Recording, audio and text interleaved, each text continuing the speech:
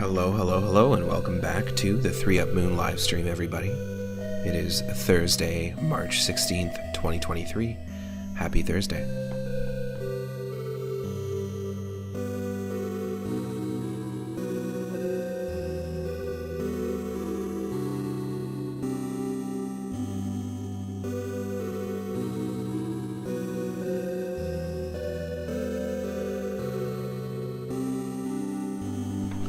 Every single Wednesday and Thursday I am live here from about 10 a.m. or 11 a.m. Pacific, and every other day you can catch me usually from about 5 or 6 p.m. Pacific here on twitch.tv/3up_moon. Normally I'm streaming retro games. I'm streaming games in completely different fashions, like randomizing the elements of a retro game so that we've got a completely new experience, like Link to the Past, or Super Mario World, or even Super Mario 64, or Mike Tyson's Punch-Out, or a Final Fantasy game, or Earthbound.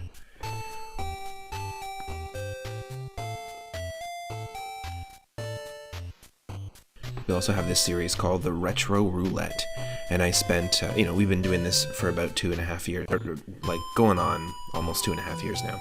And this series called the Retro Roulette is something that has been going for a bit, and I've been really enjoying it. I curate themed lists of retro games. Today's theme is our first theme that we used for the Retro Roulette, which is games all about food and cooking and eating. So anything to do with eating or cooking or collecting food or maintaining your energy or stamina is in this list, from Atari 2600 to N64. The way we do these episodes is I spin for our initial game, and we get a game at the very beginning. And our first game today is Super Adventure Island 2, which we haven't played on stream before. We've played Super Adventure Island 1 and beat it in the past, and we also played Super Adventure Island 1 yesterday, so how perfect. The day before, we played Adventure Island 3, so we were really on on a roll chronologically here. But the way it works is you can spin the wheel anytime. So even though I've done my initial spin, you can actually spin that wheel whenever you want, and I can stop what I'm doing, or I will stop what I'm doing, spin, and we'll play whatever game it lands on. So I just want to say thanks to everyone that's been hanging out. Thank you to Retro Gaming Backlog. Welcome back, and thank you to Stegosaurus McCartney and Adorama. It looks like Stegosaurus had that 3-up intuition dialed in today. That's awesome. Yes, thank you for shouting out Retro Gaming Backlog. I've been good. We are, we're on to episode 21 of our Retro Roulette, specifically with our very first wheel, but we've been doing this Retro Roulette with different themes for a while. So we've done, spooky, horror-themed, Halloween-themed games, and I think we've done up to 45 episodes. And same with our animal and creature-themed Retro Roulette, which is a very common theme, controlling an animal, saving animals, rescue animals, that sort of thing. Heck, all the characters you beat up in some of the Dragon Ball games are half people, half animal. So stick around, it won't be long. We've got some good tunes going. I'm just going to do some transition stuff here, and then we'll be diving into Super Adventure Island 2 to start the game. If you want to check out any of our previous episodes, previous parts, or any of the other streams we've done, and you're watching on YouTube right now after the fact, feel free to check out some of the playlists. I've got every one of my streams uploaded in full so that you can watch it on your own time on YouTube. If for whatever reason you can't catch us live, that's the best place to check it out. So stick around, it won't be long. Super Adventure Island 2 up next.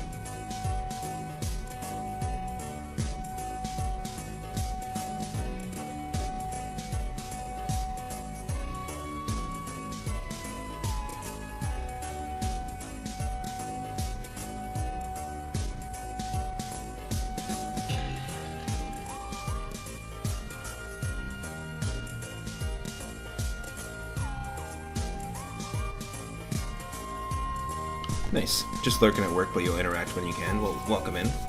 I've been having just a rough time with my throat today. I've been having feeling a little bit under the weather, so that's not good.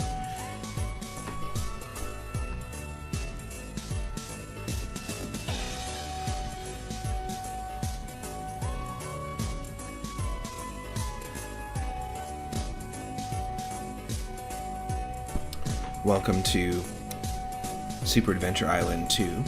Hopefully the game balance and the audio, like the music balance, is okay. But here's a good question of the day. This is what I was thinking of earlier. What is your favorite video game island? If you had to pick an island from a video game, what is your favorite one? Ooh, there's so many. There's Monkey Island. There's many islands in the Monkey Island games, of course. The ones that come to mind are Angel Island from Sonic 3 and Knuckles.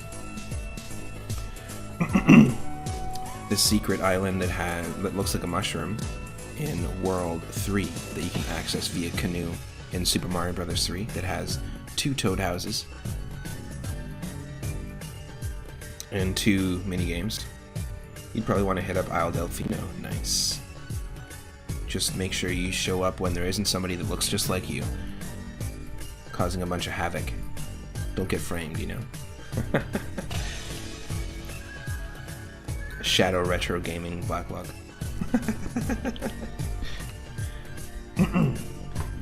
Just make sure you have a way out. You don't have to collect all the shines. What else? Noki Bay is pretty cool, but I think that's part of Isle Delfino. I guess Donkey Kong Isle, DK Isle from Donkey Kong 64. We were talking about this. I mean, last week we did the 103% completion of Donkey Kong Country 3. And so, yeah, Donkey Kong DK Isle would be pretty cool.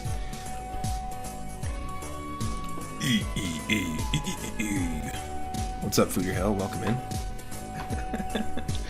Can we get a shout out for Fooder Hill? Oh, and we also, you know what? I'll do it.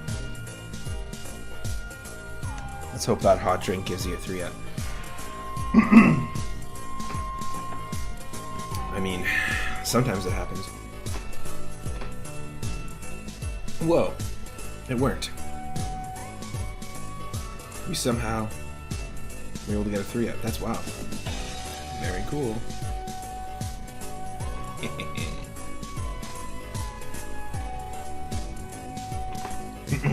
No, that is a 1 of 1. Only the designer of the layout of the channel and myself have a 3-up plushie. I custom made them. I got them custom made through Etsy. It could be kind of cool. I don't think I could sell these, but it is squishy. It's a great neck pillow. Just this side. Or this one.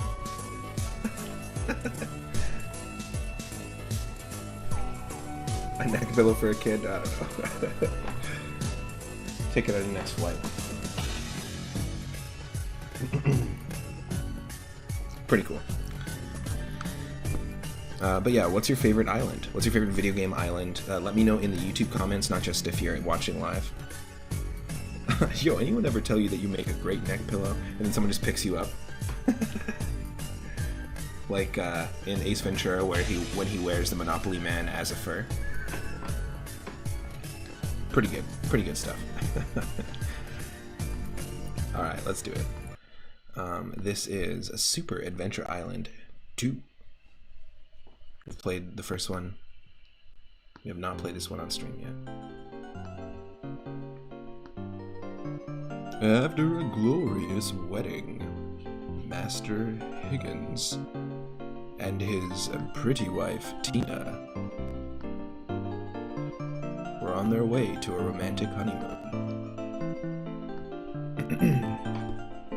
It doesn't sound very romantic to just be on a raft floating adrift. Does a cloud count as a sky island? Yeah, I would say. A skyland? I would definitely count that, for sure. If you think about World 5, and half of World 5 from Super Mario Bros. 3 is a sky island. Nimbus Land, hell yeah, there you go. Except, don't climb to the very top, because I'm just going to tell you right now, it's just a scarf. You don't want it. You're not gonna need it. I'm just gonna save you some climbing. So, Itarama's been dipping into the Super Mario RPG randomizer, and I've been considering it. I've been kind of watching some content on Super Mario RPG. I believe it just recently hit an anniversary in the beginning of March, and it was the last game released on the Super Nintendo. I just found that out yesterday. I didn't know that.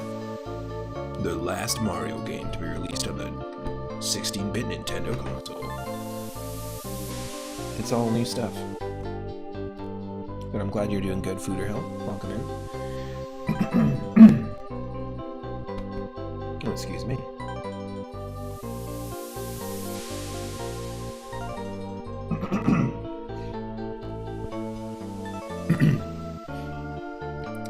Oh yes, I'm sure he lost his memory too. What other tropes can we throw? We just woke up, we lost our memory, we washed ashore on an island. Our wife/princess was stolen. Kidnapped. A second time. Now, one of my favorite things...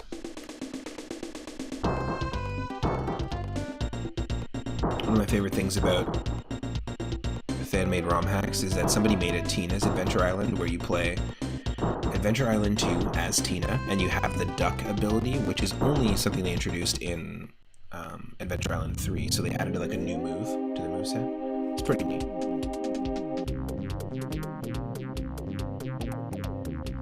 It's like, what's the point of the fake out here? She already disappeared, and they're just like, oh, they found her, but then they didn't.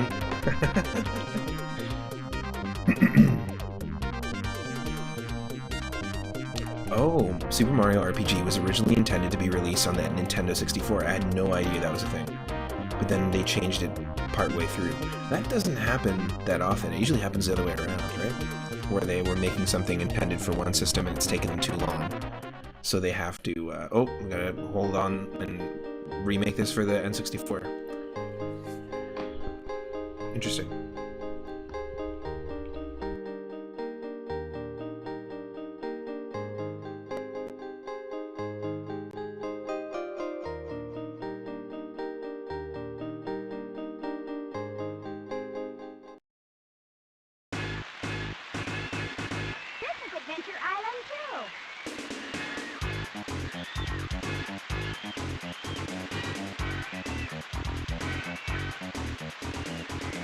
The opening theme song here reminds me of Video and Arcade Top 10.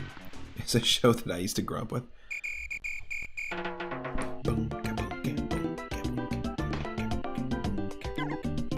So this is a very different game. Right away. We've got a sword. You've got a slightly different way of interacting with the characters than in Super Island 1. And you'll notice that in Japan only, they had an Adventure Island 4. Which came out before, or I think at the same time as Super Adventure Island, and it's very different. It doesn't control the same way. And 1, 2, and 3 all kind of have these through lines, and 4 shifts things up a little bit. It's like, it shakes it up. Same thing with this. But right here. This is exactly what Video and Arcade Top 10's theme song sounds like. So I've always wanted to put together a game show on Twitch where contestants, I host, and then contestants enter. So you've got three contestants, and you've got 3 rounds, and it's set up just like Video and Arcade Top 10, where you essentially all have to race to beat the first boss, or race to be the first one to beat this boss in like stage 3 of this Super Nintendo game. And then after that, first one to beat World 1 in this NES game. And then after that, face off against each other in Mortal Kombat or something like that. Like three different challenges.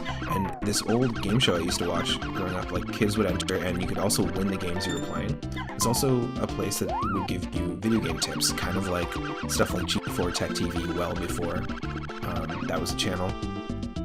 Or if you had a subscription to like Nintendo Power or PlayStation Magazine, you would often get like little tidbits about games coming out or something like that. You know, information about Mario RPG, planning to be released initially on the N64, but then eventually changed. Like that's totally the type of tidbit you would learn on that show.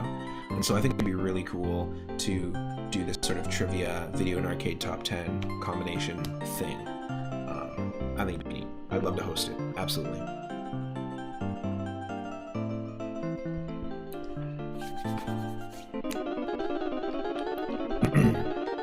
Maybe one day. Gotta hear that song again. Let's go.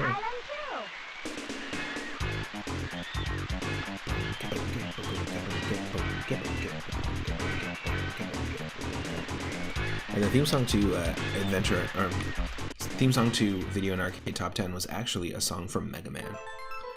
Flashman stage.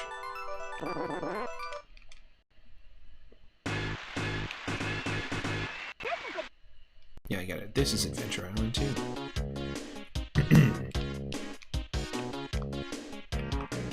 Let's go. Third save slot as always, like we do with every single game that we do on the channel. If it's available, we will third save slot it. So this is more like Wonder Boy, and it's funny because Wonder Boy games kind of are like Adventure Island games. There's an interesting history there, the Adventure Island games and Wonder Boy games. Worth going down, you know, the rabbit hole for. Ah, the famous Master Higgins. We've met just in the nick of time. I desperately need your help. My country used to hold 6 islands, excluding this one, Waku Waku Island. Now an evil force looms large, threatening our very lives. But were these always your countries? I just want to ask you, White King. Just want to say, just want to put it out there. Yeah, you might have been holding these islands, but were they yours to begin with? When did you show up here?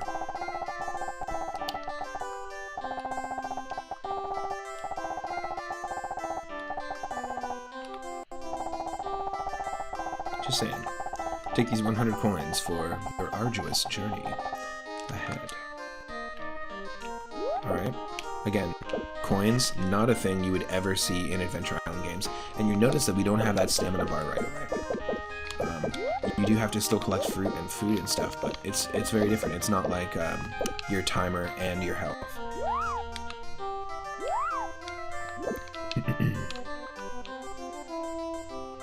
Like, I'm getting Dragon Quest and Wonder Boy and Monster World vibes, which Wonder Boy and Monster World, fantastic game. I really like the Dragon's Trap, I think is what it's called, the third one.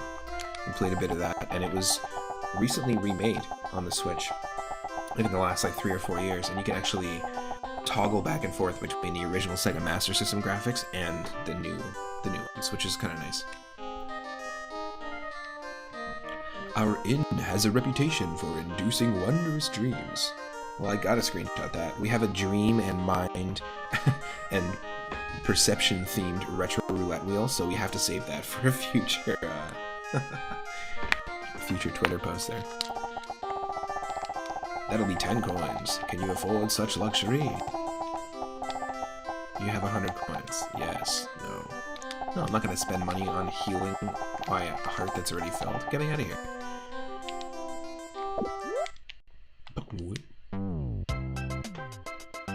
It's Waku Waku Island and we got a overworld map. Whoa, what the?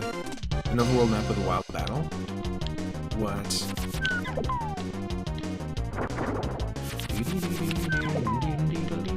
Punching birds while I'm standing on a raft. Punching birds in the face while I'm on a raft. Punching birds in the face.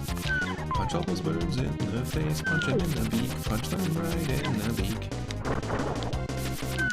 Punch, punch, punch, punch the beak, beak, beak, beak. Punch, punch, punch, punch the fish, fish, fish, fish. I mean, White Guy shows up to help White King, who lost his 9 islands. And the first thing White Guy does is just wails on nature. Punches birds, punches fish. I don't care. That's awful. That's all I have to say. Cypher's welcome in. Zelda 2, exactly. Zelda 2, like, overworld battles. Feels a bit weird.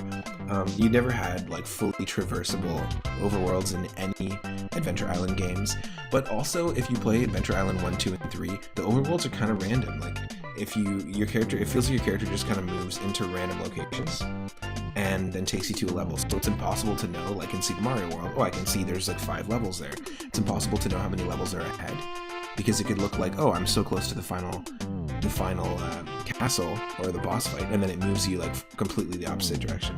So it's kind of odd. You don't really have that full control of motion. I need to punch a fish. Quick. Any fish will do.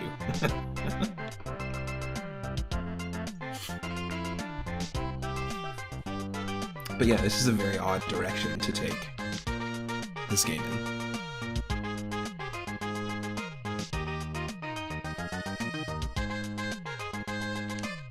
Interesting.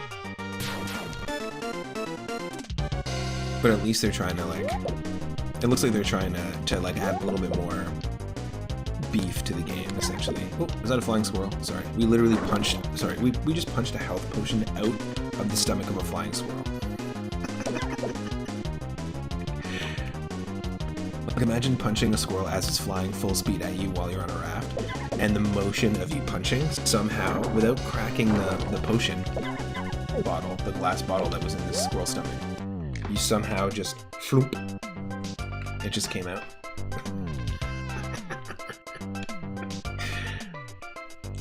I'd have to like take some serious time to reflect after that. Yeah, basically, yeah, punch my heart out. You punched my heart right out of there. I see a moon. There's also a water drop. And a square with spikes and a star. I'm getting Final Fantasy X vibes with their dungeons. How do I enter a Blitzball tournament? Yo, I'd play the shit out of a Super Nintendo style, like these kind of graphics, a Super Nintendo style Blitzball game. It was just Blitzball. Because Final Fantasy X, one of my favorite PS2 games. I spent hours and hours playing Blitzball. So fun. What's your favorite fantasy sport? There's a good question of the day. We did ask, what's your favorite island? I was mentioning Angel Island Zone, like what's your favorite island in video games? You know, the Secret Island in Super Mario Bros. 3. But yeah, I really like Blitzball. I actually got like super hooked into it. And I'm not really into sports, but there's all sorts of fantasy sports out there. What's your favorite fantasy sport in terms of like in a video game, a sport that people play? Obviously you've got Quidditch in Harry Potter games, and Harry Potter just in general. You've got Blitzball, but there's other ones. Would you count Treasure? Is it called Treasure Master? Oh no. It's not Treasure Master, Tetra Master, something like that. The card game in, I mean, it has its own tournament and league in Final Fantasy IX, and it's also in Final Fantasy VIII as well. Blitzball felt closer to a board game than a sports game to you. Interesting. Also, do we have like one sliver of health that we just can't see? Or do we just got a black heart? We've just become extremely cynical. We're like, nah, man. In, out, doesn't matter.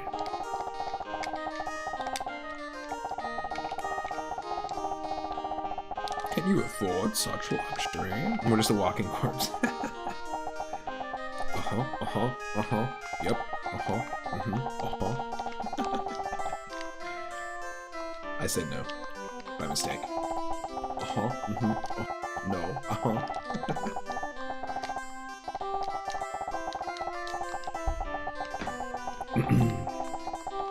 Thankfully my sore throat is feeling a little bit better. Yeah, okay. Welcome. Please rest your weary head. Oh, I'm looking for a place to rest my weary bread.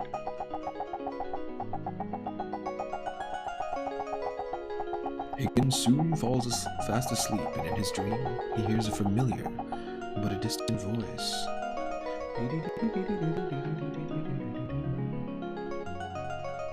This is actually some cool music.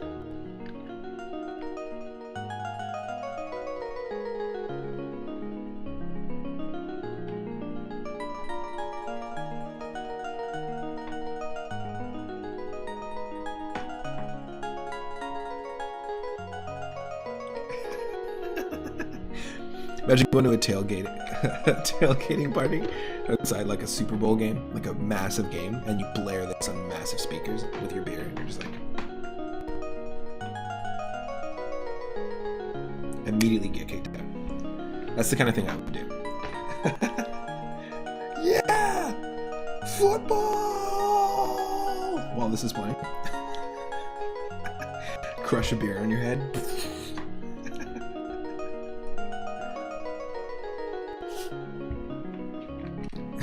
Zombie paper welcome in. Yeah! Perfect. Perfect time for no audio.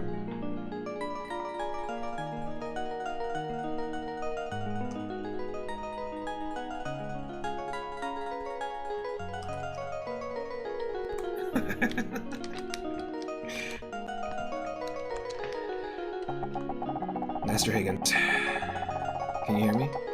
I am the lady of the land. Oh, this is landlady. A familiar voice.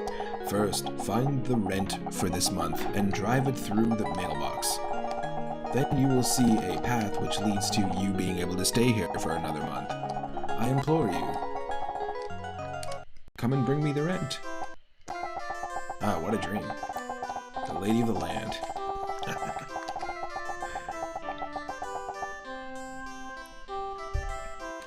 I have some kind of energy. Do I normally not have energy? Am I normally just schlepping around on Twitch? Hey. Well, folks, electricity is dead. Let's pay our respects. Oh.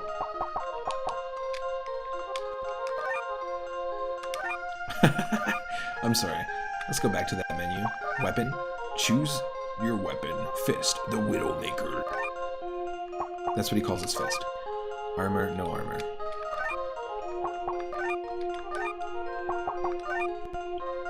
And no shield. Ooh. No magic. Hey, is that a stolen sound effect from Link to the Past? Sounds like it.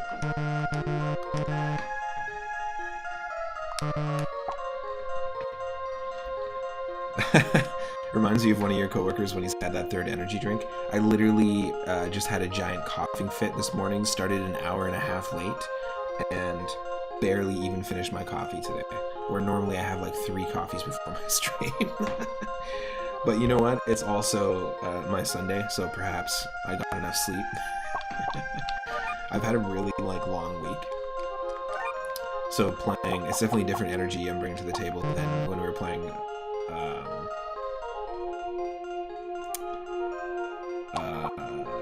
Donkey Kong Country 3, because every day we played Donkey Kong Country 3, I was working like a full day, and then diving into like a 2 to 4, maybe even 6 hour stream. So pretty rough.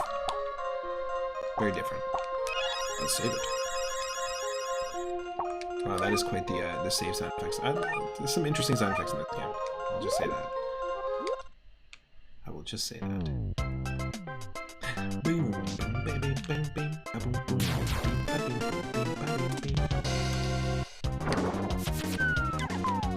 Push that boy! Get that boy!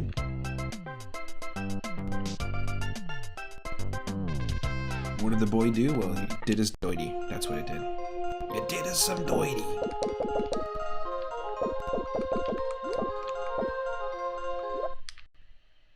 Interesting. Nothing that we can do there. Nothing that we can do there. I guess we do have to just go down to this like mountainous cavern. That's right. Punching the birds right there. Make sure to punch those birds. Fuwa Fuwa Island. I guess that's our only option. But then what do we do? We've already been here.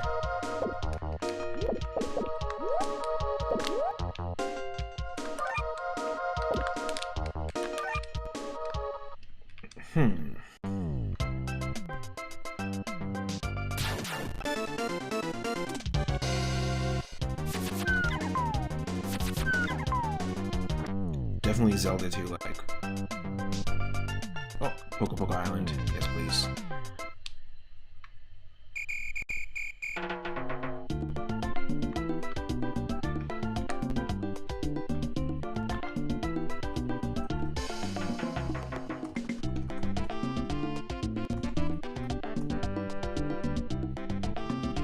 Ooh, you know what? Besaid Island would be a good one. For like Final Fantasy X. Destiny Islands, or Destiny Island from Kingdom Hearts. I really like the first Kingdom Hearts game. The first two Kingdom Hearts games, they're really fantastic. I haven't played the third one. I had Chain of Memories.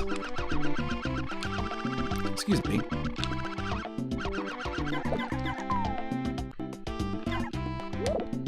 You still need to finish Kingdom Hearts 2. Oh yeah, you were playing, you were talking about how you were streaming it recently, right? Over at Cypher's channel. Can we get a shout out for Cypher's? From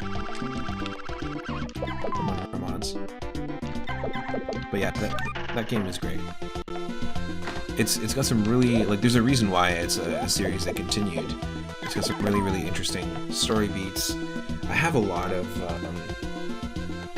I guess just like associations. When one of my uncles passed away, I remember I was playing Kingdom Hearts 2 when I found out, or Kingdom Hearts 1 when I found out, so I have a lot of association with that.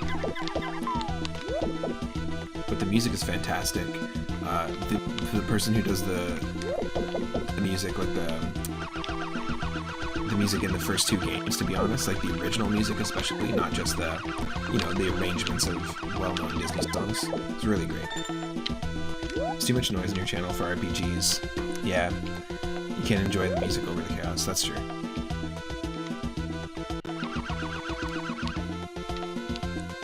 Oh, cool, you're just playing offline, nice. What is here? There's just a bunch of gravestones. We don't have the magic wand.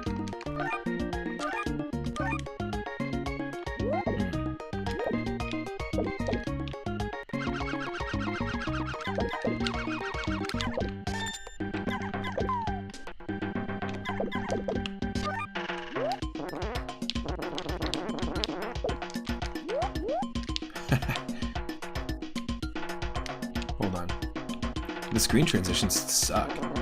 Like, come on, it's 1994, Hudson. You can't figure out that, like, just cutting to black and then cutting to the next. Like, why? Why is that a thing? Like, put some effort into it.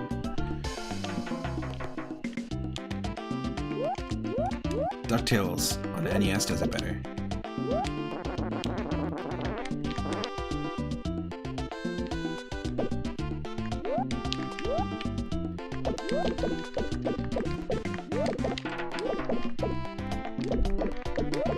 I wonder if this is.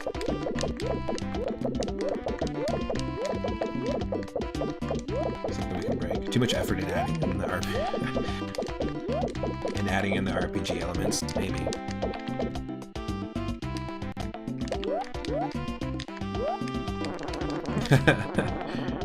I'd play an Adventure Island RPG if it was good.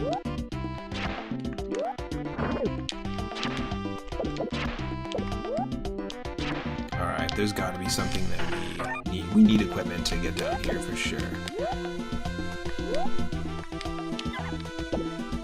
Right? Doesn't seem like we can do anything there. Or there. This was actually, if you notice, actually I don't know if it auto adds it, but this game was listed as a Metroidvania.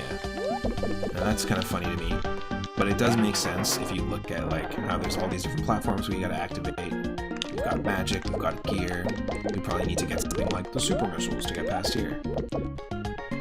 So Wario Land 3 on Game Boy Color is Metroidvania in that you don't have any of the abilities that you have in Wario Land 2, like right from the get-go, and you have to unlock them. So this definitely has that kind of vibe to it, which is funny. We should probably recommend this to Rush Pirate, who does Metroidvania Mondays. And Rush, if you are hanging out, or if there's a mod that can give Rush a shout-out, that would be sweet.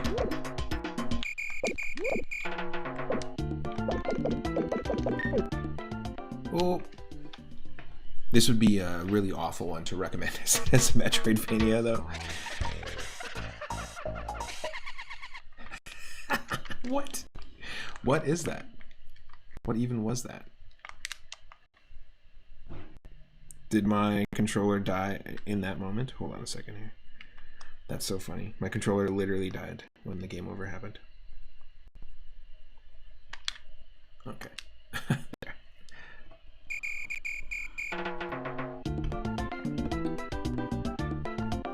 Good timing, at least. Yeah. That's true. Not like in the middle of a boss fight. Okay, I'll be right back.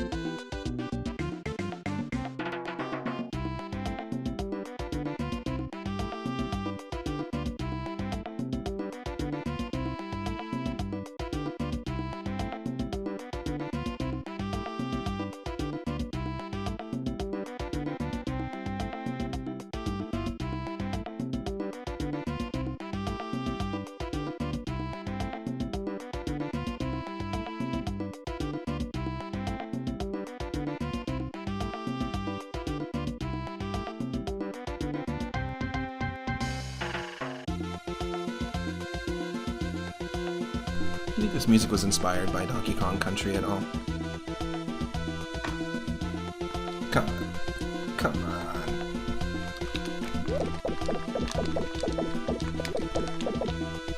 You can do so much more intricate tech in this game than Donkey Kong Country, than any of the Donkey Kong Country games. Fight me.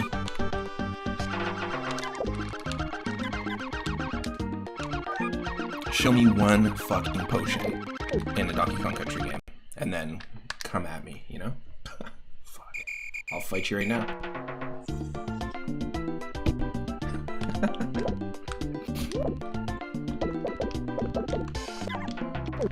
I'm really glad that Seth Rogen is playing Master Higgins in the upcoming Super Mario movie.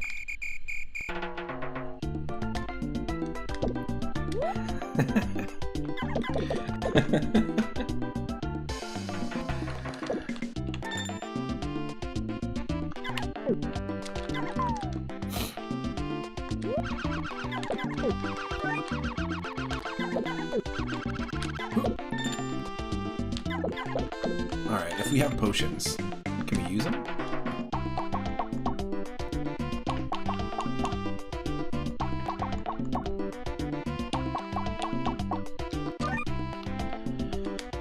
Do not use. Okay. What? Oh my god, it is a Metroidvania. I didn't realize there's a map.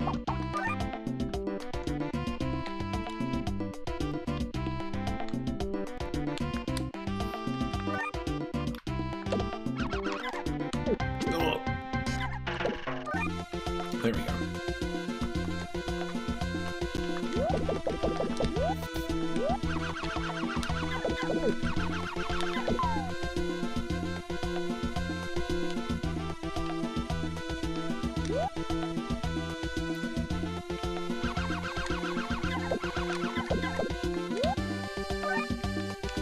It must be the new Adventure Island game on PC Engine that has the 90s hip-hop. For some reason I was thinking it was one of the super ones, but it's not. It's got like more like funky hip-hop vibes through the whole soundtrack. Alright. We did get to somewhere where we could potentially do something. Right? There we go. Okay, so you press down to activate the switch.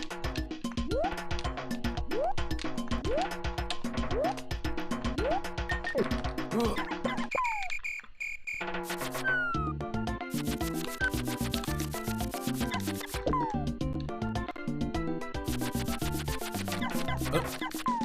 Sorry, Piggy. It's mine. It's mine. I got a sword. Ooh, that's very out of character. Also, I don't want to be using a sword just wearing what this guy's wearing, because I feel like I would easily cut myself. Okay, it destroys most rocks, because that's pretty normal. A nice, thin, silver sword is gonna destroy most rocks. You're right.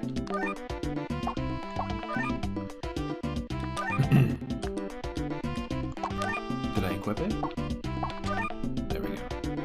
Sword, hammer, same thing.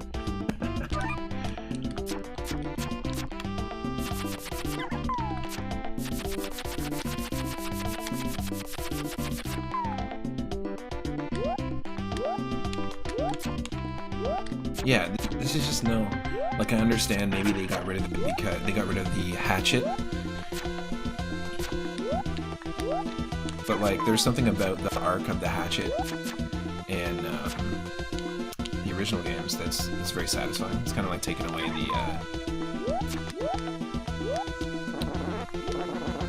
the super cape in Super Mario World. It's a bit of an odd decision. I've seen a few ROM hacks do that, but it seems weird that they would do that later. Maybe you can find one later, yeah. I hope that there's a boomerang as well, because that's also a very iconic weapon from the Adventure Island games. But so far, no food, no fruit has been necessary. Looks like it's all about money. What's happening?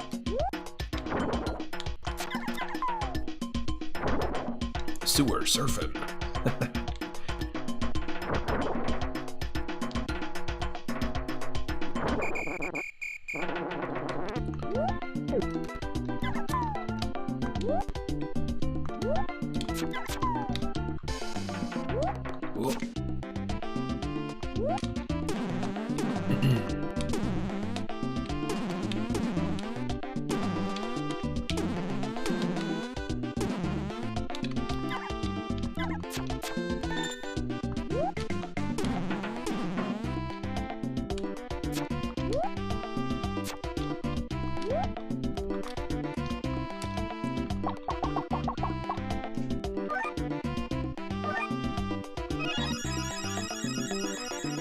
Gotta save.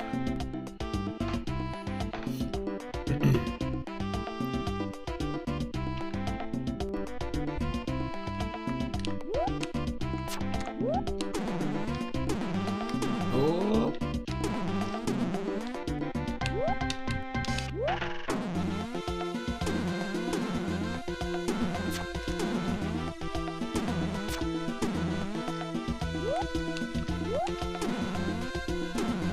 Yeah, these springs are way jankier than in the NES games.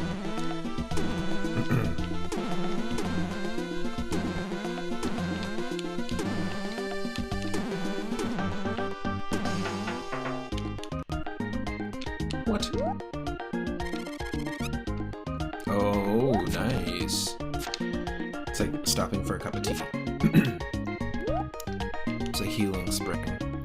I appreciate that. Oh.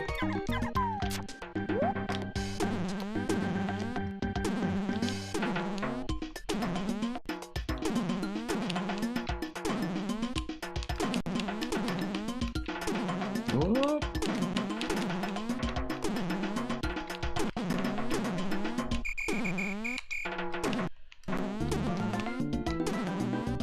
Nice.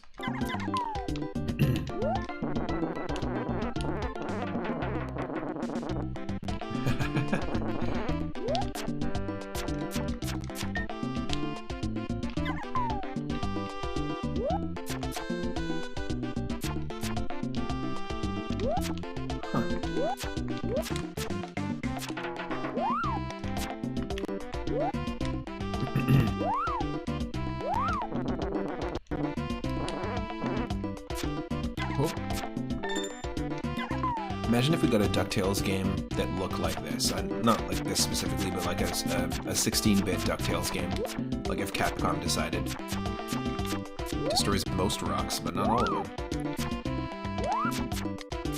Do you know what I mean? Like, I feel like some of these enemies kind of even look like Capcom DuckTales enemies. I'd be down with the Scrooge pogo stick. Yes, a DuckTales All-Stars release. Just the 2 games, but that'd be great. And you know, if they partnered with Sega, they could absolutely release Lucky Dime Caper and Deep Duck Trouble, which were Game Gear and Mega Master System, Sega Master System games that were quite good. And kind of like spiritual successors. They were made by Capcom, by Sega, not Capcom, but you can tell that there's a lot of inspiration there. And the story is you basically returning gifts or treasures that were stolen and cursed by Scrooge. Scrooge is like, well, these are all cursed, can you just take these back? I love this. I love that as a story. That's great. Simple starting point. But yeah, DuckTales All-Stars, hell yeah.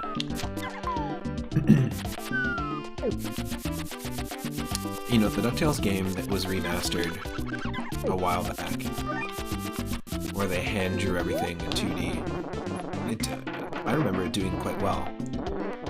So I'd be shocked if they didn't eventually do a DuckTales 2 remaster. 10 years ago now. It'd be kind of cool to continue that.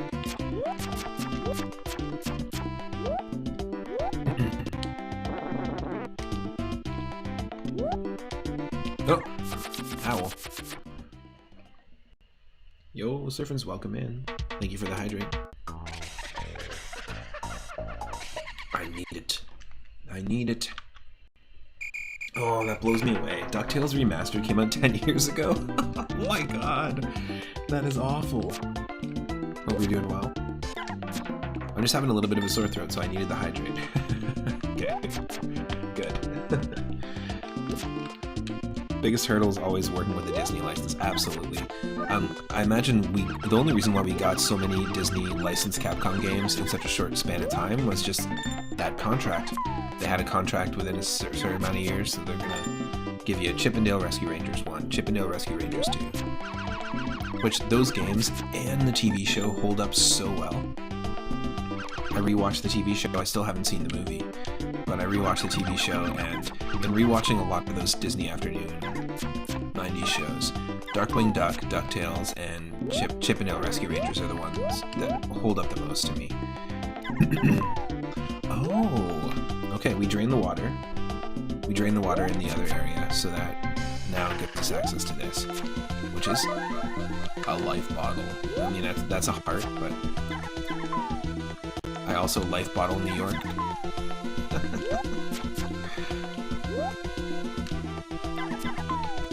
How do we get up here, though? Oh! Landfish. Yeah, I would love to see a DuckTales 2 remastered. The Game Boy games are fantastic too if you haven't played them. I know it's not remastering them, it's actually going backwards in terms of tech. But the original Game Boy, they did some really good ports of DuckTales 1 and 2. What can we do? What can we do? What can we do?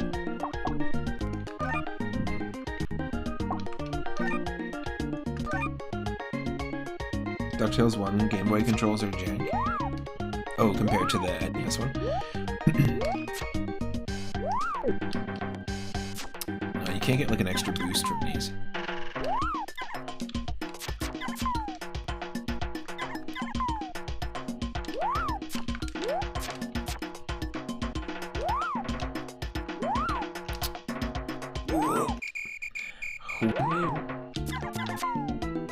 How about this? Look at this. And that. No, you can't get any higher than that. I mean, we can, but Master Higgins can't. Whoa. And all that for half a heart, too. It's not even a big deal. Oh. 2 felt much closer to the NES entries, yeah. Fair enough. Very fun games to play, though. Oh, no, that's not fine. So we can't get across to that water, either. Oh, get out of here. Pigs and voids.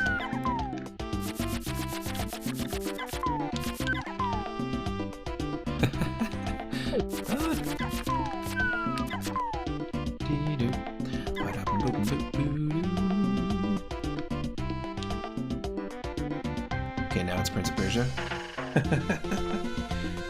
Yes, coffee.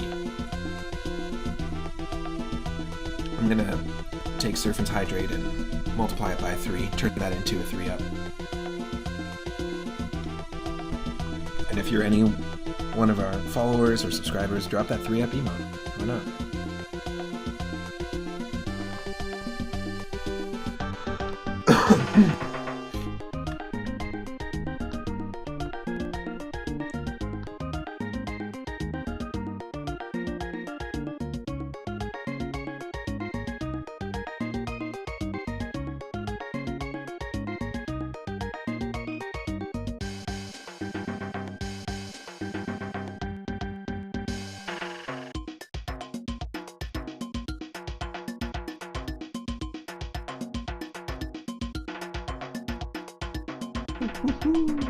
Alright, so we have many games, by the way, today. Obviously we're playing a little bit of this Super Adventure Island. Oh, you gotta go from the other way. Super Adventure Island 2. But there's over 666 games today. We're using the original retro roulette wheel, which is food and cooking themed games. And really, to be honest, besides us fighting this pig, that's about as food and cooking as this game goes. But most of the Adventure Island games require you to constantly be collecting food, meat, milk, fruit, veggies, just to keep your stamina up, which is your time and your health. But of course, anyone can spin the wheel, and when the wheel is spun, then we gotta gotta basically stop and play whatever game we land on. And there's over 666 games in this list, from Atari 2600 to PS1 and 64. And it's our first roulette wheel we ever tried with this series. It used to be called More Games About Eating and Food, before we called it the Retro Roulette. Fun little trivia. Birds are food. Fish are friends, not food. Birds are food, not friends. I saw this great photo of a seagull diving on somebody's ice cream cone. And somebody had like 4 scoops of ice cream, which, by the way, I mean, come on. How are you gonna eat that shit?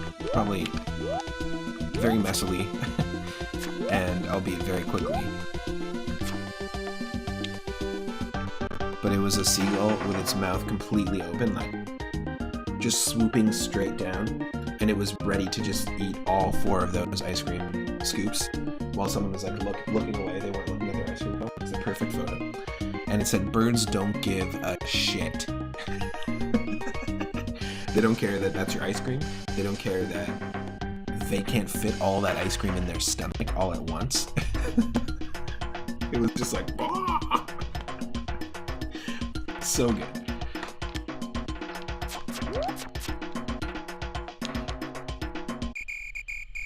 And also pretty sure it's not gonna be able to digest that ice cream. When you gotta eat, you gotta eat. It's true.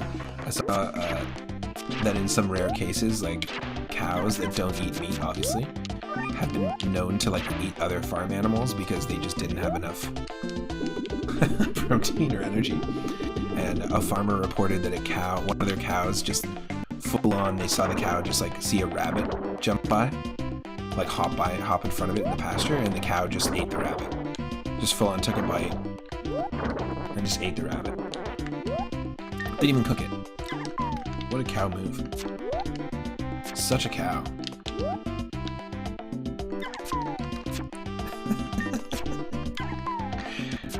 Eat the cow.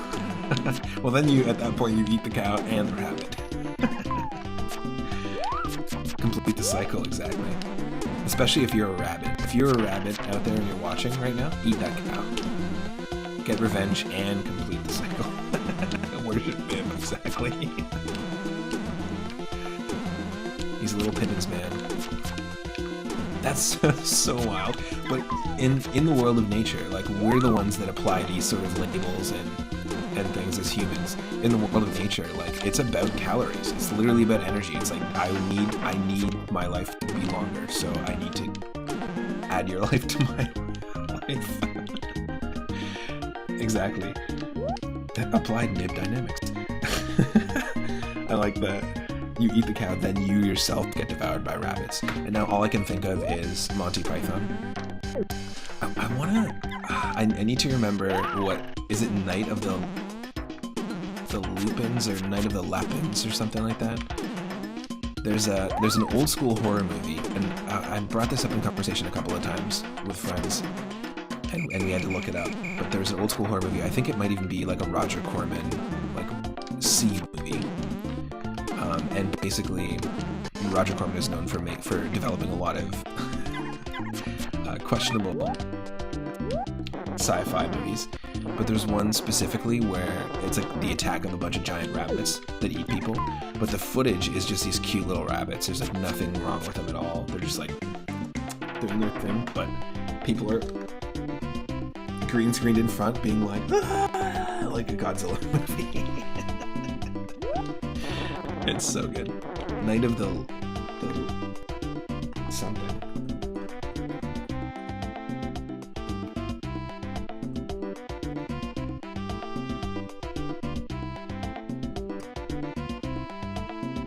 Night of the Lepus. Lepus. It's based on a science fiction novel. An actual science fiction novel. So it's also known as Rabbits. It's just also known as Rabbits, but Night of the Lepus with Janet Leigh.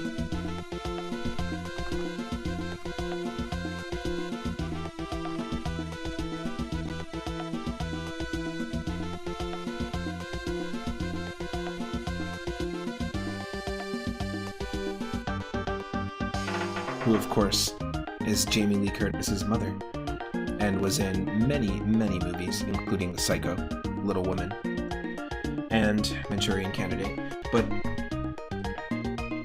pretty wild. She was known in horror movies. That's obviously why Jamie Lee Curtis was kind of like wrapped into the horror movie world. But yes, we'll just take a second here, just because this is just too good, and it's worth a dive. It's worth a deep dive if you ever get a chance. Night of the Lepus, also known as Rabbits. Hold on, let's change that up. Night of the Lepus, also known as Rabbits, is a 1972 American sci-fi horror film directed by William F. Claxton and produced by A.C. Lyles, based on Russell Braddon's 1964 sci-fi novel, The Year of the Angry Rabbit.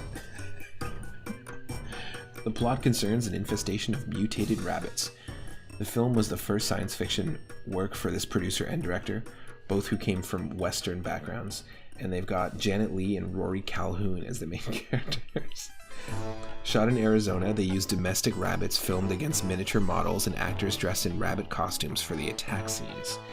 Widely panned by critics for its silly premise, poor direction, and stilted acting, and bad special effects, the film's biggest failure is considered to be the inability to make the rabbits seem scary.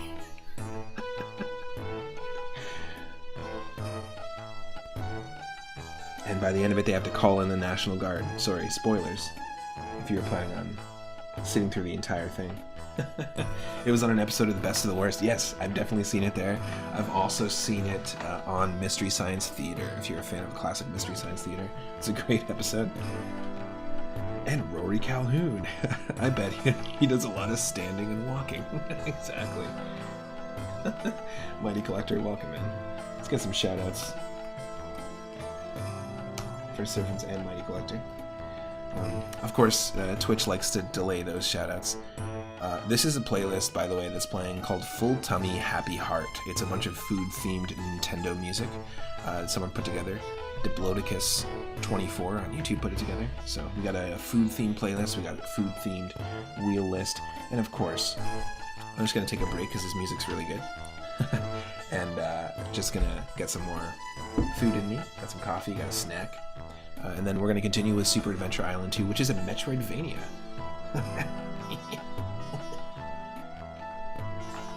We don't have any sound effects right now. In fact, I took a little bit of a 2-month hiatus, and I use OBS, but I used to use Streamlabs to handle all my sound effects.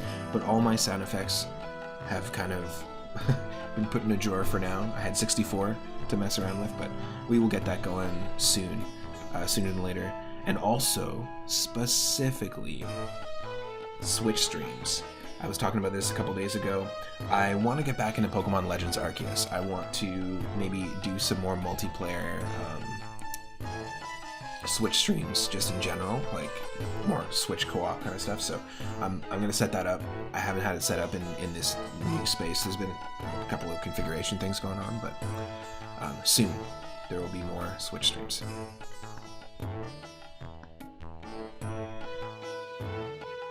BRB. I'm gonna make like Donkey Kong and grab the fire flower.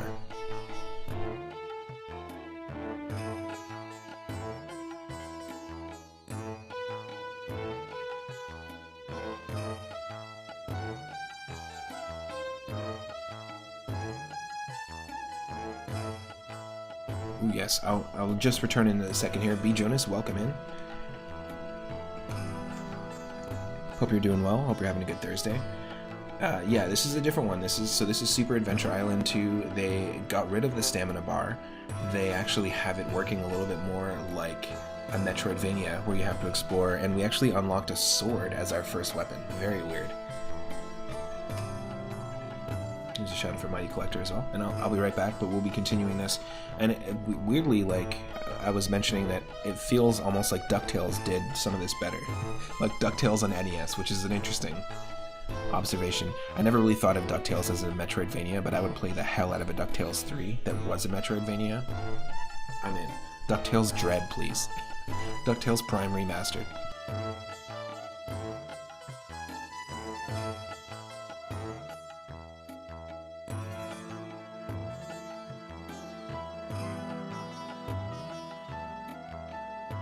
one of my personal favorites is DuckTales Fusion. It really like set the story forward. It set the groundwork for future DuckTales games.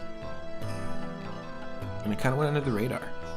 Where Scrooge is trying to hide from that alien clone robot version of him. Yo, Daryl. Thank you for stopping in. You locked in with that 3-up moon intuition at the beginning of the stream. Appreciate that. Got a client at 1. Well, enjoy. Have a good day. And I will be kicking for a decent amount of time today, so I'll probably see you in a little bit. Hope you're feeling better as well. A couple of our mods have been a little ill, and I hope they're all feeling better. And same with myself. I'm starting to feel a little bit of that in the throat, so I gotta be careful. Make sure I'm hydrated. Make sure you're all hydrated.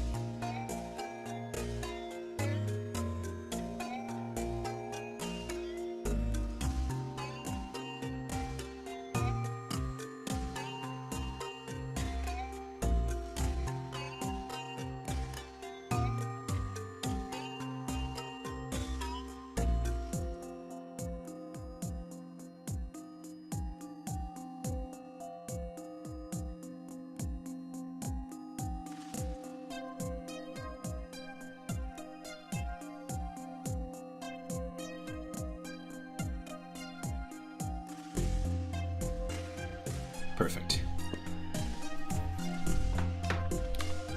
We are back. We have returned.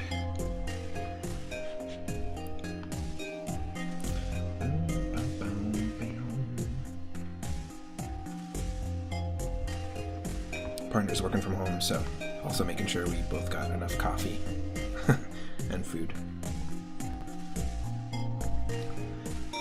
Let's go.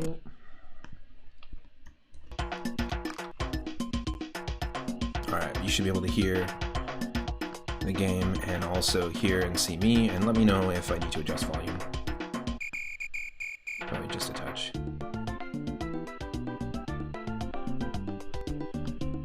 Okay. So yeah, this is already awkward enough. It's weird that there's swords. There's coins. They remove the stamina. We're not collecting fruit or food. So this is probably going to be like after this wheel spin, or after we play this, the next wheel spin, we're going to probably remove this from the list. Just because so far there's been no food related anything so far. Unless we find something. It's basically a Metroidvania that you can collect armor and equipment and different weapons. It's an odd direction to take the series. And the RPG elements are very Wonder Boy-esque.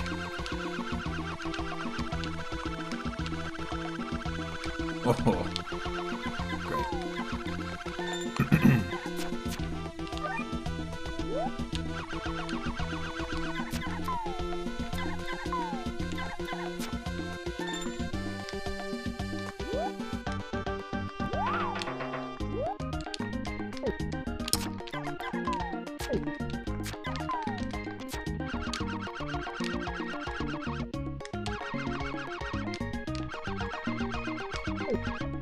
Come on.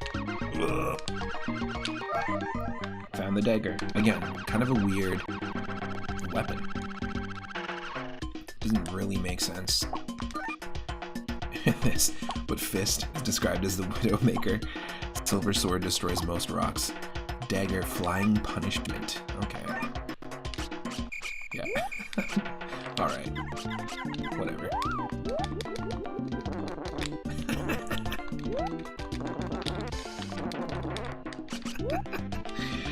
So unnecessary.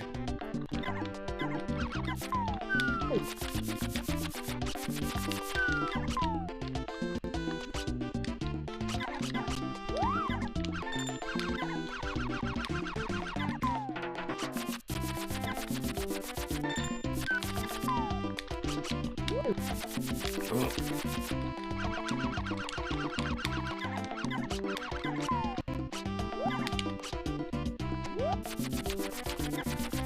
Got a swamp door over here. Oh. Oh shit.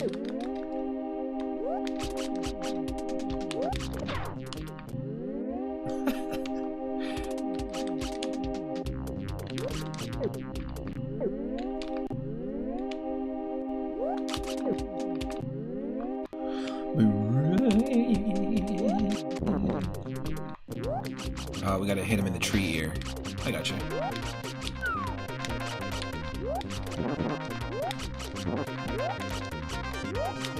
Oh, he's spewing little little stumpies.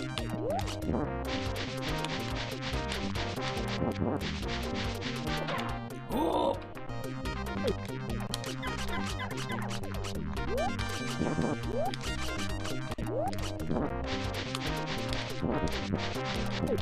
Oh.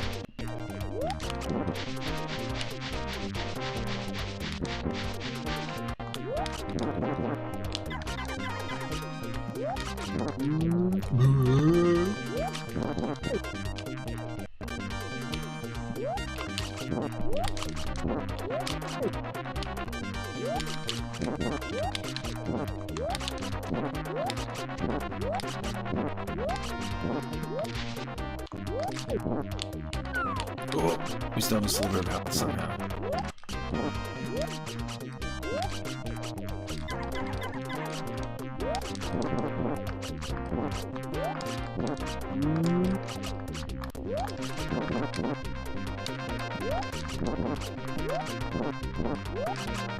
Oh, come on.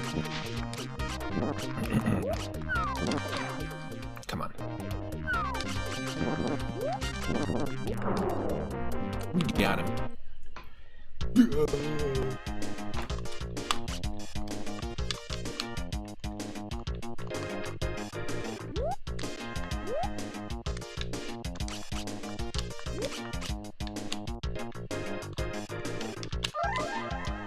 Found the light stone.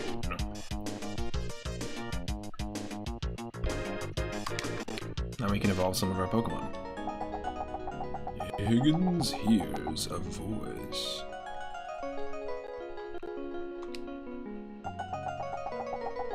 It's our landlady again, asking for rent. You came to help me, didn't you? I'm Tina, the Queen Tabina. I happened to be passing by the castle. The king told me about you, but he never mentioned how beautiful you are. I guess that's good. I don't want the king to think we're beautiful. I was just brought to Haya and imprisoned in the basement. This is a very odd story because this must be completely disconnected. There must be two stories here because he was married in Super Adventure Island 1. They were married to each other. So she's like, I've never met you before. So they must be like trying to retcon with the story and just rewrite everything. It started off almost like Dragon Warrior, and now we have this overworld that we can explore that has Zelda 2-like encounters. If you're just joining in, I know that when we first did encounters in this map, we had a few less people watching. So if you're just joining, you basically have these Zelda 2-like encounters where we can punch birds and fish. Or at least we were punching them because we didn't have a weapon before. But it's just basically like a little Zelda 2 encounter.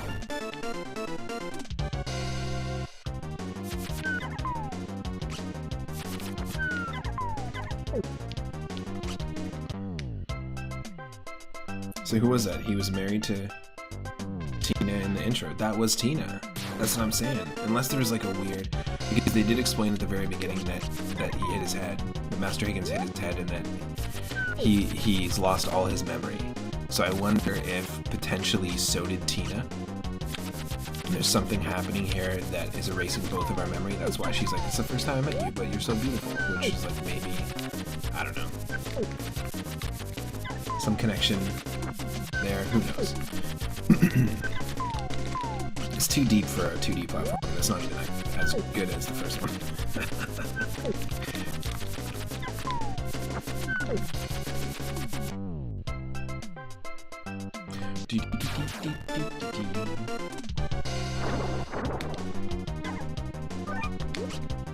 Oh yeah, there's flying squirrels. I forgot about that. I mean, we did punch a potion out of one, but I somehow forgot. It's time to dance. It's time to do the kneeling dance. Move over here and kneel. And then move over there and kneel. Because it's the kneeling dance.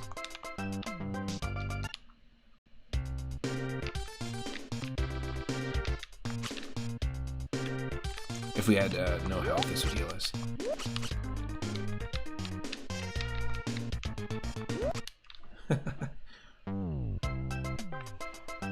So I guess, so we got the light stones. I guess we have to go back to this area, to Fuwa Island.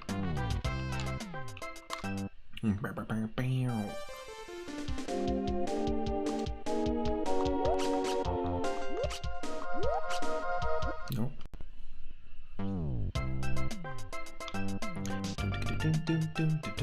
Maybe we gotta go back to the original island. Or something else is opened up for us.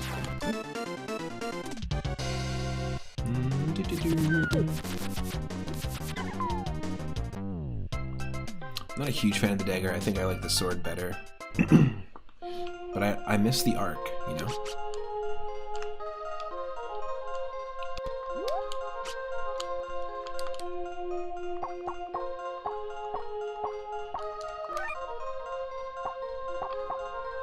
submerges the light gate.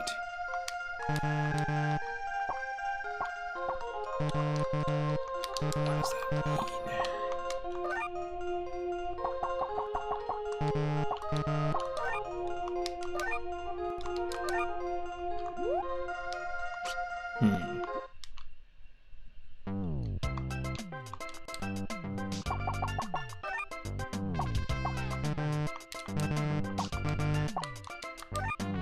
Okay, what if we go back here? No, I don't want that. I somehow accidentally did that. Okay. Let's forget the dagger and use this.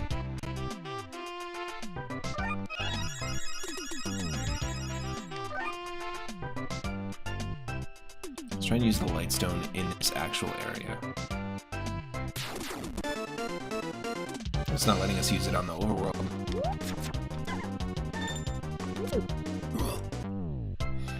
And it's not letting us use it in that cave. So maybe here?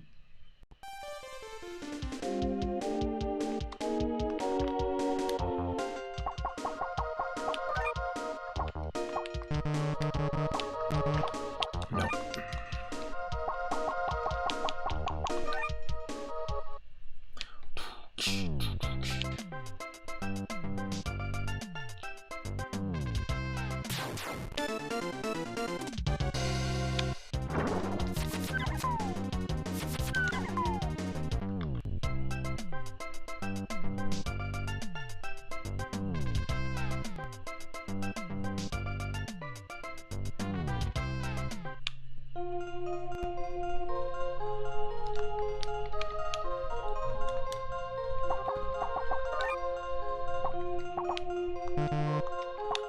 Nope, I tried. We tried.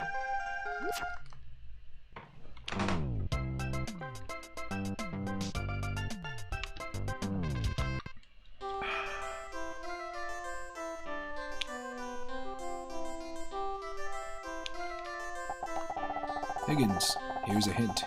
Use your items when on the pedestal. The ice bell will lead you to Haya Island. Go now to the northwest. Save her now and I'll do you right. And you did me doity. Remember last time? You really did do the doity on us, eh? Use your items when you're on the pedestal. How about when I'm here? What is this, some sort of game or something? So you tell me I can use my item here. Yes. Thank you for the tip.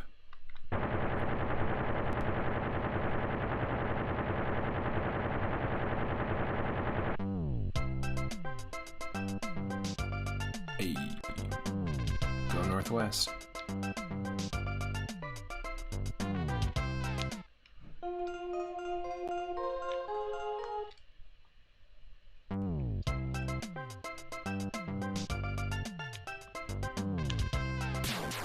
Ooh.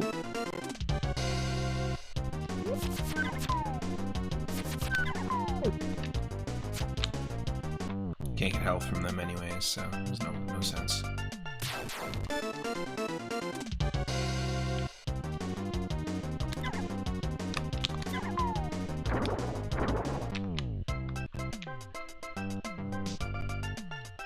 Boa Island.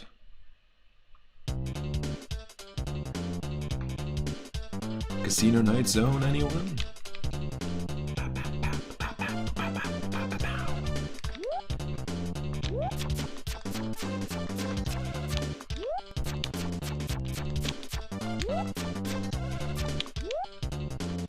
What item would you use here?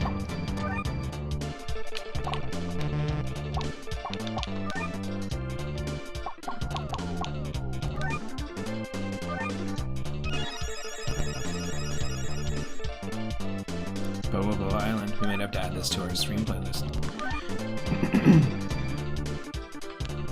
Oh yeah.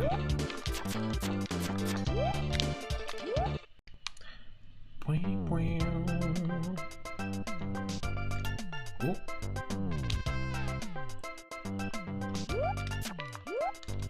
A cloud. Oh!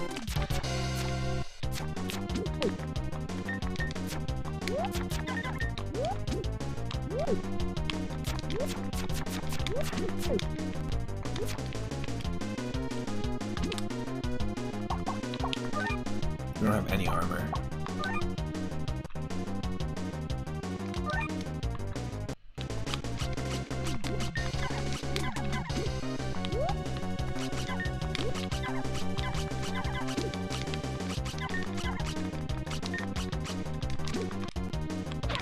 Oh!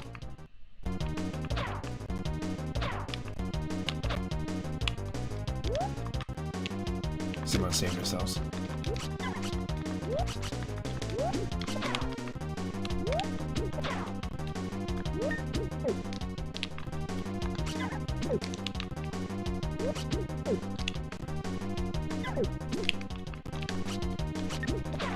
Ooh. Figured the aggro approach would work. Shit.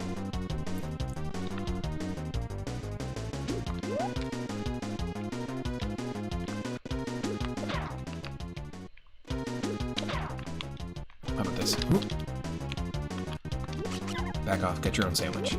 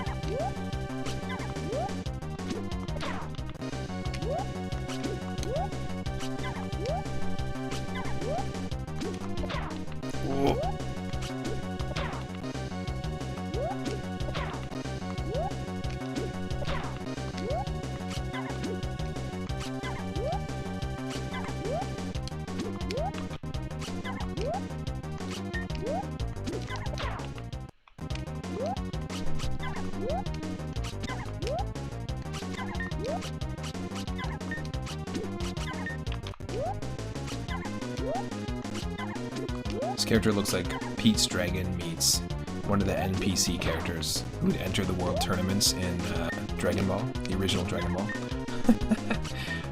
Like just a weird character that Goku and Krillin would have to fight.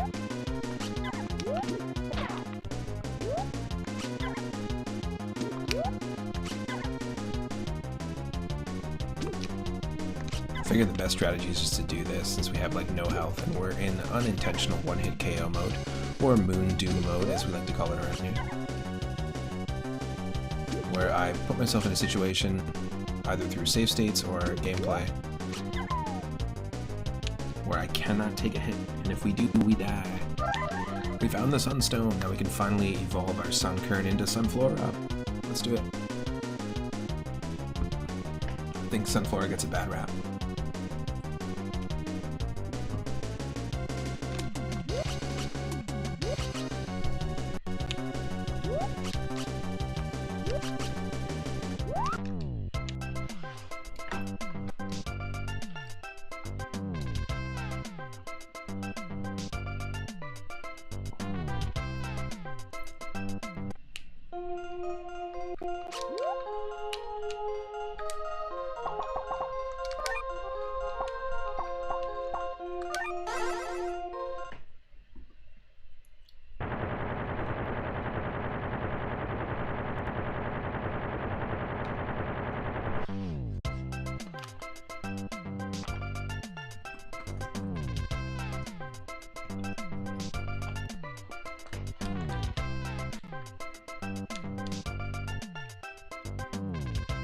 I don't want to explore there yet. I feel like we should go. The bottom left is calling me for some reason. Oh, great. That would have been great if we could have transferred into that potion. Yo, did you see Master Higgins pulled off a 540 flying squirrel potion raft transfer? Pretty crazy.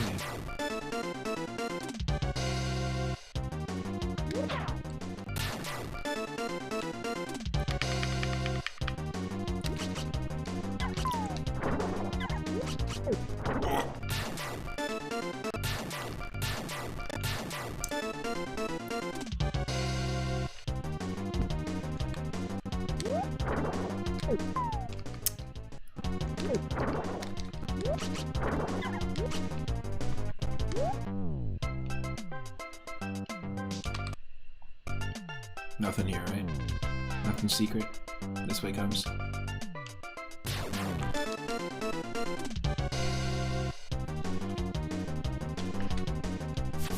Whoa.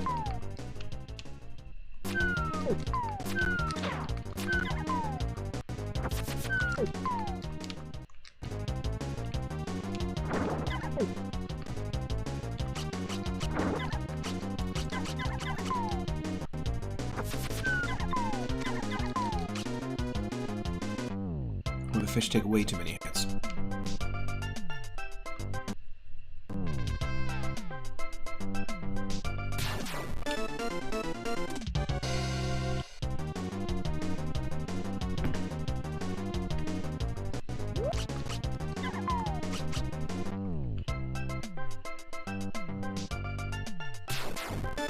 I would definitely argue that the random battles are completely unnecessary because you don't get enough things from them to warrant them even doing.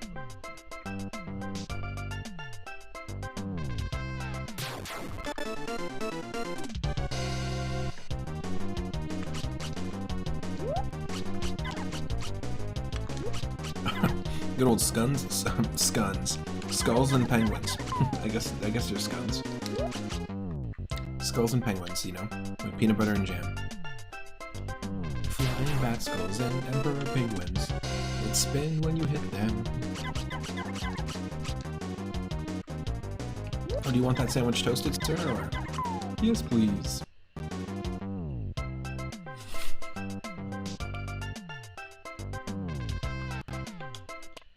Oh, we're gonna encounter Articuno.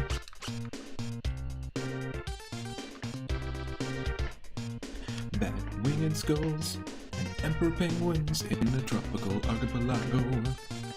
Archipelago. I don't even know how to say it. Archipelago? Archipelago.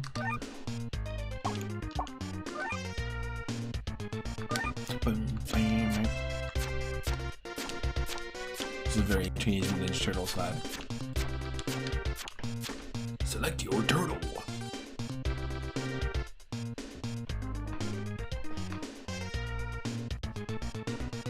Decide on your terrapin.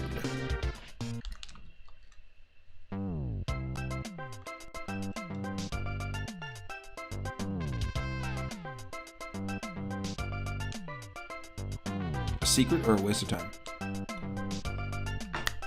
Secret. Worth it. Select your Higgins. Absolutely worth it. Drink this stagnant cave water. There's probably bacteria and other diseases you can get from it, but ooh, it healed your hearts. It doesn't even matter. My body's not used to the stuff in this water, but that's okay.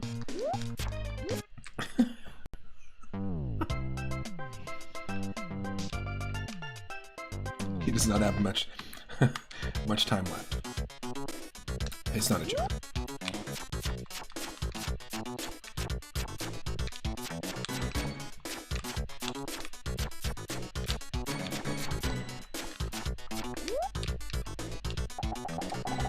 I've a good trick for moving large obstacles from your way. Although I'll need some spare cash, like 100 coins. You now have 235 coins, yes? Yes. Now you know my secret shoving trick. You'll be a real earth shaker just by touching the sides of obstacles. There's a fine looking rock right over there. Why don't you give the trick a try? Master Higgins learns strength.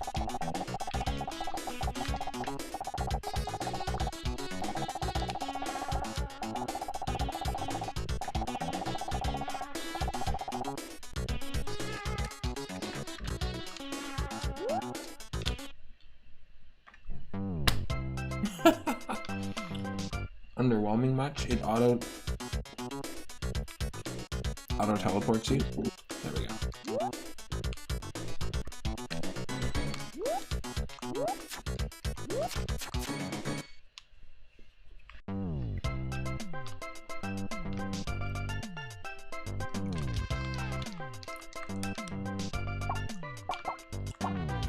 Oh, we learned shove, sorry, not strength. Whoa. Okay, we saw how big the stage maps were. It's a friggin' world map. This one doesn't look too fun.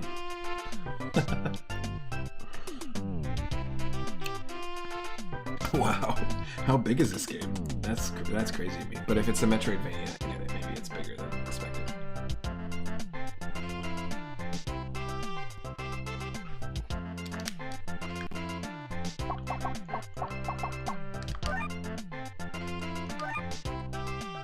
That's cool. I mean, you consider when this came out, N64 already existed.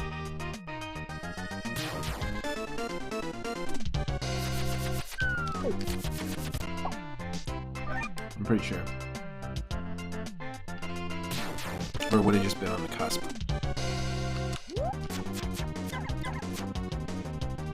Well.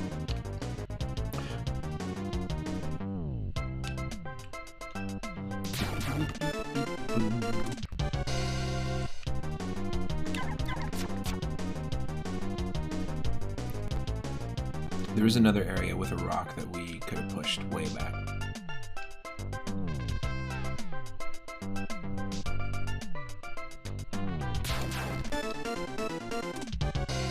Also, of course, I'm not looking forward to taking on the ice levels.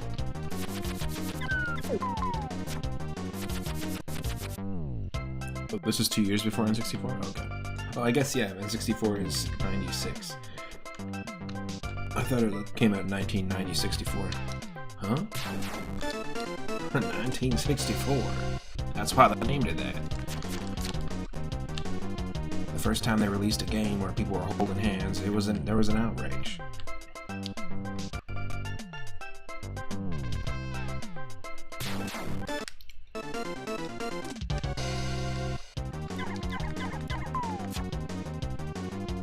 Whoa.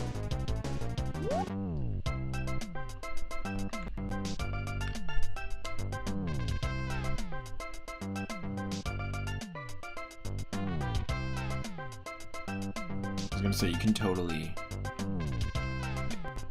Okay, I was like, hopefully you can access this from here. Yes. Now this is a piece of music that I used to drum along to back in the day. It doesn't look like we can do anything here yet.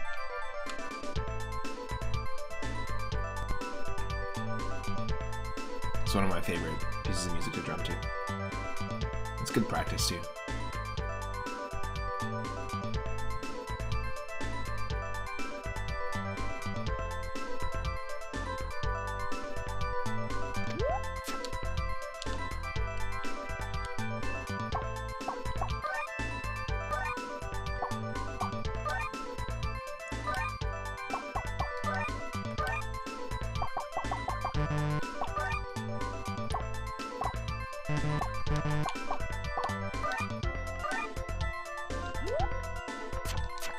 I can't access it yet.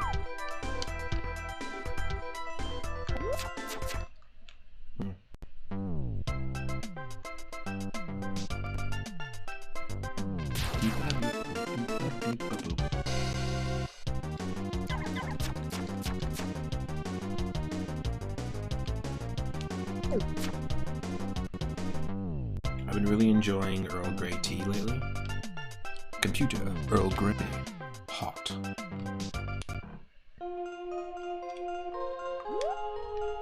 We need the Star Stone.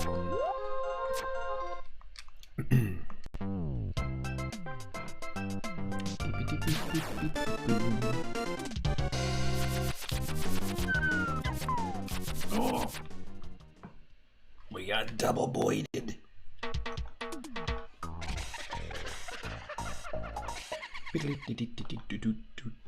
Well, you know what? We haven't spun the wheel yet. This has been our first game of the Retro Roulette episode today, so let's spin that wheel. Let's keep it going. We've got over 666 games from Atari 2600 to N64 on the list. It's funny, I'm just rubbing my eyes as I'm doing my narration and voiceover. But yeah, 666 games in the list, from Atari 2600 all the way to N64 and PS1. We got a bunch of PS1 games in there. Who knows what we're going to get? And we might as well mix it up. This was Super Adventure Island 2, Rush Pirate. If you're out there on the Seven Seas, you should play this one, but really, I feel like that's like a more of a request of torturing yourself than actually finding fun in this game, because I don't think it's definitely not on the top list of Metroidvanias for me. You know what you should try, Rush, if you're watching? The Nightmare Before Christmas, The Pumpkin King. It is a Game Boy Advance Metroidvania that plays kind of like the Castlevania Game Boy Advance games. Anyone should try this if you haven't played it yet. And you're basically, you start off, your first initial weapon is a gun that looks like a frog that shoots bubbles. That was my favorite scene from Nightmare Before Christmas, was the bubblegum frog scene. Okay, let's spin it and see what we're gonna win. See what we're gonna win. We're not gonna win nothing. 322 is what we're landing on, so let's see what game we're gonna play. Game 322.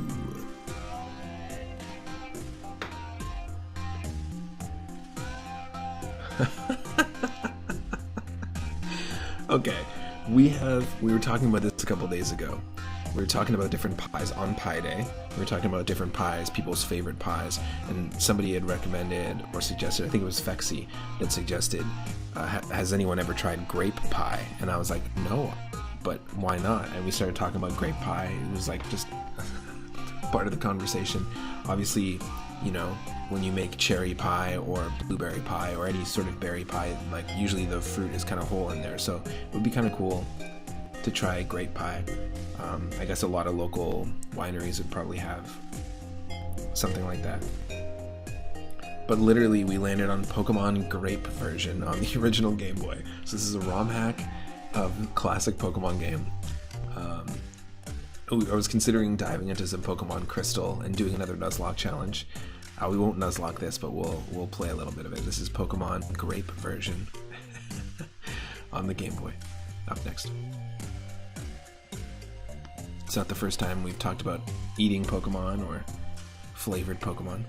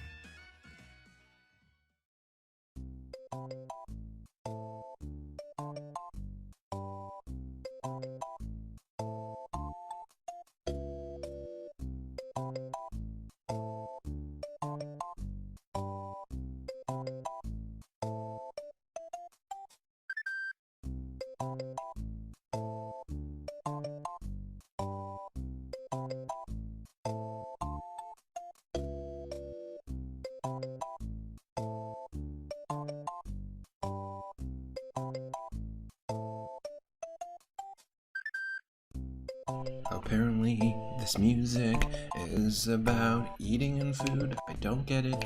I don't understand. Maybe because Yoshi eats everything. Maybe that is it. Maybe that's it. Pokemon Grape is a fan-made hat. Cool. Let's go.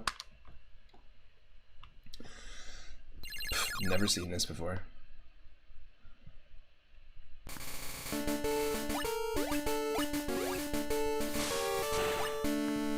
Alright.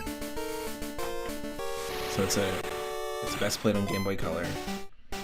So it's essentially a Game Boy Color game that is based on Pokemon Red. Very cool. If you are new to the channel or you're just watching for the first time on YouTube and stuff, you can actually check out a bunch of my Pokemon playthroughs. We beat 2 full randomizer Nuzlocke challenges, which are essentially just hard mode rules that we kind of imposed, and some of our Pokemon can die. It's like a permadeath challenge in a way. But I've done a whole bunch of different Pokemon co-op streams. We play Pokemon ROM hacks. So yeah, there's another one to add to the list I've never tried before.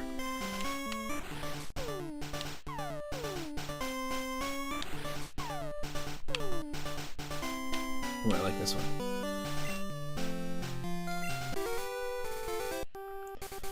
Sorry to keep you waiting. Welcome to the region of Frejo. I've always wanted to try grape-flavored Pokemon. You know what? There is no grape Pokemon. We have Cherubi and Cherim as a cherry blossom and a cherry. But there is no grape Pokemon. I would argue that Ludicolo is a pineapple Pokemon. Or Ludicolo, I think, is a better way to pronounce it rather than Ludicolo. Yeah, let me just go, my buddy Ludicolo. He'll bring his truck around and give you a hand. Don't worry about it.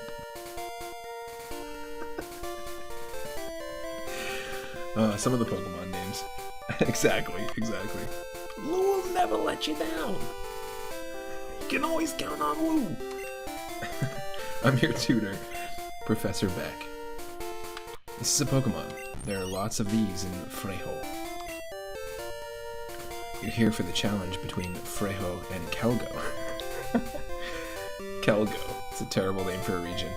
For the ownership of the Pokemon League, right? Oh, interesting. The winner gets to own the league? Weird. New name.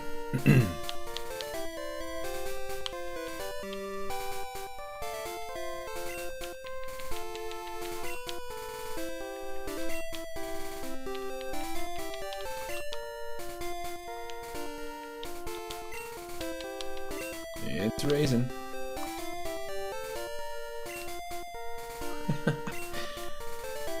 Come visit me tomorrow after you awaken. Wait, are you talking to us in our dream? What are you talking about? After you awaken? When I'm done speaking, you will wake up.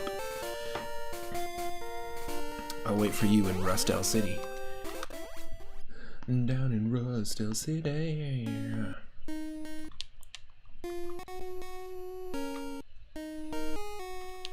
Interesting. I appreciate the different music. Although, is this like a pop song? This is a pop song. Yep, I just realized what it was. Raisin's playing the N64. Pokemon Stadium is such fun. Hell yeah, it is. That's actually our most watched series for some reason. Pokemon Stadium 2, specifically. We did the Gym Leader Challenge, and we did all of the Stadium Cup. Like each individual cup in Stadium mode in Pokemon Stadium 2 with a randomizer. It was a lot of fun. Something I've considered going back to and doing again with a randomizer, because the teams were all being built kind of interactively in the chat, and that's something I really enjoy about a Pokemon stream.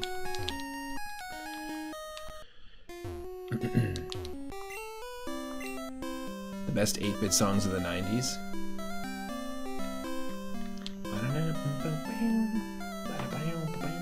It's just a music stream now, folks.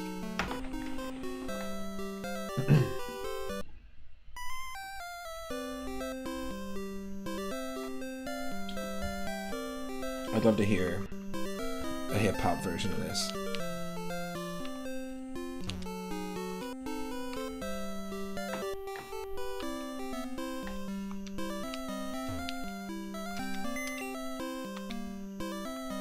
Two fresh waters. Not a huge fan of the colors in the like the drop shadow color that they're using, because for example when you say, like, this is supposed to say the clock is stopped, but it's very difficult to tell the difference between an O and a C. So to me that just says the Oluk. The Oluk is stopped. Just saying. I'm gonna be critical right away. Starting off that Pokemon journey, gotta take it all the way to tourney. Hell yeah. Oh, excuse me? Why add that line in? Because that wasn't in the original game. Grape version, you say? Knuckles just shows up. What's up, Lord Loki? Welcome in. Thank you for the posture check. Thank you for the hydrate.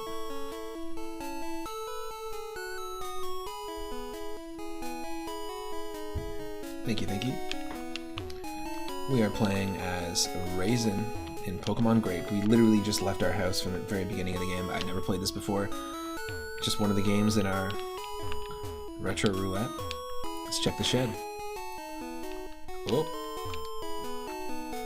Hey, it's my diary. I'm a 16 years old baseball player. Paul used to be the leader of my baseball team. He'd been fired. Mom and Dad divorced when I was 3. Mom's 53 now. My brother passed, so specific. My brother passed away last year. It is said that he was ambushed by Team Rocket. Oh, it's getting harsh. He was 33 at that time. Don't know what that is. I'm the spirit of the statues. Hey, you're haunting my garage? Why'd you break my floor? That's a Nuzlocke only area. Ooh, its access is forbidden and unnecessary. What? This is wild. Wild way to start. I've played not on stream a long time ago, Pokemon Brown. And there's a sequel to it. And they're actually quite good. The region is Region, which is really dumb. R-I-J-O-N. But it's really good. And I really like the story, but the story here is just like, okay, they're just diving in. Let's just see what happens. What goes here? What happens here? Despite the naming of that region in Pokemon Brown version, it's actually a really good hack. I'm watching your last baseball match. Huh, that's not true, but who cares? Okay, so shitty dad. Or shitty neighbor, rather. Togepi. My daughters are your greatest fans.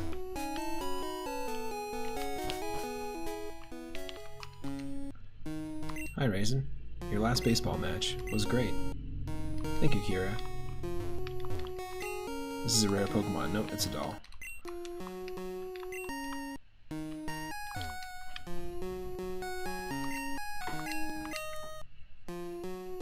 You're about to travel across Freyho? Don't forget to send us a postcard or a Pokédoll.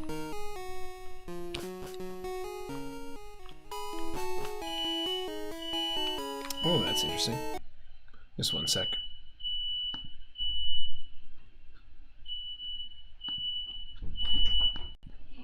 Yeah, just a moment.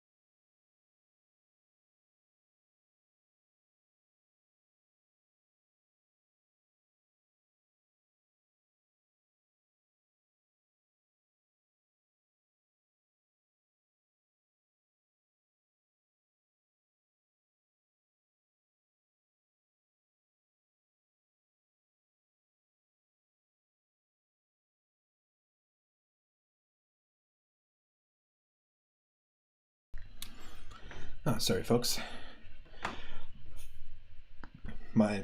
Our fire alarm went off, but sometimes it just the smoke detector, not the fire alarm, the smoke detector just goes off from dust in the sensor. It's kind of annoying, mainly because I have to find a chair and then like extend myself full reach on the chair to be able to get in it, but we are good.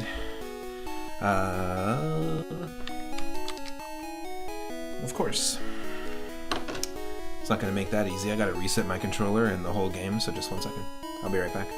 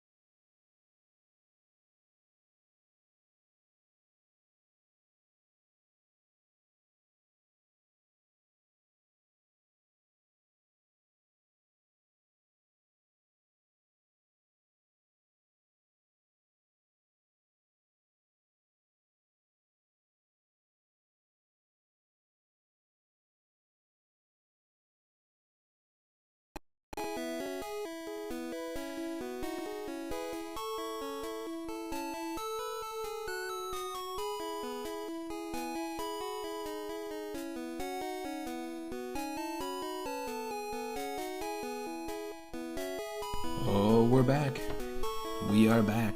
Okay, hopefully the volume balance is okay. You learn some smoke detectors expire and will alarm periodically when close to expiration. If it seems to be happening like a specific interval, check on that. No, it happens like the last time it happened was almost like 8 months ago. I think it's just a random bit of dust. Just gotta give it an extra clean. I mean, it's spring. It's like around the time for spring cleaning, so it makes sense.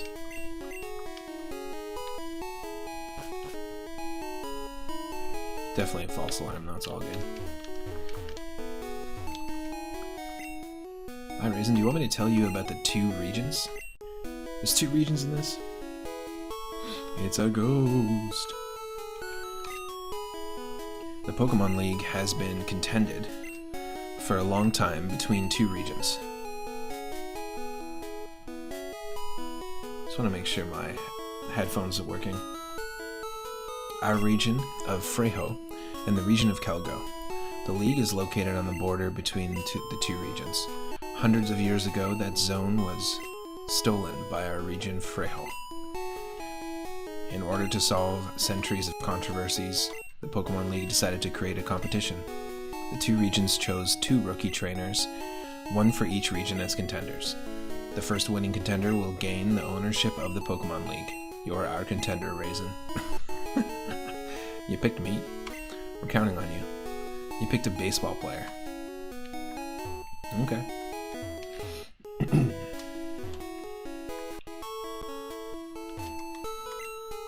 Our city's been expanded very recently. Too bad the Pokemon Center and the Mart aren't finished yet.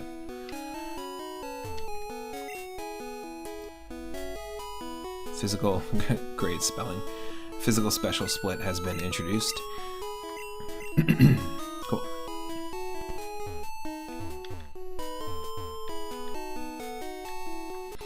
At least there's a run button, and you know, Pokemon Red never had that. So they've obviously added a bunch of features. Rustel City is owned by Beck. You mean the singer? Haha, no, Professor Beck. He expanded the town until it became a city.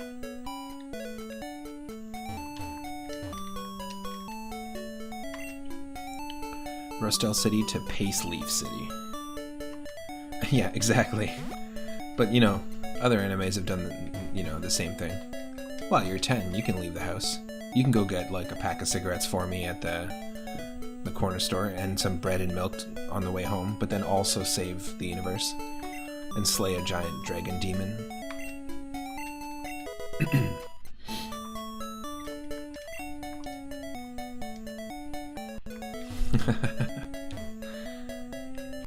Oh.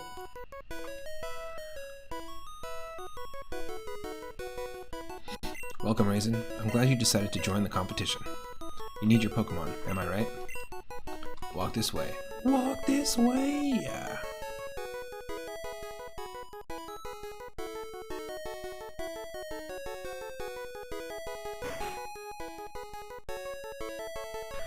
On your way back home from school, make sure to pick up milk and don't forget to slay that demon as well. Make sure to put that demon to rest.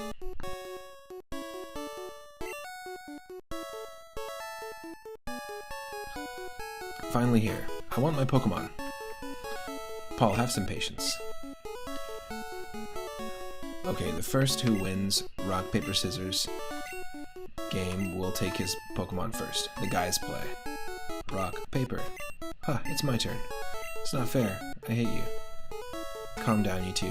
Now Raisin, choose your Pokemon. Yeah. Bye. Okay. Let's see what our options are. We can do a vote. We got Charmander.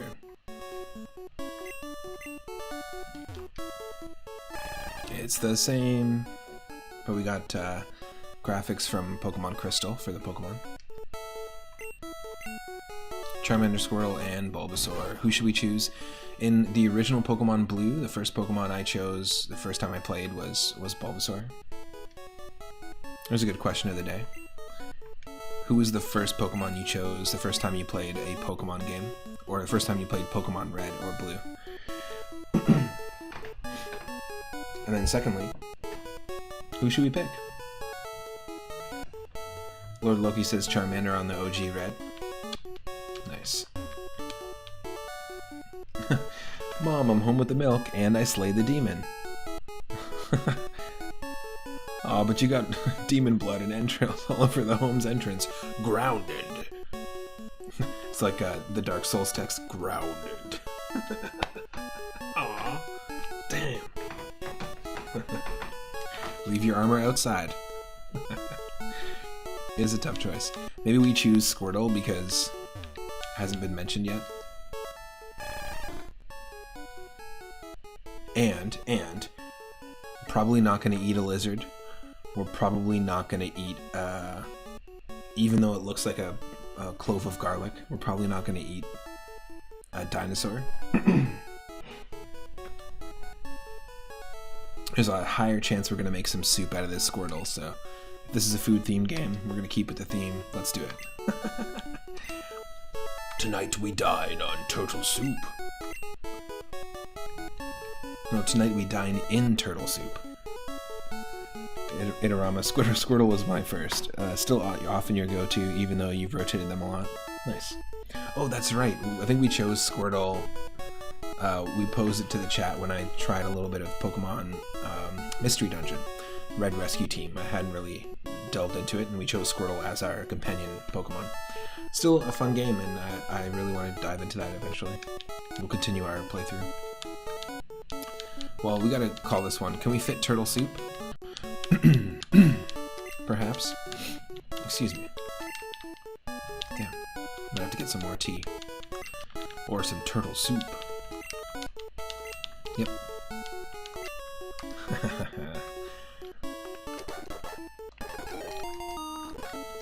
Alright, bye. Let's fight, loser. Okay.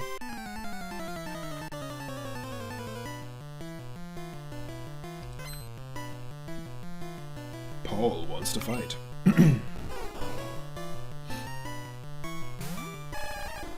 They even redid the font. Interesting. This is not the font from the original games.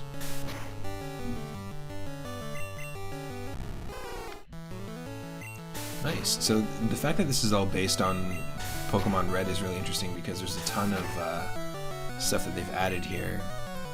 Sprites, battle animations, stuff like that. From like Gen 2. There's some Gen 2 stuff going on here, which is cool.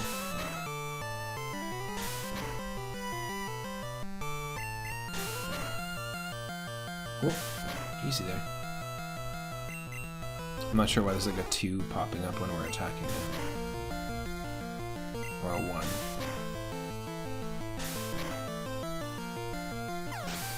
Oh, is it telling us how much damage we're actually doing? It's showing the damage. No way. Bringing that Final Fantasy into it. That's funny. That's kind of cool, actually. Fun little addition.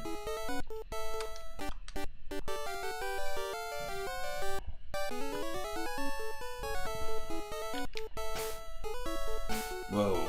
Ugh. Nope. That is not... Nope. Nope. That doesn't look good.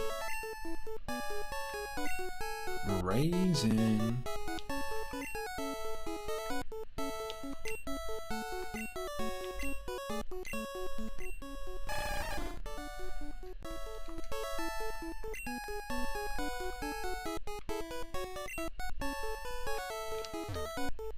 I study Pokemon as Professor Beck's aide. Professor Beck is the authority on Pokemon. He's the cousin of Professor Oak, the greatest. I study Pokemon. Okay, blah blah blah blah blah. Yeah, you do.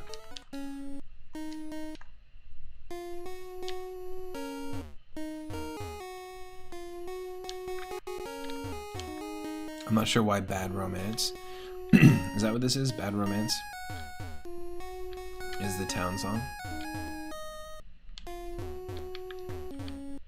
Oh.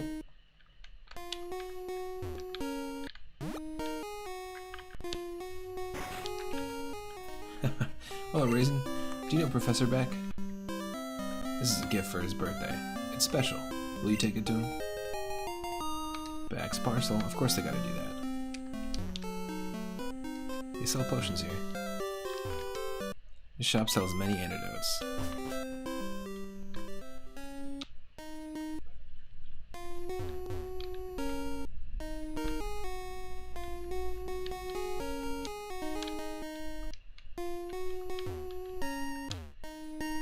Interesting.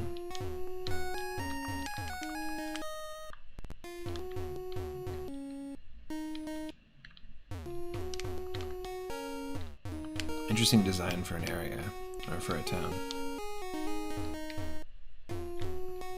Kind of random.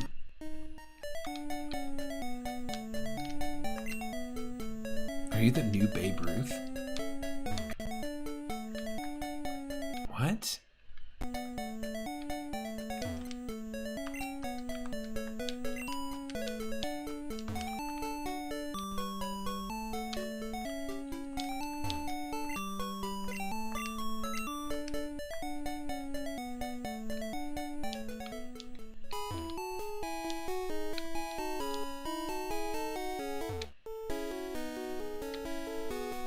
Interesting. Team Rocket Grunts are pushing my grandpa. Police, help. The paradise for young people. Sorry, gang riot ahead. I can't let you pass. Interesting.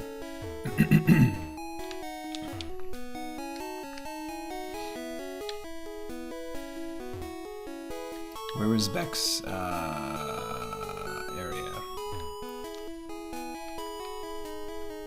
I guess we gotta go back to where we got the Pokemon, which was down here.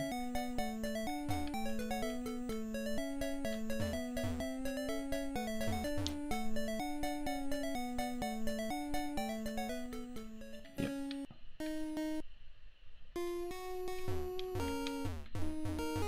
So they just basically put the lab and where you pick up the parcel in the same city. I wanted a starter from Johto. I'm disappointed. You have something for me? Sorry, I'd rather Freyo. What? What'd you call me for? Oh yeah, we're gonna get our Pokedex. Some bad guys destroyed the League mainframe, erasing all the Pokemon data. You must bring this data back. You'll use the old method. Take these with you. This is the Pokedex. Everyone knows how it works, so no problem. The only way to restore the data is to catch every Pokemon in Freyo. Complete the Pokedex during your competition, okay? If we don't do that, there will be a crisis. No pressure. It's time for the longest dialogue ever. Paul, you are the region of Calgo's contendant, and Raisin, you represent the region of Freyo. Who defeats the Elite Four will become the leader of the Pokemon League, hence solving the contrast between the two regions. Contrast? Conflict, you mean? We gotta solve this contrast. Dull up this painting. Earn all the badges, the 8 badges from each gym. 8 badges from each gym? Holy shit, that's a lot of badges. Good luck, boys. He smashed his Pokedex? He literally smashed his Pokedex? Is that what happened? I'm confused. Just get me out of here.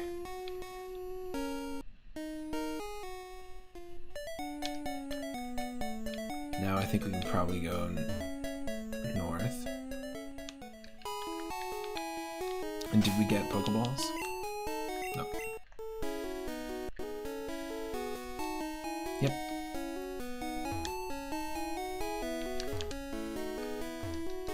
I've been rescued by the police. Oh yes, I'm fine now.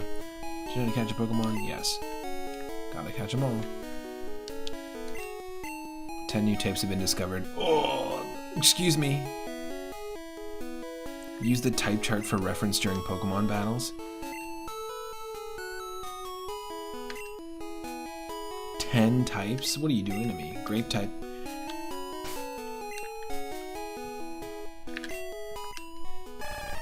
That's still water. What are you talking about, dude? How do you reference it? Hi, Raisin. This is Frejo's 5th gym. Sly is powerful. Watch out. Okay, we can't go there. Poke Center is not available. Interesting.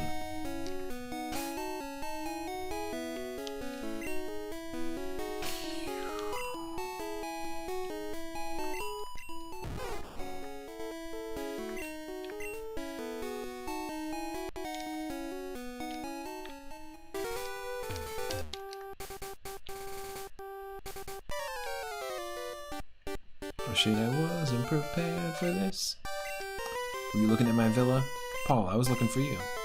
I spoke with my dad a while ago. He gave me a Pokemon and Mama said knock you out. Ridiculous. Pidgey.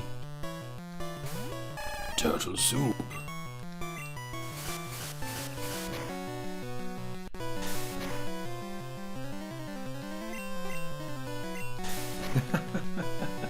What a weird game.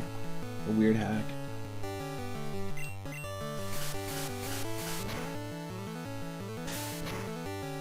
I kind of like the damage thing though. That's a neat little addition.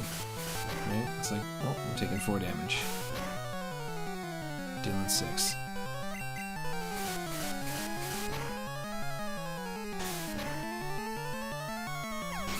Turtle soup. Hey, level 7. Hey, compliments to the chef. I gotta let you know, this is a level 7 turtle soup. You know what I'm saying? It's starting to bubble.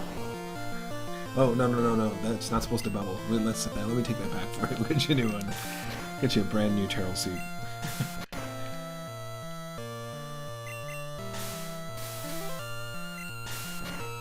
Fights rival, steps outside, rival standing there. Fight me again. I got a Pidgey.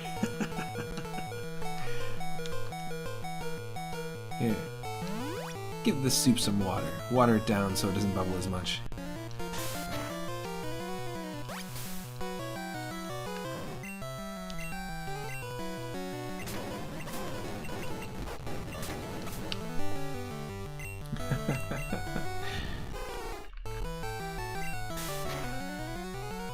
I think we got this.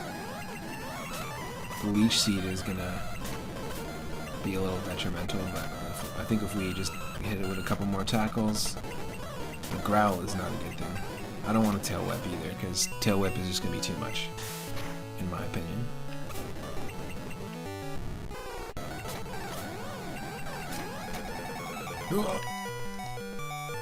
More water. Oh, this turtle soup barely tastes like turtle anymore. It's been watered down twice.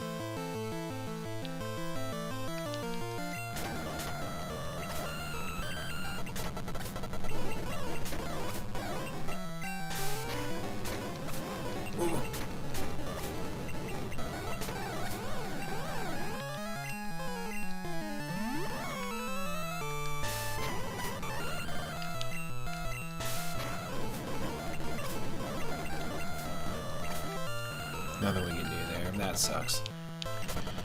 I don't want a tail whip. We're gonna lose it. Oh, am I great or what? Wasted our 3 healing items and we died.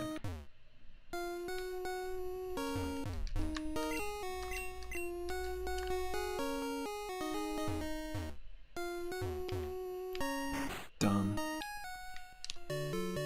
Hold down the B button while moving to jump off any slope. Wait, what? Any slope? That's a lie. Hello there, have I got a deal just for you? I'll let you have a talking cactus for 500 bucks. Yes, hell yeah. It's a Mareep.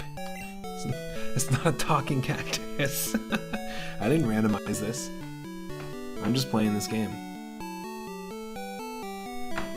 Well, do androids dream of electric sheep? They do. I'm gonna call this one Lamp Chops. Actually, I'm gonna call it Lamp Chomps. Lamp Chomps. It's not a cactus at all. It's electric. It's electric. There's apparently 10. There's apparently 10 new types. What are these new types? I'm curious. I want to know. Do androids dream of electric sheep? Yes, they always do. Did I already ask that? Yes. There's a guy in a wheelchair that teleports across Freyho. He will help you. Professor X? He's a teleporter. And now they're talking about Cable? Yeah, it's gotta be some sort of X-Men reference.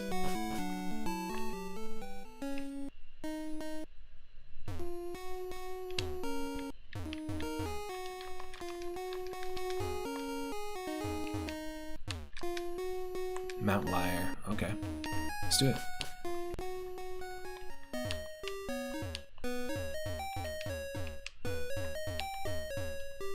Oh, what? You can't go up. It is a 2D platformer, like a 2D side-scrolling section, kind of like in Zelda 1. What? And like the Zelda Game Boy games. Okay, hold on a second. Let's try and catch this Clefairy.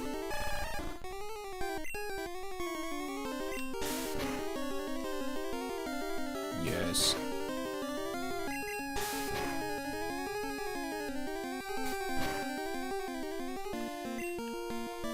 Oh, we don't have any. We don't have any Pokeballs. Your guess is sound type, light type, which makes sense. Purple type. I mean, probably going to be grape type for this one. Space type.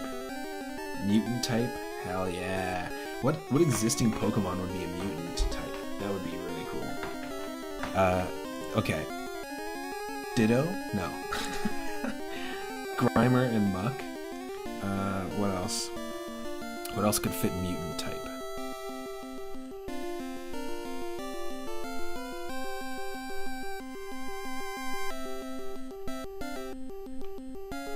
The Null Zero from Sun and Moon. What about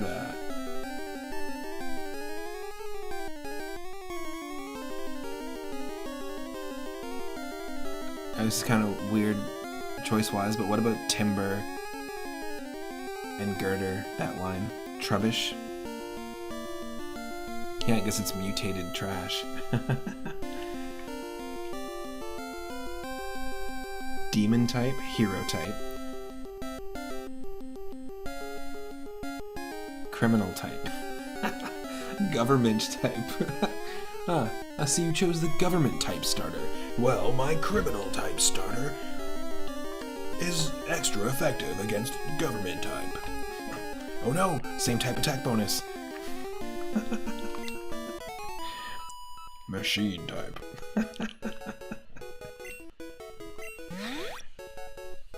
Ass type. Ass. You got one of them ass type Pokemons. So yeah, you can't go up. This is like some sort of like interesting way to create like a 2D platformer game in the Pokemon engine. I've never seen anything like it. it just creates a barrier. But this kind of sucks. I kind of want to go back because I want a Spinnerack. I want to, you know, Clefairy on the team. Why not? Booty type Machamp flexing its glutes. What other Pokemon would be ass type or butt type?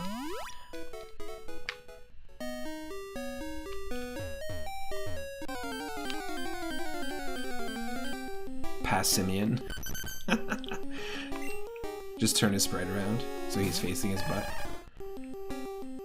Oh, there's friggin' Dicklets too. Okay, hold on. We should be able to access the mart now.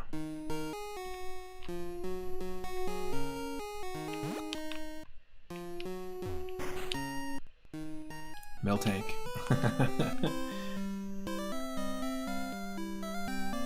I like the idea of space type though because I feel like a lot of Pokemon could fit that already.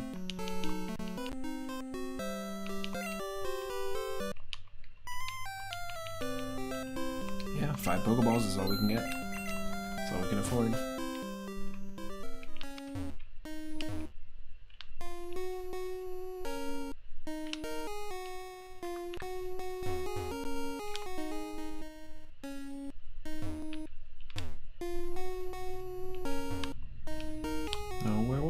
How did we get to the... It was here.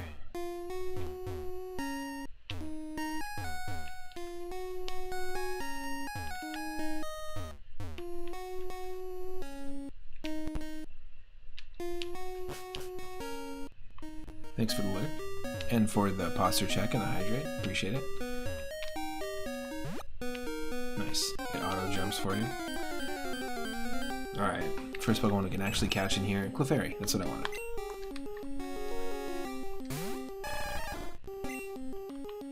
The very first episode of the Pokemon anime that I ever watched growing up was the episode where they introduced Clefairy. They had all of them dancing, and there was like a moonstone and a whole bunch of stuff. But I watched it and thought, I don't know if I want to watch this show. Like I had heard about the games, but I watched the TV show, and then it was like being hyped up on TV as this big thing. And then a couple days later, like 2 or 3 days later, a friend of mine who had Pokemon Blue, who just bought it, lent it to me and let me like basically take his version home and start my own game just to get an idea for what the games are like.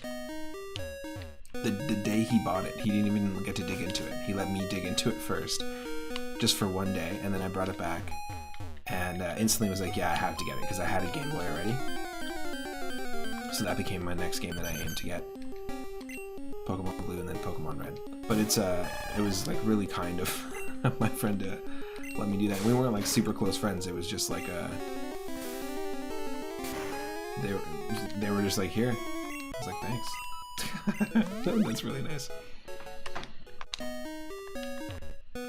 And then the games are the thing that kind of hooked me. Like the show is just neither here nor there. It's like whatever. No big deal. Youngster. Okay, let's do this battle, but... Well, again, we don't have any... This is dumb. We had a chance to catch a Pokemon, and then I ran into a battle with no healing items.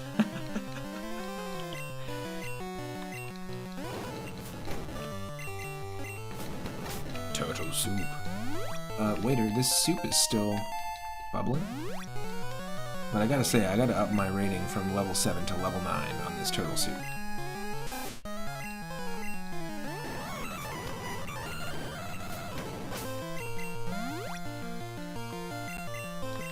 Zubat. Wow, okay.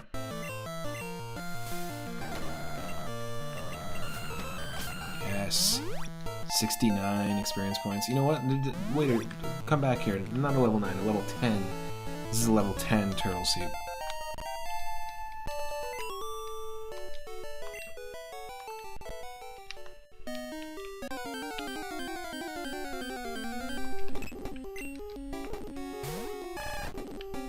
Okay, let's actually try and catch this thing without killing it. Okay. Oh! No! No! There we go. Clefairy was caught. It is fairy type. Okay, so obviously fairy and dark are 2 of the types they're talking about. Of the 10. We gotta name this Clefairy Marzipan, because it looks like marshmallow to me.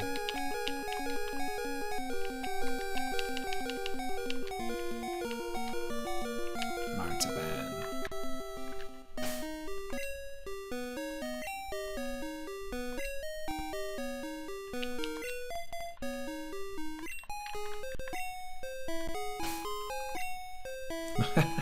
The menu in the dark.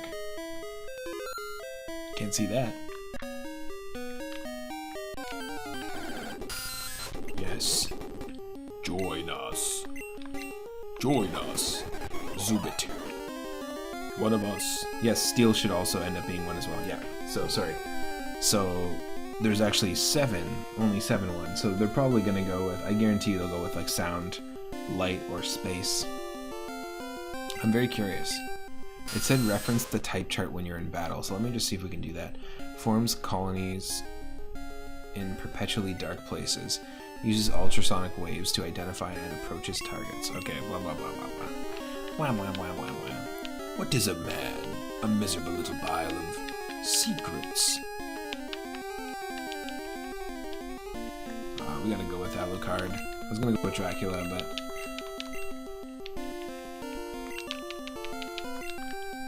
Bloop. Hey, we got a good team. To be able to buy a Mareep pretty early is cool. It's Elias. Stay away from me, you mad scientist. He must not be able to see anything because we're a 16-year-old baseball player, not a mad scientist, but okay.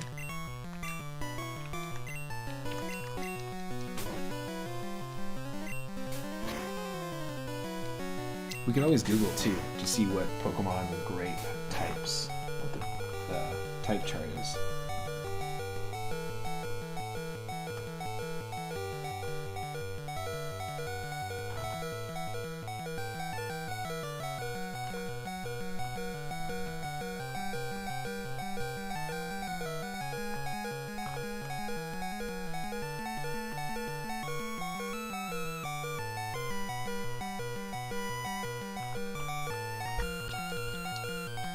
Nothing we can do here. We gotta take that hit.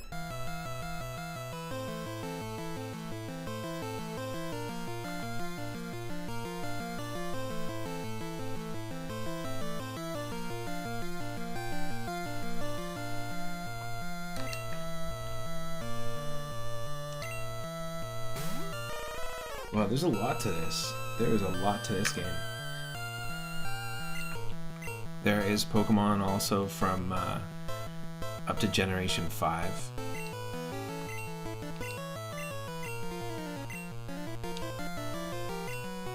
It says reference the type chart, but I don't know what you're referring to. So let me just see here.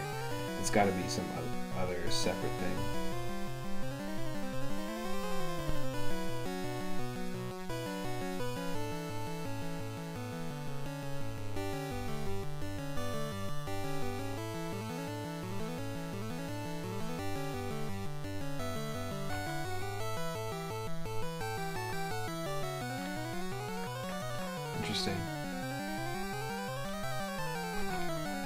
Interesting. This is not easy to find information on.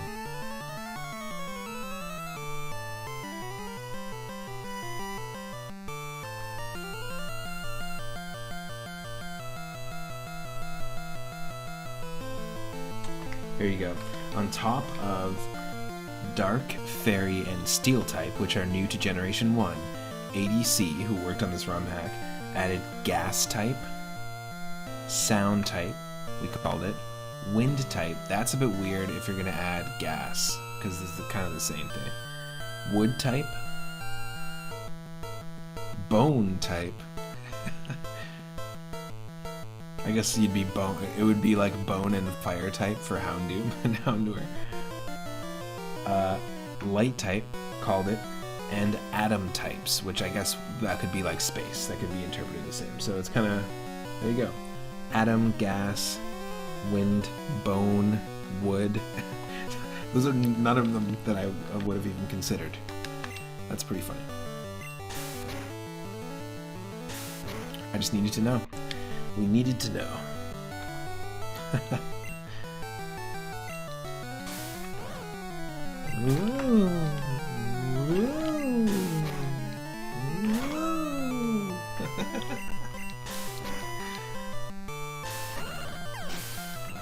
Alright, lamp chomps. Level 6. Weedle. It's a Weedle.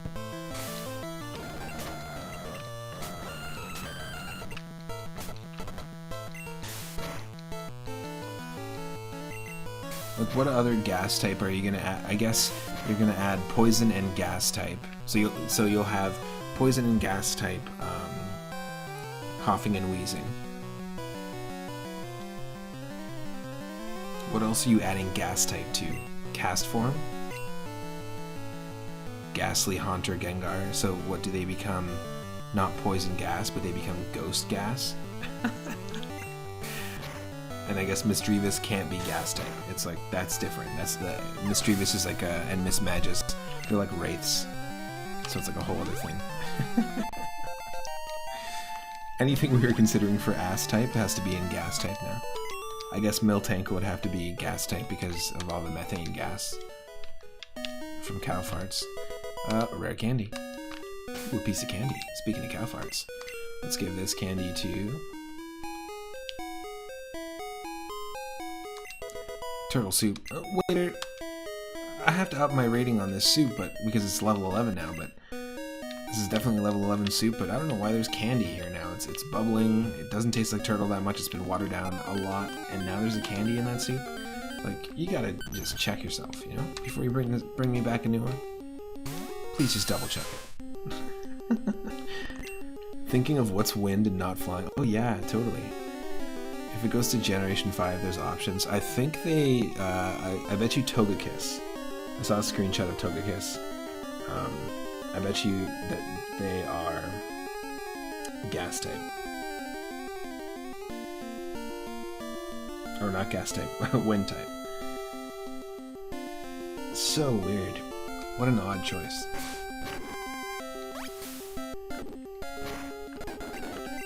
What is a man? A miserable little pile of diglets. Have at you. I guess, no, what is a Doug Trio? What is a Doug Trio? A miserable little pile of diglets.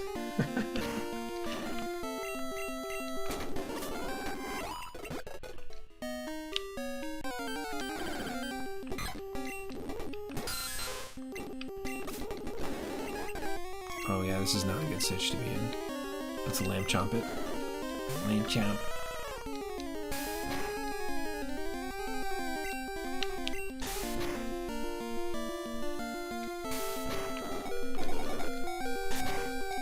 What is a magneton? Exactly. A miserable little pile of magnemites. Would you call them a pile? I guess if you find them on the ground, yeah.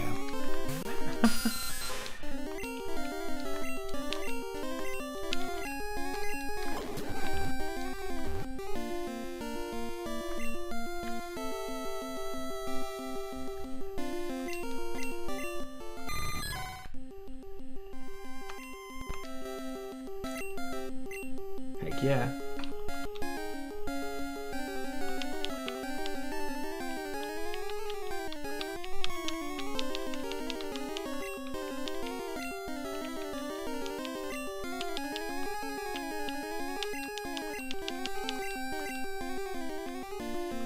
Cobweeb.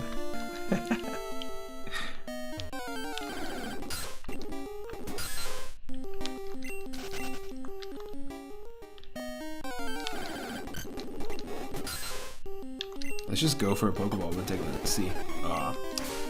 It's possible. It could have been possible. It doesn't have that crazy of a catch rate.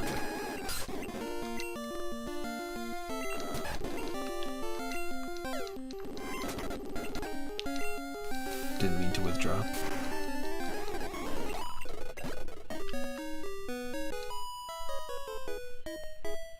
I hate your baseball team. Oh shit. It's waiting in a cave for us. Let's fight right now. Hate ball.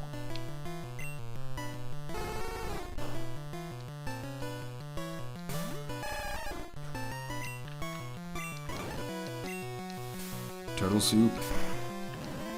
19 damage, hell yeah.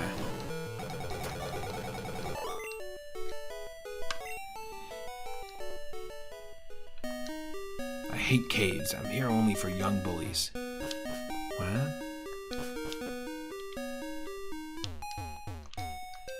The emergency exit, jump in to escape. Found a potion, yes.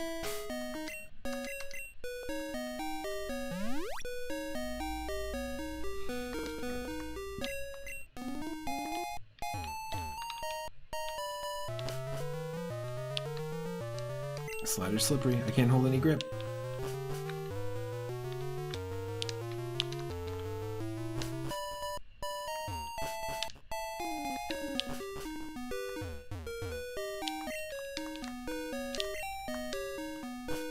Interesting. We can't actually go up there because we need something to be able to climb.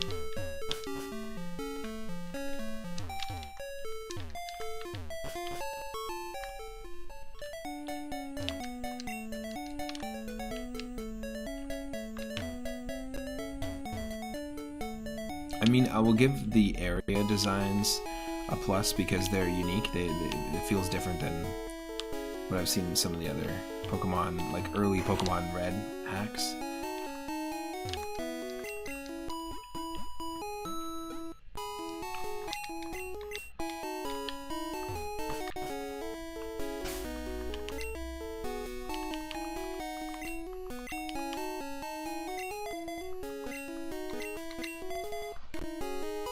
There we go.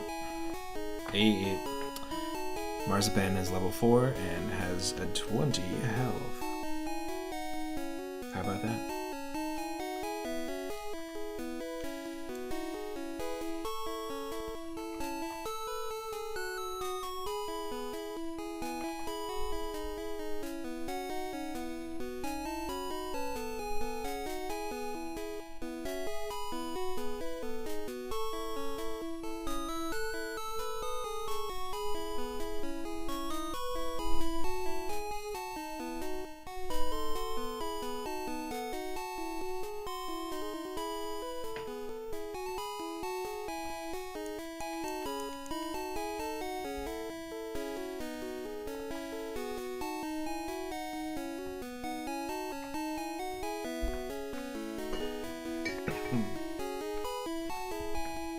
I'm gonna go make some tea, because I was mentioning that earlier, and I think that's the right call.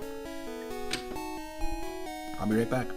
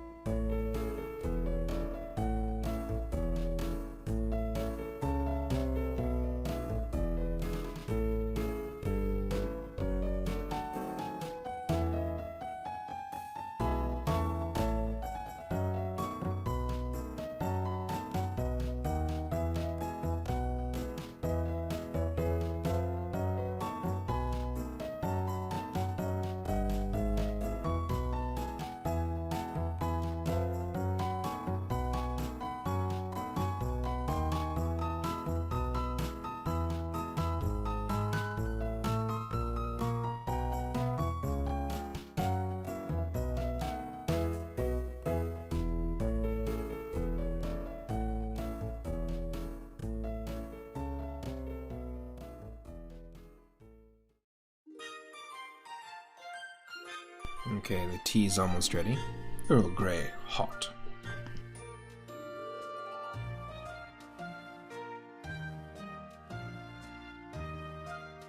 Two days ago we talked about everyone's favorite pie. What's your favorite tea? Go, go, go, go, go, go. Tell me, tell me, tell me, tell me, tell me.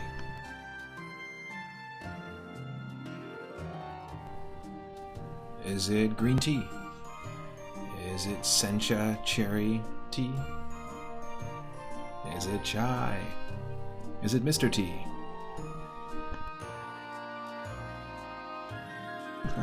Yo, Big ZD, welcome in. Yerba mate, heck yeah. I went to a place that served yerba mate, and when I lived in Toronto, I tried it for the first time, and as I sat down, in the act of me sitting down in my chair, they had wrapped a blanket around me, and I was like, aw, that's cute. I was like, this is a great first experience.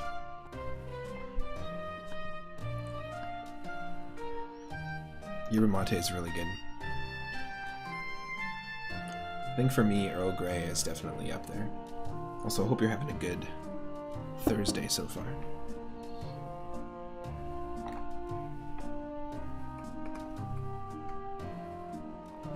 I also like rooibos. Rooibos.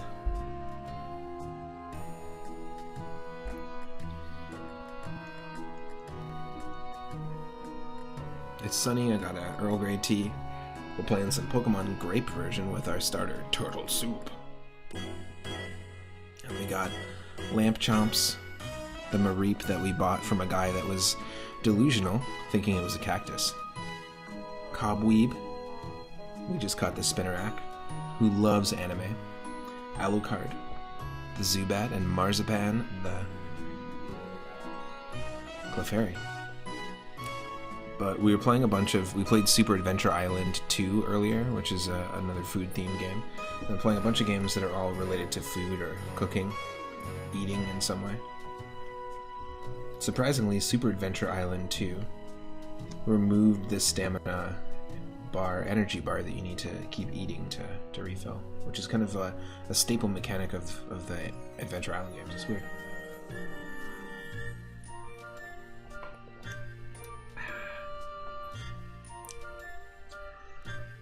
I think I might have showed it before. We got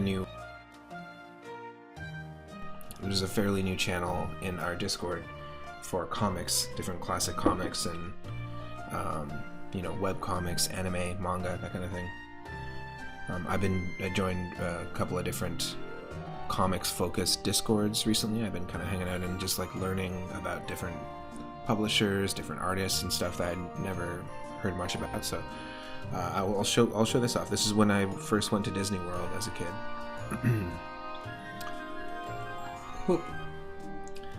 Me and my sister each got a chance to pick a souvenir to take with us, and the one I chose was this one. There's a mug. I still have it years later. This is Disney's Tales of the Mouse of Mystery, and I can read it actually because it's on both sides, but it's quite faded, like an old faded t-shirt. This mouse was red, and same with Return of the Fog. But really cool.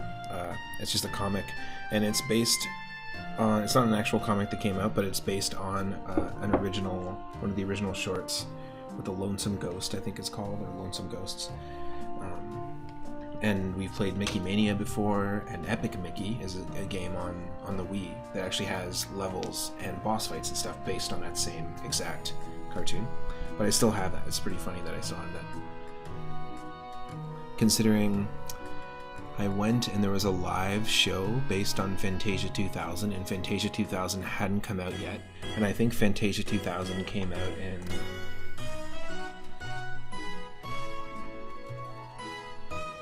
Yeah, it came out in 2000. But when I went to Disney World as a kid, we watched, when we were in Disney World, at a movie theater in Disney World, we watched Tarzan because we were there the weekend it came out.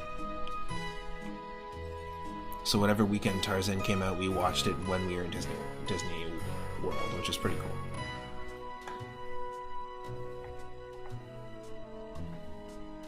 So yeah, those two things aligned. And I think it was actually even when the Animal Kingdom was a new section of Disney World. When they first introduced the Animal Kingdom, it was we also went to like a Muppets 3D glasses live event that launched the opening of the Animal Kingdom, which is pretty cool. Those three things combined are pretty neat. Prismatic Rhythm coming in with that raid. Party of 3. That's a 3-up moment right there. If you're one of our followers, click that follow button, or click that follow button, click that 3-up emote and drop it into the chat. If you're not one of our followers, click the follow button and you'll get that emote. But yeah, we're playing we're playing food themed games. I know obviously we're looking at a list of animals right now. Playing food and cooking themed retro games today. I'm all flustered. Right now we're on Pokemon Grape version, which is a ROM hack someone made in 2015. We started with a turtle, as you can see here. And this is our team. Just getting back from a tea break, so perfect timing. Thank you so much for the the raid. That's just Grape. That's funny. So if you're new to the channel, my name is Matt, otherwise known as 3Up Moon. I stream here every single day from about 5 or 6 p.m. Pacific, but on Wednesdays and Thursdays, that's my weekend. So this is my Sunday, and I usually stream around 10 a.m. Pacific. What were you streaming today, Prismatic?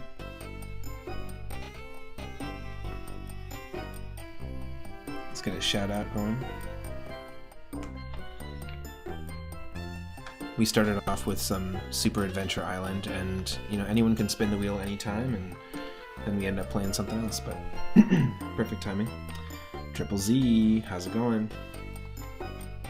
Happy Pie Day, happy belated Pie Day. Some people wouldn't count a pizza as a pie, but I call a pizza a pie. If you're a fan of Tetris, go follow Triple Z. Oh, I hate the fact that you have to wait for shoutouts with Twitch.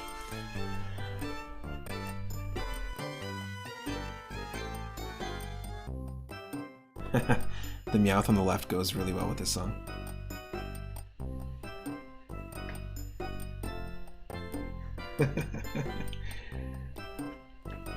Absolutely. You've been good? That's good to hear.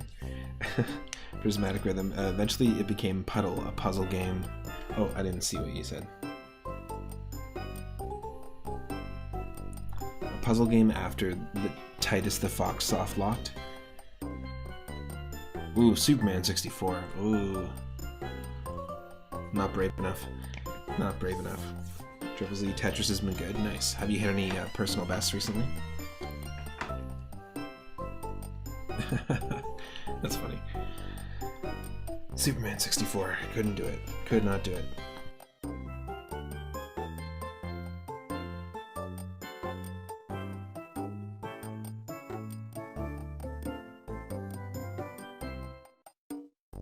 Nice.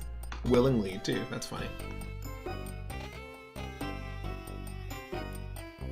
Well, I hope you had a good stream. Thank you so much for the raid and bringing people over here.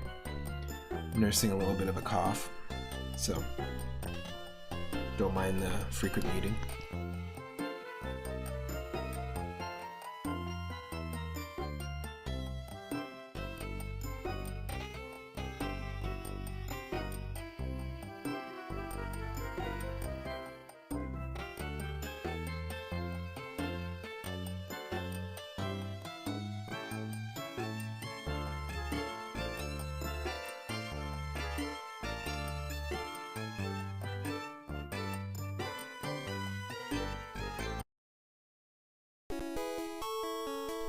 Okay, let's actually just dive back into the game. We got Turtle Soup, our Squirtle, level 11. We got Lamp Chomps, level 7. Mareep, who we bought from someone. We got Cobweeb, our Spinnerack who loves anime. We have Alucard. And we have Marzipan, so Zubat and Clefairy. But we were just before the raid. For anyone just coming in, we were just looking up what the 10 new types are, because it said on a sign that we read there's 10 new types. Well, this is a ROM hack of Pokemon Red and Blue, so it added 3 new types that are new to Pokemon Red and Blue: Steel, Fairy, and Dark. But it also added, and we haven't seen any of these retypings yet, it doesn't add any new Pokemon, it just adds Pokemon up to Generation 5. But it added Gas type, Sound type, Wind type, Wood type, Bone type, Light type, and Atom types. Now Atom types could also be seen as like Space type, but Gas and Wind are so similar, and I would have never thought of Wood or Bone type, but I guess because of Steel, they thought, okay, other materials? I don't know. I don't understand the logic behind it, but that's what's here, and apparently I assume that Houndour and Houndoom become Bone type, and Dry Bones and Dry Bowser. Oh, never mind. Different game series.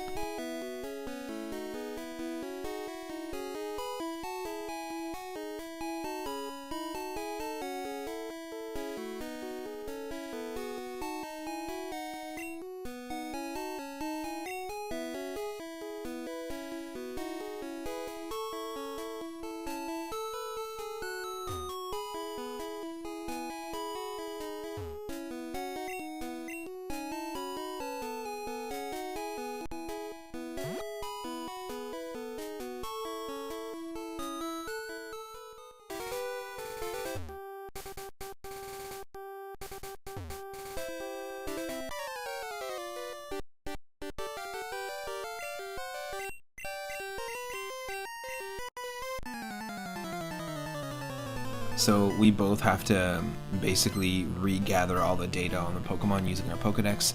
This is our rival Paul, who represents the second region in this game, because there's 2 regions.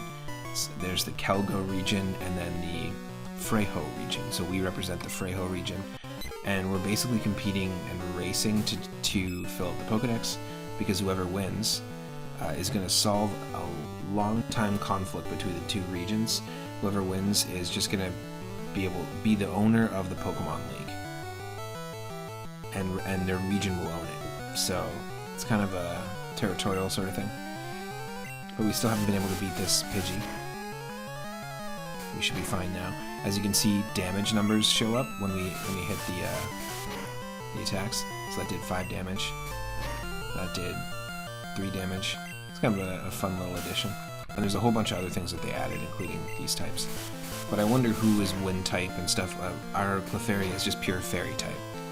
I wonder what these Pokemon will be if we run into them. Of course, this is not the only game we're playing today. If anyone spins the wheel for 420 Moonstones, then we have to play whatever other food or cooking or eating themed game we get next. And I do this with tons of different themes. I'm so used to playing Nuzlocke challenges where if our Pokemon faints, they're dead. So it's really odd to just kind of play it casually right now. So many runs with so much pressure to keep your Pokemon alive. Lamp Chomps. You grew to level 8. Perfect. Actually, this should be good.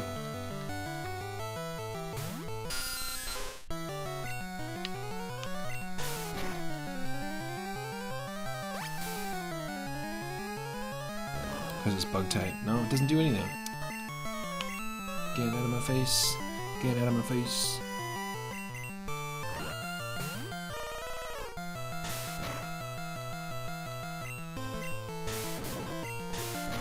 Of course you're gonna leech seed me.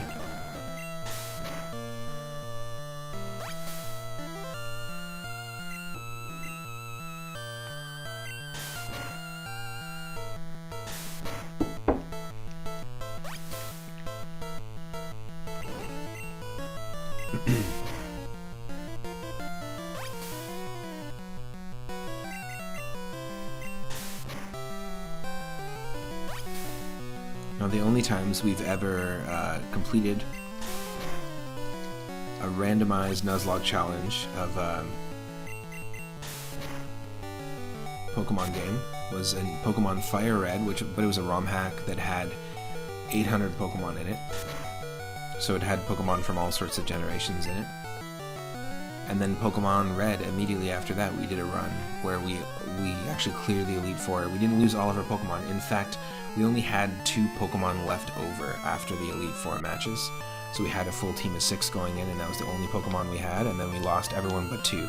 And they became the kind of the 2 MVPs.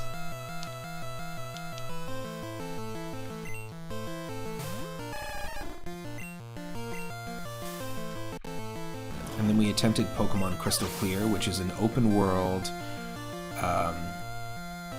It's an open world ROM hack with customization on your character. You can start in either Kanto or Johto, and in my opinion, it's sort of like the definitive version of Pokemon Crystal. Lots of Pokemon trainers you can choose from as your character, and lots of customization, lots of custom music.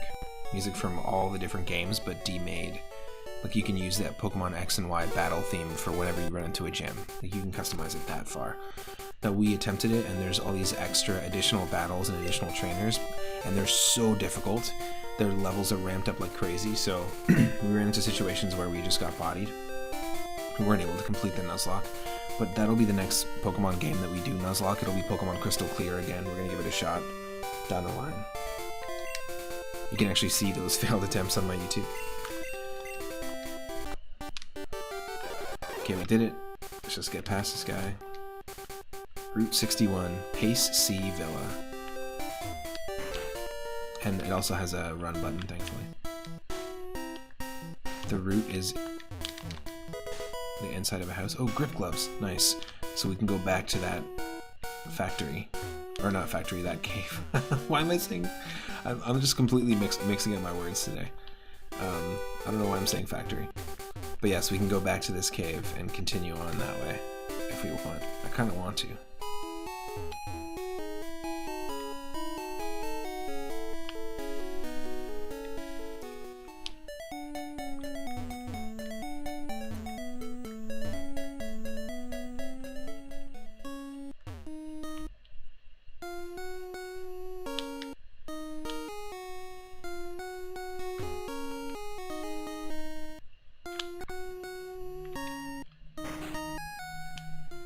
Testing out the new mouth randomizer, exactly. It's version 0.0.2.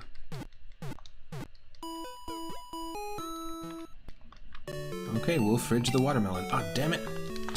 I mean, we'll need your Pokemon. Okay, we'll fridge the watermelon. Smell you later. Cranky, take it to the fridge. I would be the one to test out the mouth randomizer first.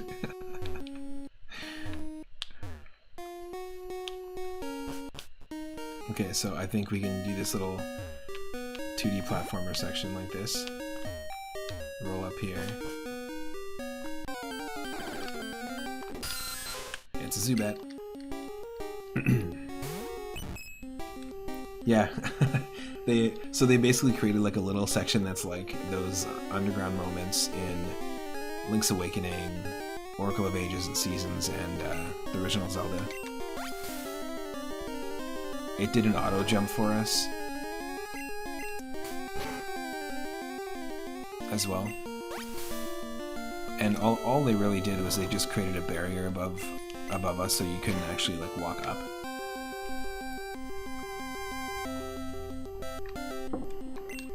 Still an interesting idea, though.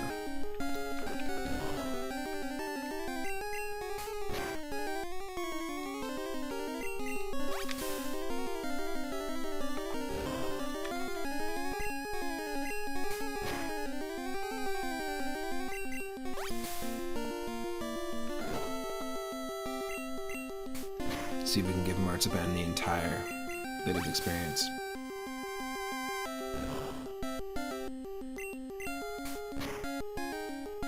So Titus the Fox, Prismatic Rhythm. Titus the Fox, is that a platformer? And doesn't the game company that made Titus the Fox use that character as their like game company logo now? Something like that. I think I've played some games that were made by Titus. Or did the game character become a developer afterwards? Yeah, I can't do this main character stuff. I gotta get behind the scenes, start my own company. It was Eric Kane's brother's nickname. I'm assuming that was the dev.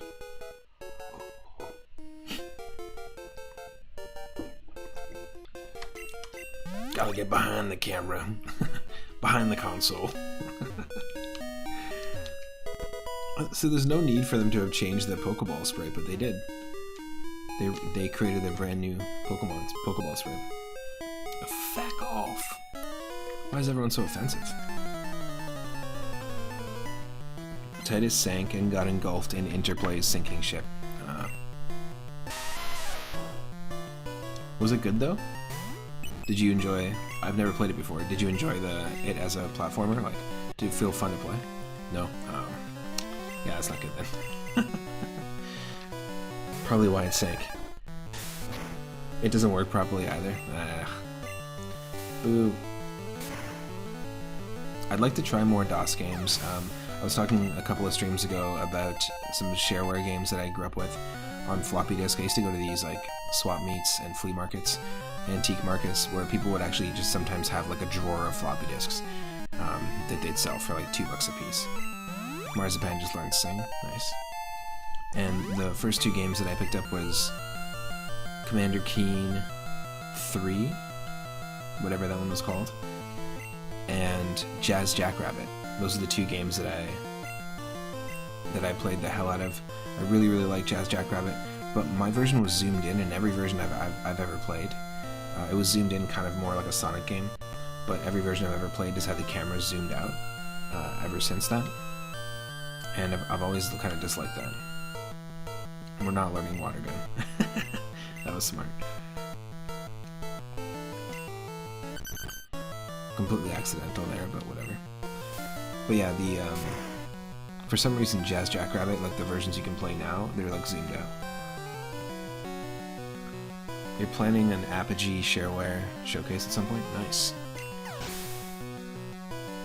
In my Discord, in Live Asteroid Belt, it's a place where you can let people know when you're going live. Whenever you end up doing that, let me know, give me a heads up.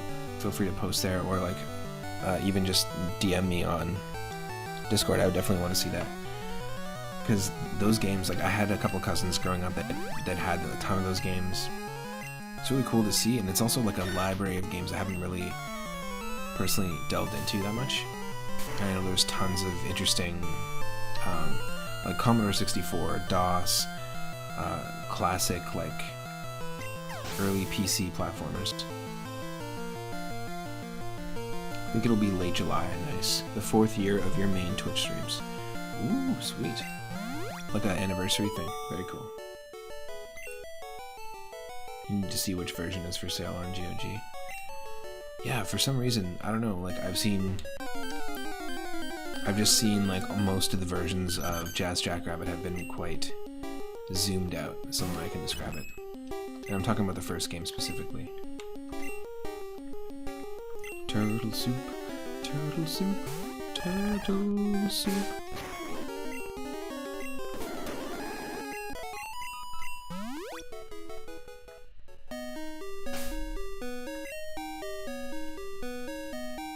You love Jazz Jackrabbit too. It's also a great game.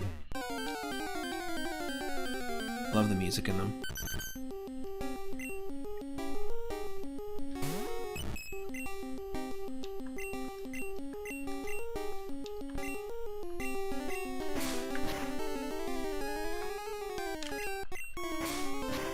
Looking into it, Apogee became 3D Realms in 1996, and then sold the Apogee name and the logo in 2008. The company was revived as Apogee Entertainment. Who do they sell it to? Like, is Apogee Entertainment still them? Or is it someone else that owns it now?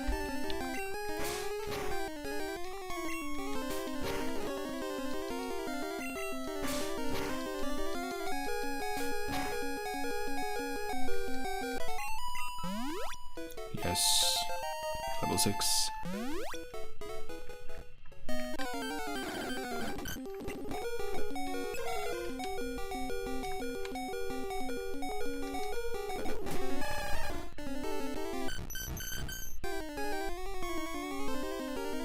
Yeah, the GOG version is the zoomed out CD release. Yeah, I'm not a fan. I don't know why it's zoomed out. I don't know if it's just because they decided, like, maybe people gave feedback and said, like, it was hard to see what's coming up ahead, but that was a bad call in my opinion, because I think it does a disservice to the graphics, whereas the zoomed in version, it really makes the graphics look a lot better.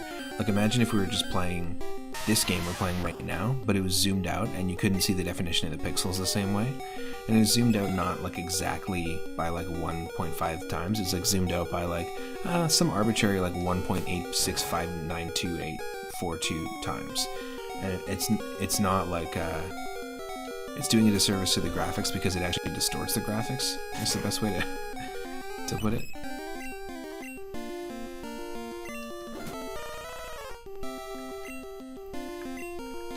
Yeah, nothing we can do except attack this thing. You're losing fidelity, absolutely.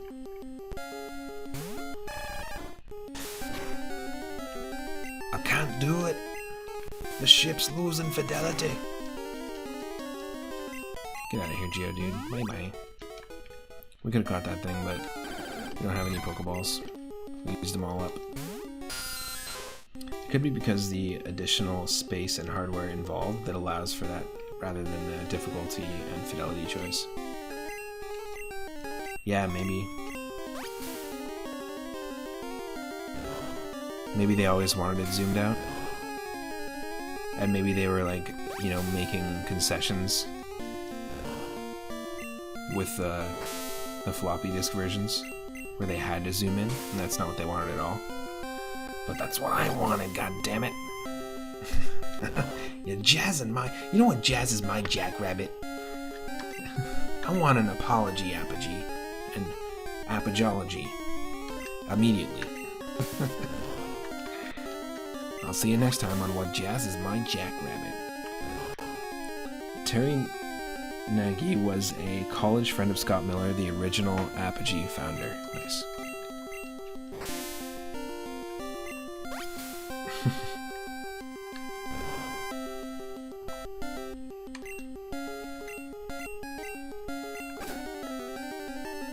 Floop.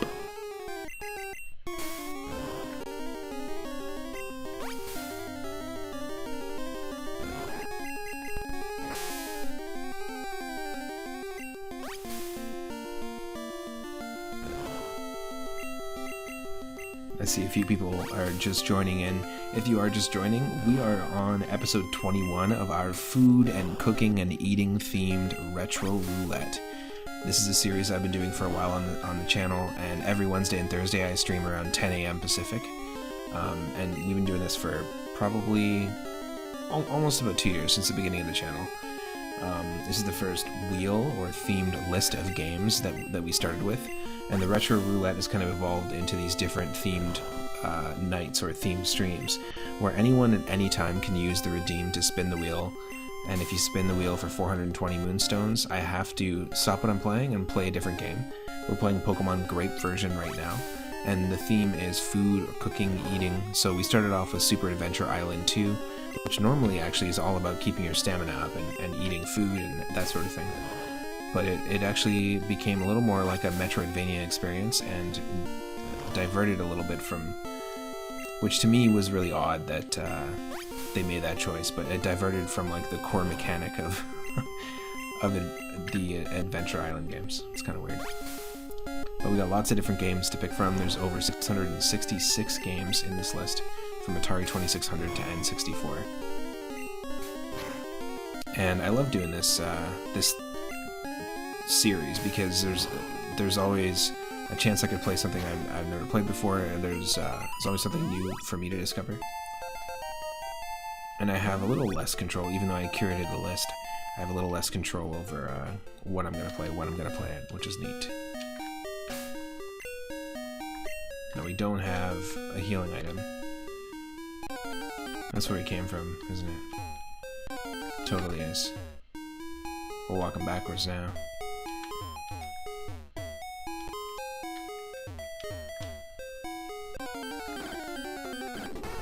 Whoa. Damn it, where's my Pokeballs?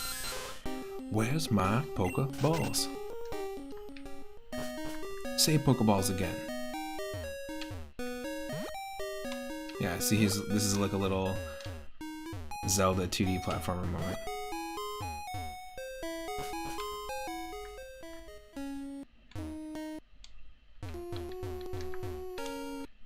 Okay, so the grip gloves allowed us to get past, like, up that ladder to that second section. So we did what we needed to. We can head back.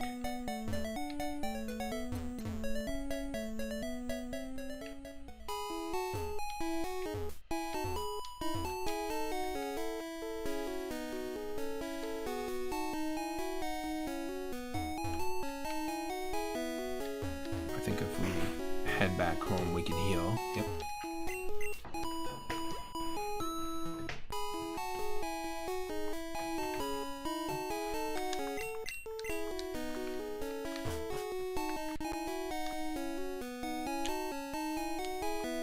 I feel like a Jazz Jackrabbit and Earthworm Jim crossover game could be pretty cool. Like a 2D one.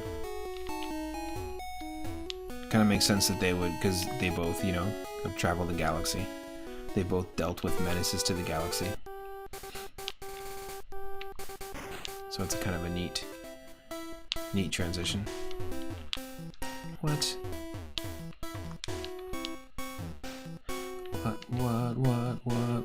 What? Holy shit. I'm a member of Team Rocket. You can't pass.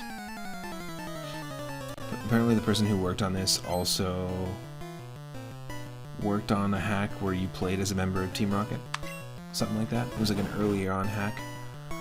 Like in the early days of ROM hacking. Houndour. Okay, I guarantee you that Houndour is Bone type. I mean, what other Pokemon is going to be Bone type? Cubone, Marowak, Houndour, Houndoom. That's it.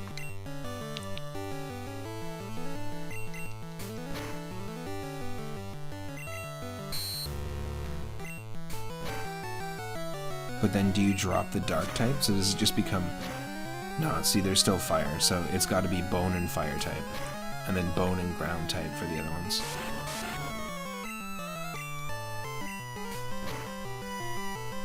I guess Kangaskhan could be Bone type. I don't know.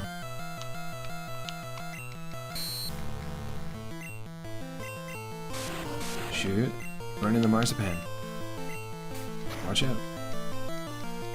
Take it off the heat. Pull that pan off the heat. Oh shit, you burnt it. The absolute worst person to send out. Let's go with Turtle Soup. Thank you.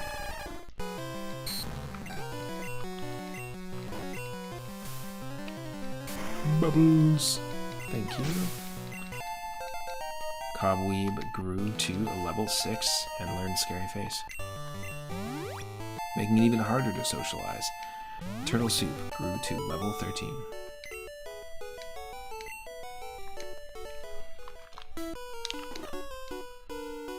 This is our boss's villa.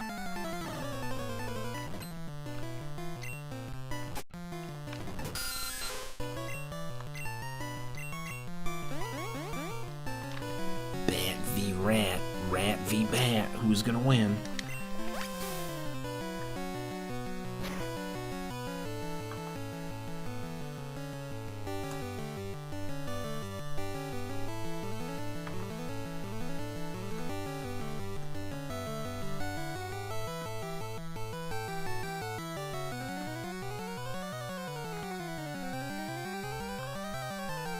I'm actually gonna do it. I'm starting a poll.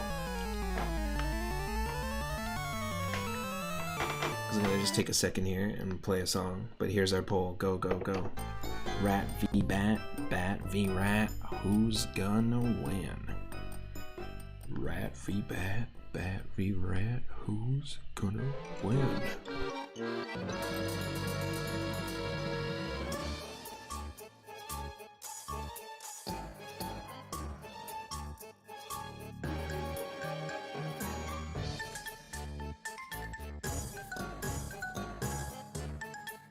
Oh, we got 2 votes for Bat, no votes for Rat. Sad Rat. No one likes Rattata. I feel like Rattata and Raticate, even when they gave them new forms, the Galarian forums. People were kind of like, oh, whatever.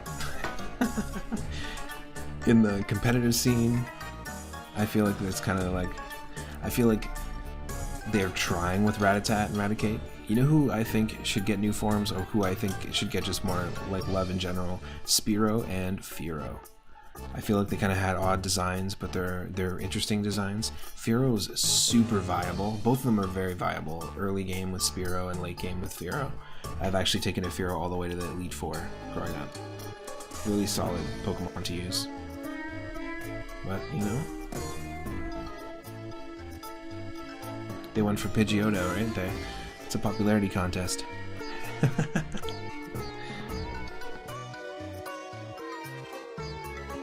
I feel like Fearow could totally have evolved into Ho-Oh.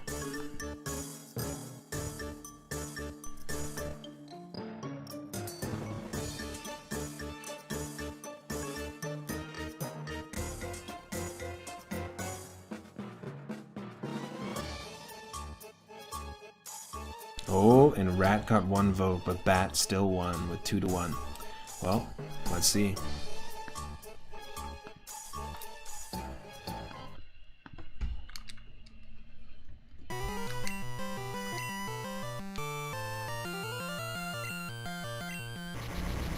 I'm not switching out.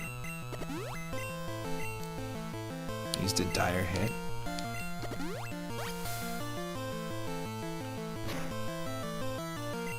I don't think our confusion worked. Oh, it did work. It did work. Yes. Oh, all you rat haters out there. All 2 of you.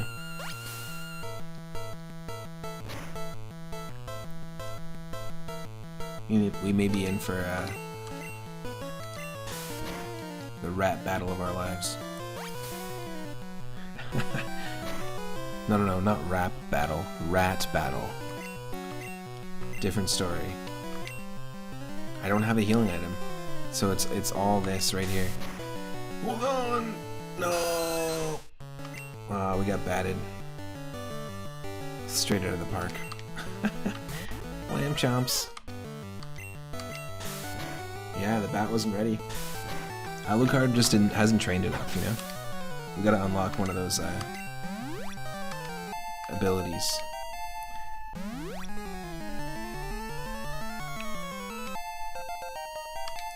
Thundershock!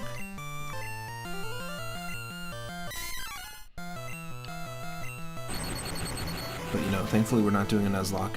It's not as dire. We're not losing our Zubat. Whoa! Don't lose your Zubat over this. Jeez, calm it down.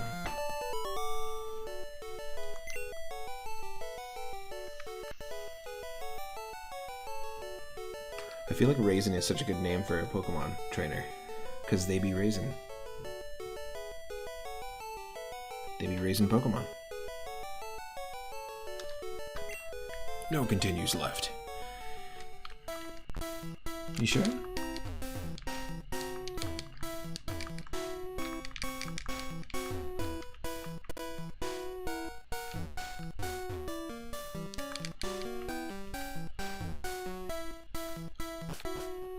Okay, that was interesting. But how do we get past them? Get out. I won't move from here unless it's all over. Whoops, I forgot my grip gloves in a room nearby.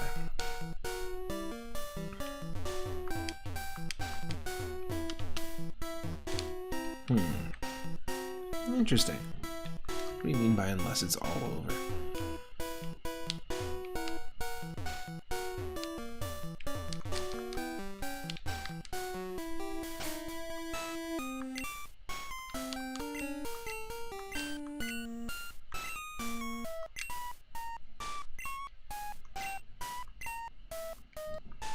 Interesting.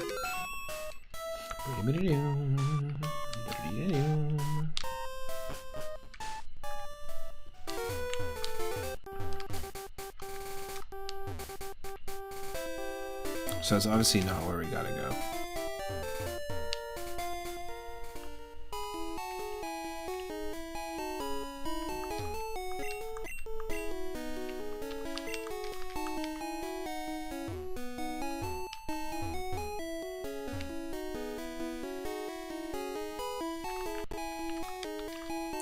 enter the gym yet.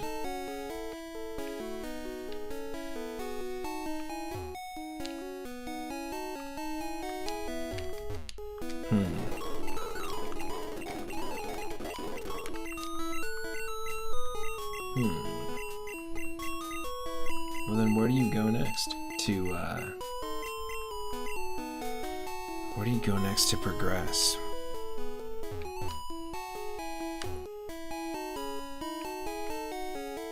Because you can't swim yet. Whoops, let me say out loud that I left an item in another room. Surely no one will steal it, like this kid. I'm saying this in front of. They do that in the Sylph Company in the original Pokemon Red, where they're like, oh, whoops, I dropped my card key.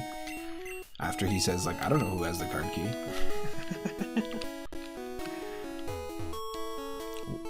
It's like tripping when you're trying to, like, sneak around.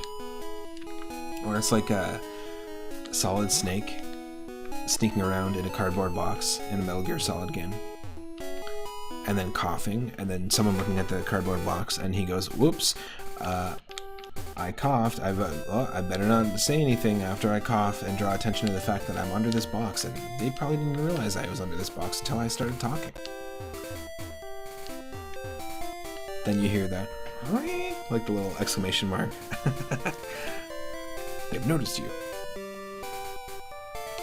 The classic Metal Gear Solid alert. But all that dialogue has to happen first before the guard is alerted. I better not alert them. I don't understand, like, is this a thing we can interact with?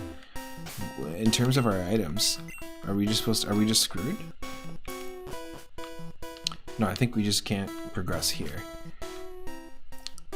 We did that mountain area, unless, was there more to it that we just missed? Was there more than meets the eye? Probably.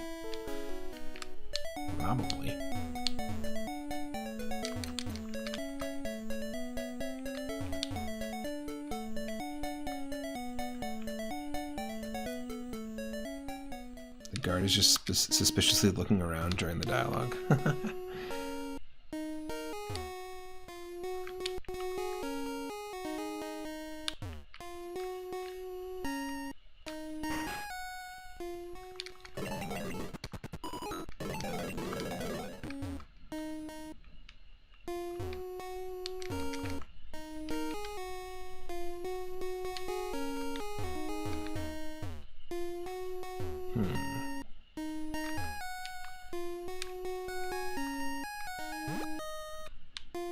Just wondering if there's anything else we missed around here.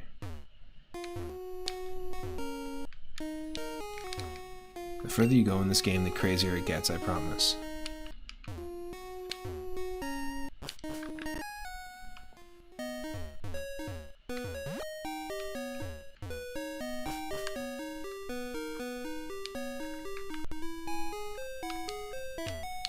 Oh, that's the same friggin' thing. We just did a circle last time. That's dumb. We just circled around in this cave, back to the exact same hole and ladder. Great.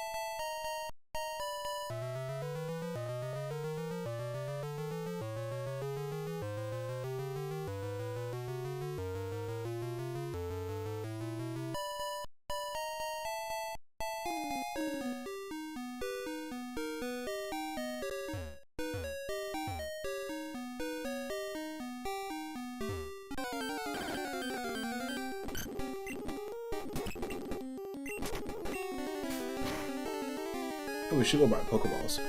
That's one thing for sure.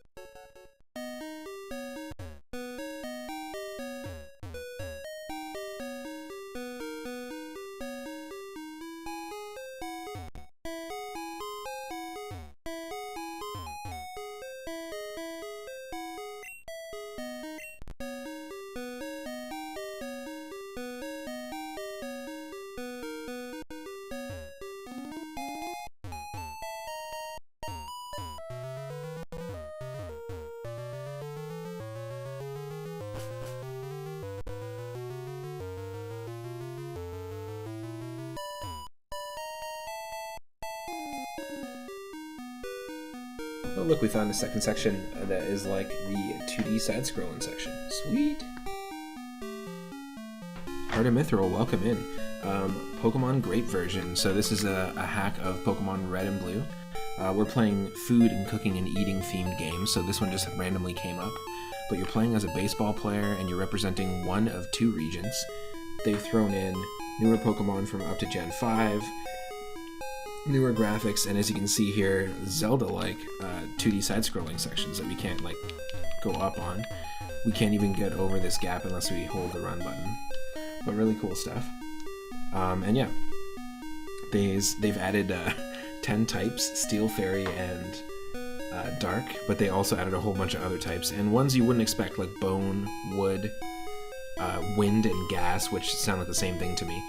Atom type, which I think would be better called Space type, but we haven't seen any new Pokemon. They've just added those types to original Pokemon. So imagine, if you will, what Pokemon you would assign in those types, you know?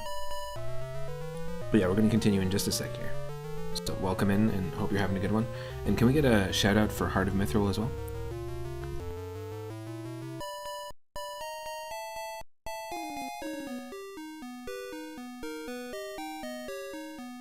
Also, for the record, my partner just said I'm cool, so everyone put a stamp on that.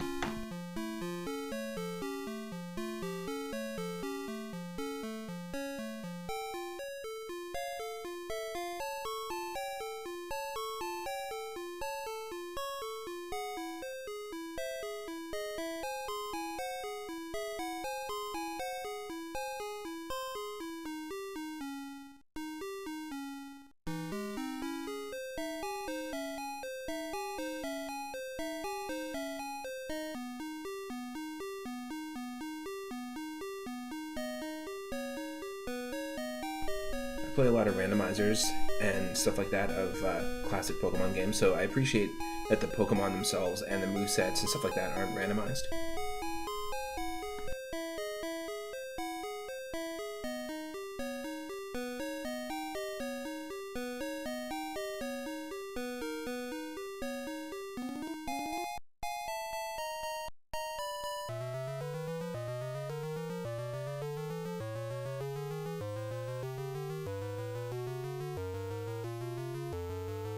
Okay, let's continue. But yeah, I've never played this before. I played Pokemon Brown version before, which is actually quite good. And there's a sequel to it, and also another sequel that is a Game Boy Advance ROM hack as well.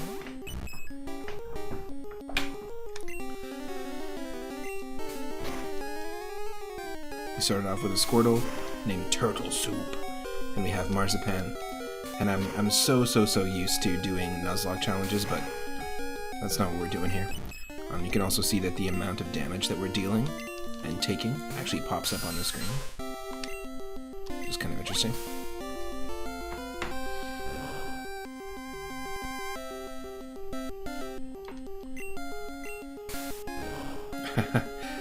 It's a cruel name for a Squirtle. Well, the game itself and the theme of today's stream is all about food and cooking and eating. And actually,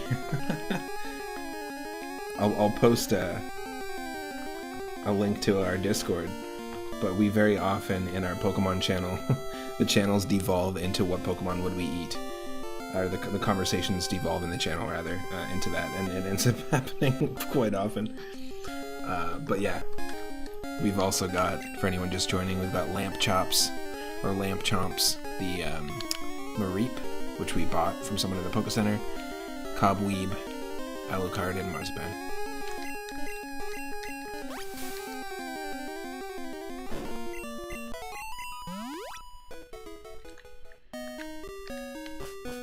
Okay, so we picked up this item called the Grip Gloves, and that's actually allowed us to even access this area.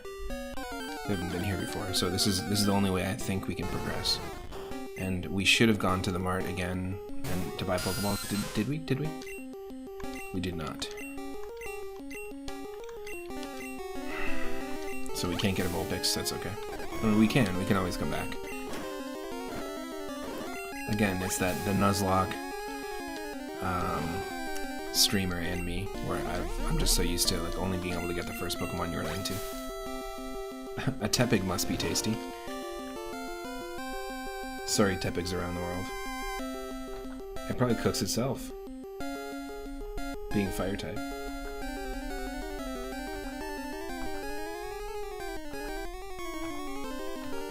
Self-roasted.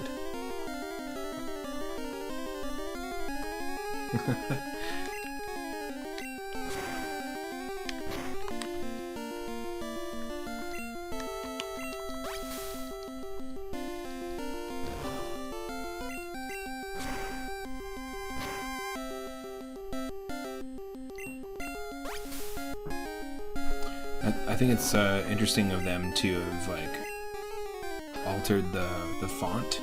They edited the font so it would be like a custom font in a way. It's not the original font that you expect.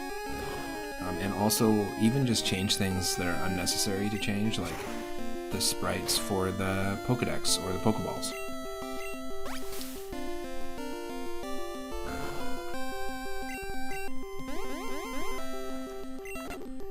But I appreciate the different addition of the different types. I feel like it might be a little overkill.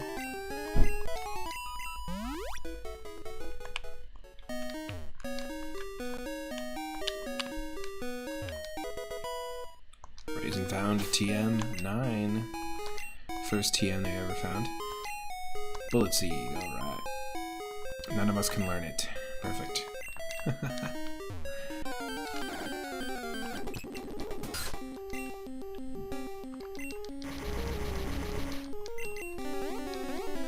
Yes.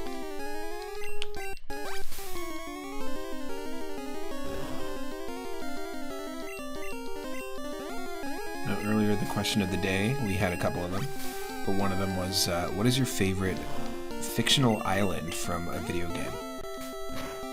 We started off with Super Adventure Island, and we were going through the overworld, exploring different islands. For me, I said Besaid Island, I think is the name of it, and then also Destiny Island, I think is really cool, from the original Kingdom Hearts, and Besaid Island from Final Fantasy X. You got DK Island, or DK Isle, from Donkey Kong 64. That would be a really cool place to live. If there wasn't any Kremlings, it'd be chill.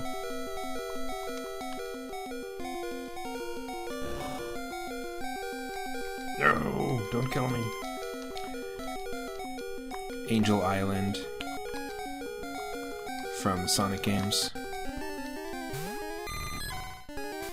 Ooh, Koholint. Yes, Koholint Island from Link's Awakening, right? Isn't that where Link washes up?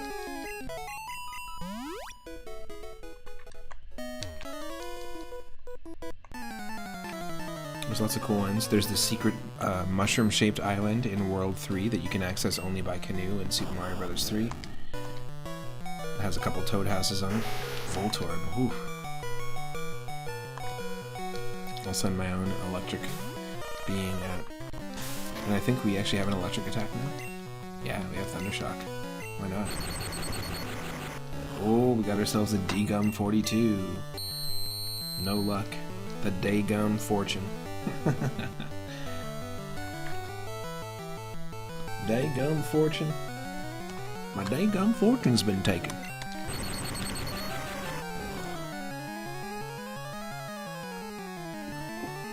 Yeah, Koholint Island is a really iconic video game island for sure. And I think it would actually be a really nice place to live, to be honest.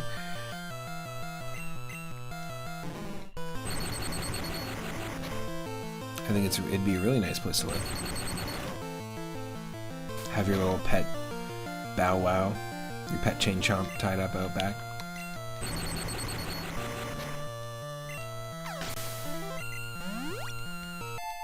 Play a flute outside of the statue in the middle of town. Easy. Easy living.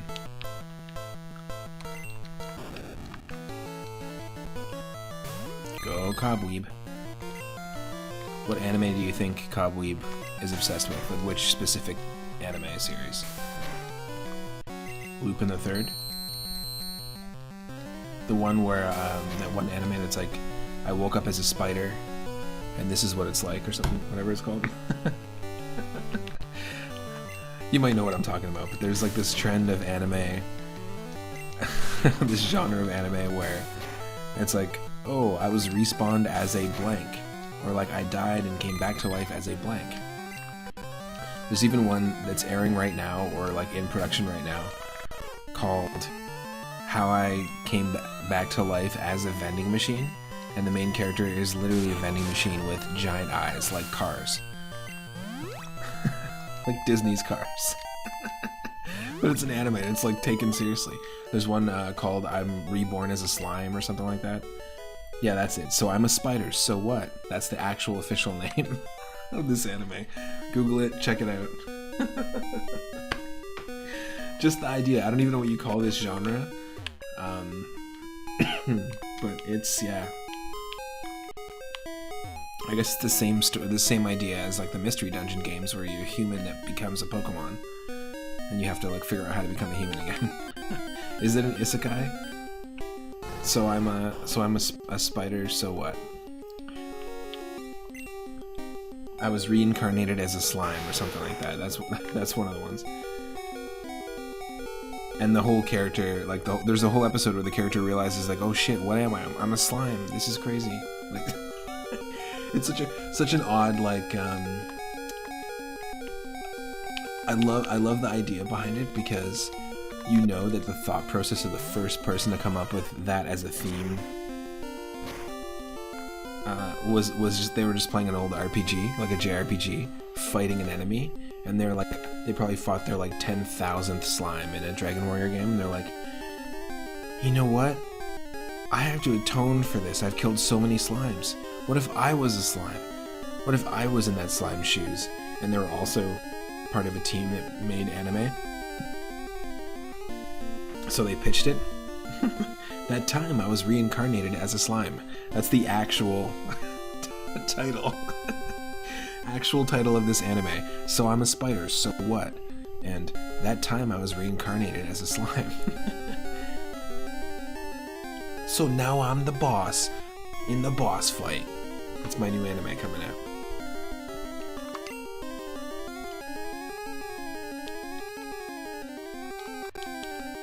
My new manga series, I died and came back as the final key you need to get to the last world to save the princess. That's the full title. Please follow my Kickstarter.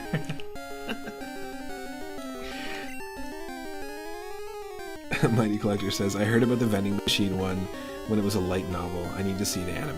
Yeah, it's, I think that's what it was, is that they just announced the anime series. And then it started trending. Just because it's so ridiculous. And then what is that all about? Is that somebody that was like, wow, I've purchased my 10,000th item from a vending machine. I need to atone for this. What if I was that vending machine? What if I was in that vending machine shoes?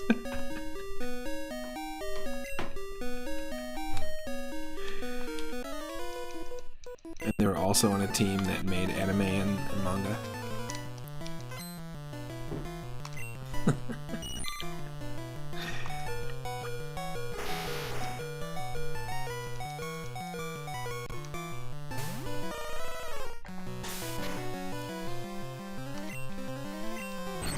Let's thundershock this bug.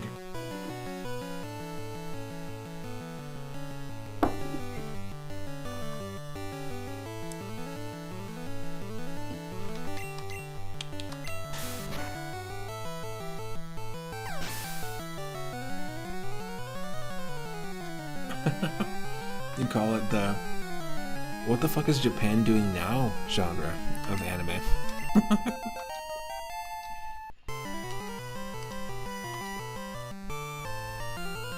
You know what it is? It's a JRPG empathetic fantasy story. They're showing empathy towards the enemies that they're fighting in JRPGs, the creators of these anime. And they're learning a lesson almost like Ebenezer Scrooge style. Slash, you know, the three ghosts of Christmas, past, present, and future. They're learning a lesson through the story that they're writing. And by the end of it, God bless us, everyone. I'll never play a JRPG the same again. The end.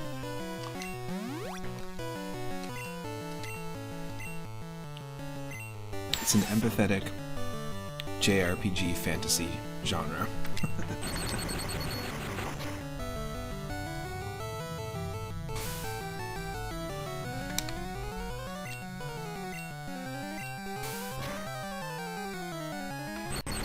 But it's extended to inanimate objects, not just JRPG enemies, and that's where things are gonna go awry.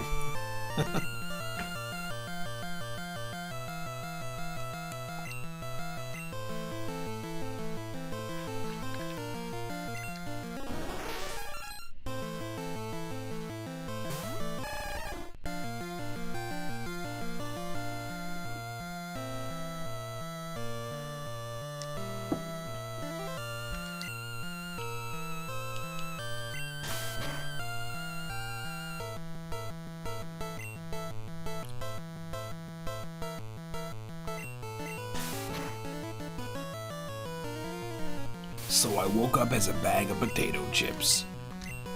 A light novel.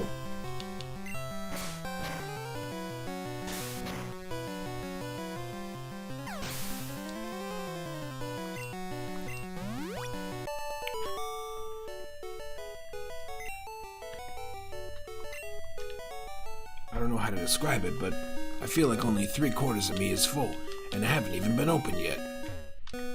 It's like 1/4 of me is filled with air.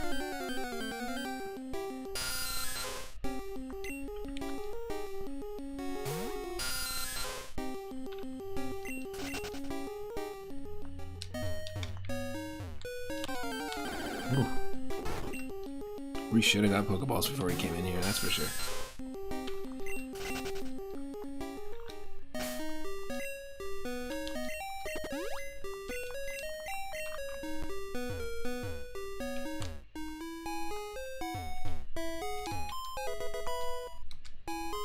That's nice. Whoops. Whoops. I spent 2,000 coins in potions. Oh shit, that means you're just gonna constantly heal.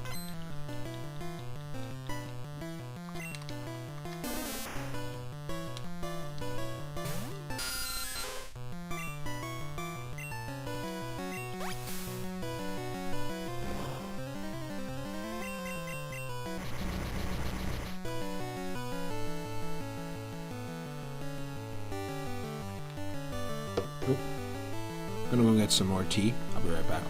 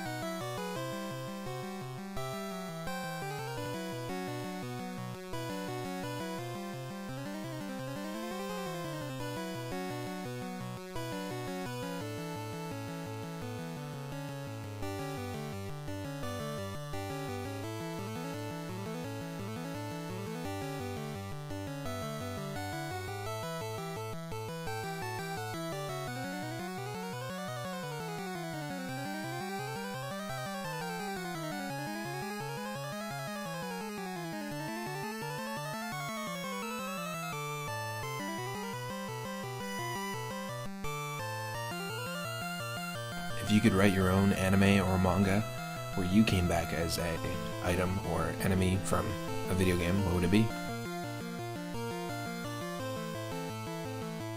So I woke up as a 3-up. Nope.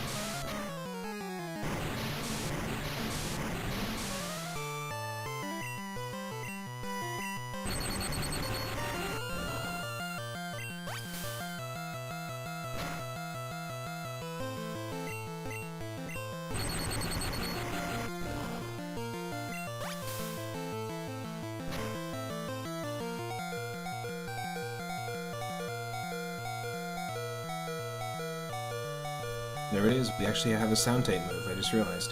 Growl is sound type, which makes sense, of course, like roar and other things like that.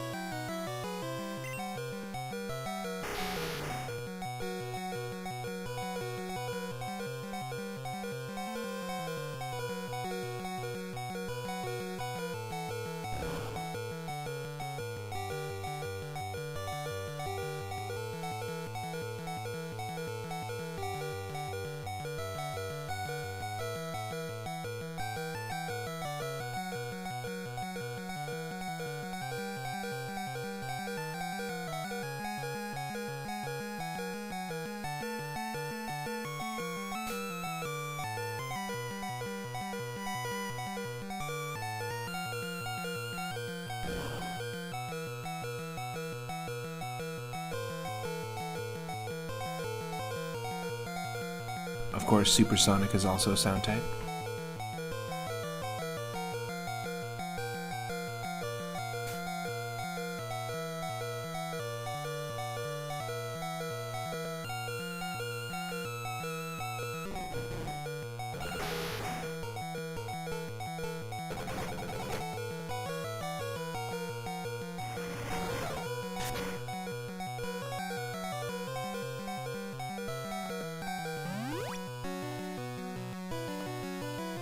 Oh my god! Stressful. Made a potion this whole time.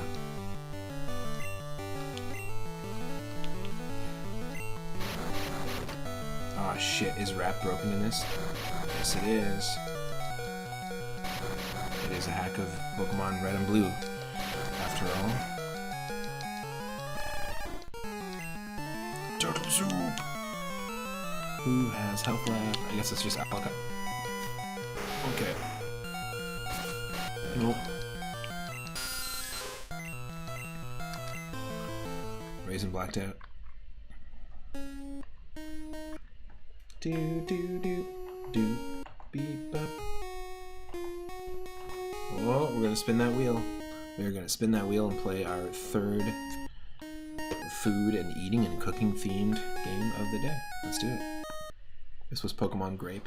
A lot of weird stuff that they added to this. A lot of cool stuff, though. I like the damage thing. I like the...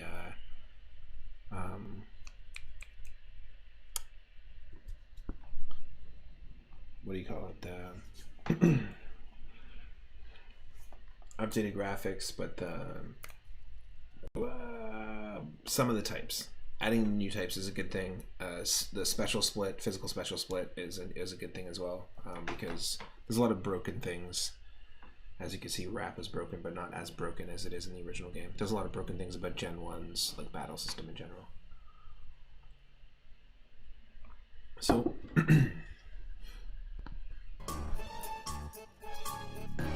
let's spin that wheel and see what we're gonna get. It's gonna land on game number 276 today, so let's see what game number 3 will be. 276. It will be... cool, it is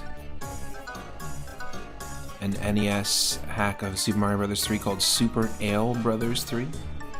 So if you partake, you want to crack open an ale, a lager, cheers.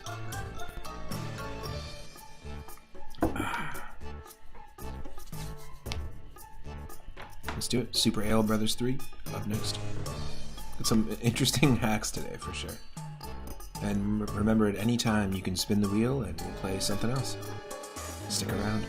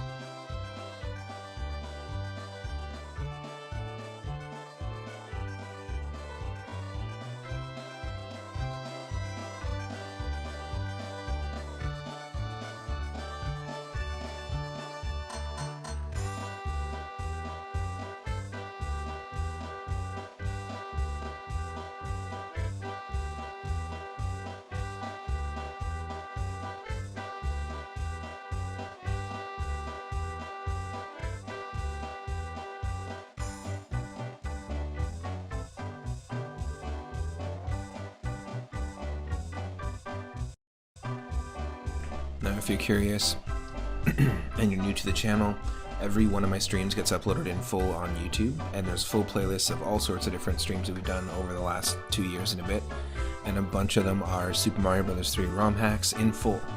Really good ones, really awful basic ones. But there's some really good ones I would highly recommend, like Super Mario Bros. 3 Rainbow Realms, Super Mario Bros. 3 Rainbow Realms 2 from 2018 and 2020. I highly recommend checking out Mario Adventure from 2004 and Super Mario Bros. 3 Mix from 2015. All really, really good games that introduce new mechanics and also kind of tie the games into some of the other games that you've seen before it and after. And if Mario Bros. 3 is your favorite game like mine, those are some of the best ones, in my opinion.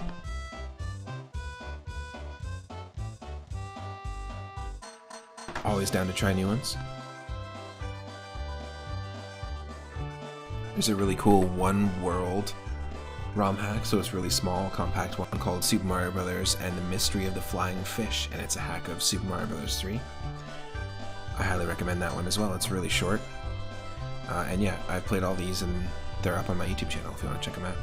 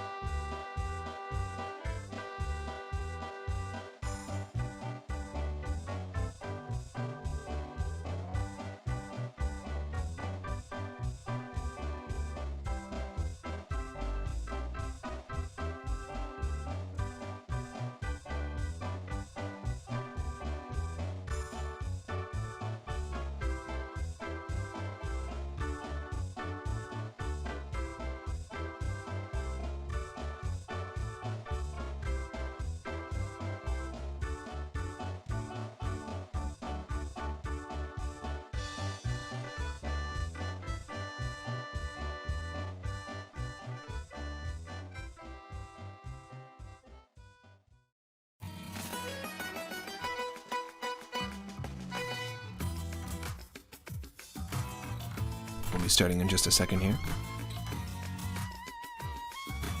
I want to say thank you so much to Prismatic Rhythm for the raid earlier. Really appreciate it. Thanks for sharing your community over here. Thank you to the recent members of the Discord, people who've joined recently, the people who show up on the regular, and all the recent subscribers on YouTube and followers on Twitch. Thanks to Rush Pirate 1 for the shoutouts recently.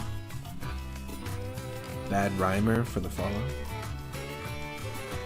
and Directional Joy for the recent gift subs, as well as Henny Blank for the recent sub.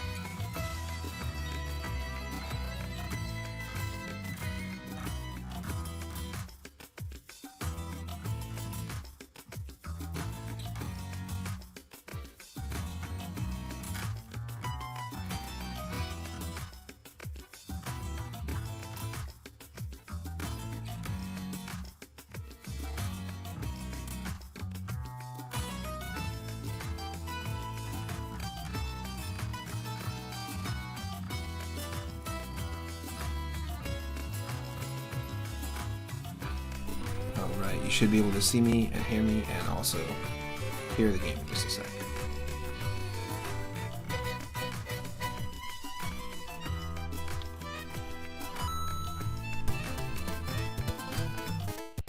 Okay. Do they mean ale? Is it a different language? Who knows? Super Ale Brothers. Looks like the GUIs. The GUI. The UI is a little different here. The GUI.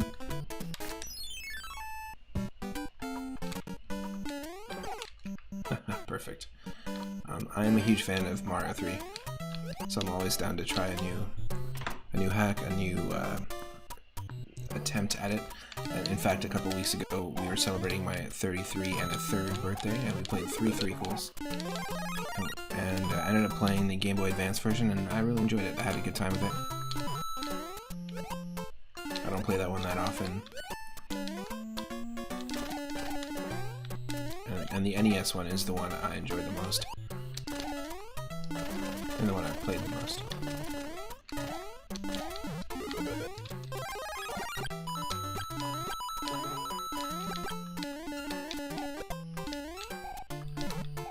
And I'm talking like 100% absolute favorite game of all time.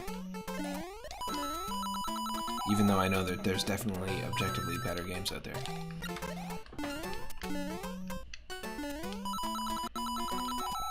It's just my favorite game.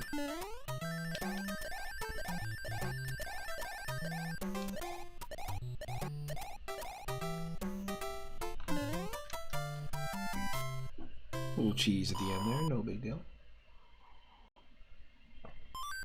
Gives us a GG as well.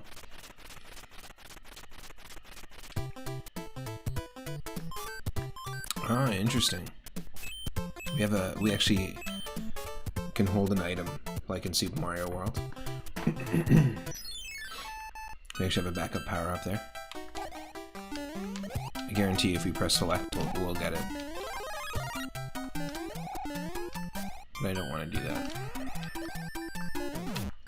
Well, I just got rid of that. Our chances of doing that because I took a second leaf. And a third leaf. No, he's on a leaf of absence. Marijuana leaf of absence.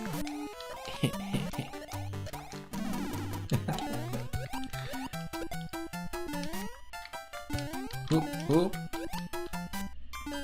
Never good when you see a bullet bill. Or 2 bullet bill shooters.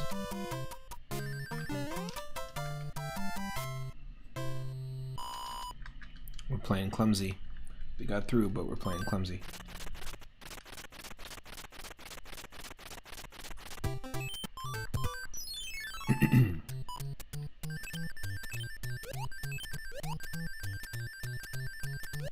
So, do we know if the new Super Mario Bros. Movie is just coming to theaters only at first, or is it going to be streaming? It's not going to be streaming right away. It's going to be a theater experience thing, isn't it? Does anybody know? Whoa. I mean, I live in Canada, so that might be different than what it is for you, but...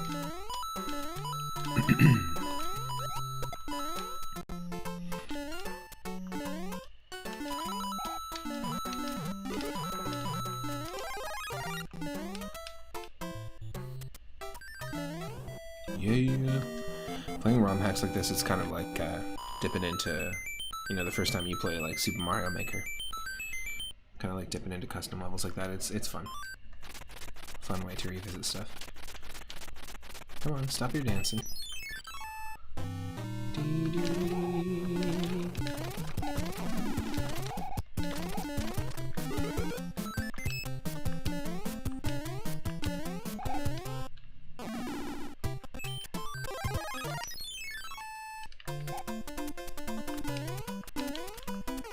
Oh, excuse me. No, forever banishing paradise. Now I'll never know what paradise is like for streamers.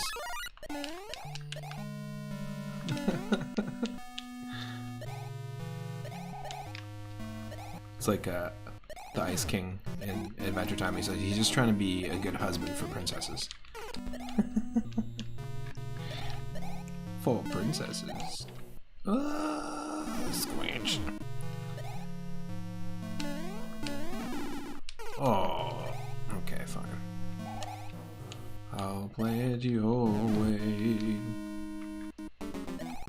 I jump up here, I jump up here. Avoid the spikes and duck right here.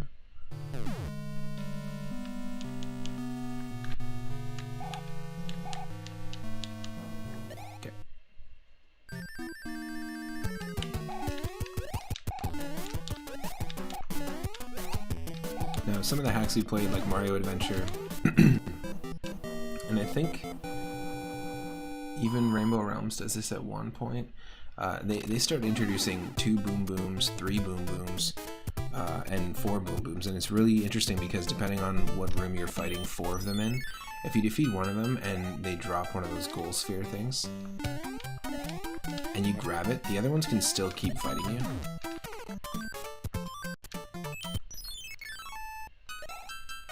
So you're susceptible to damage until you defeat all of them. And if there's 4 of them, that means when they drop gold spheres, you have to completely avoid the gold sphere. Do you know what I mean? You can't pick up a gold sphere. You have to like kill them all first, and then pick up any one of the gold spheres. But once it adds up to that many, 4. Can be pretty wild. All because Simon called Betty princess. Yep.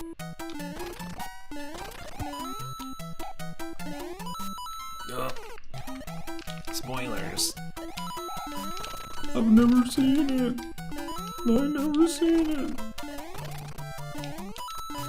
Now I know.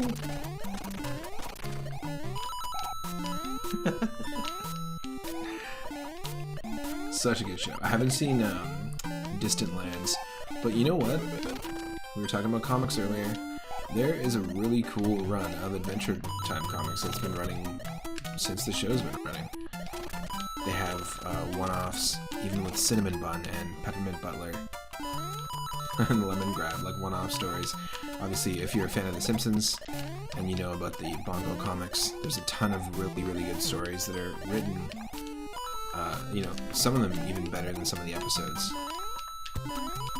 And it would be really cool to see animated. Written by some of the show's animators and by other really talented writers. And same thing with Adventure Time. They bring some of the show's writers and animators on board to like consult for like art style. It's cool. It's a good series.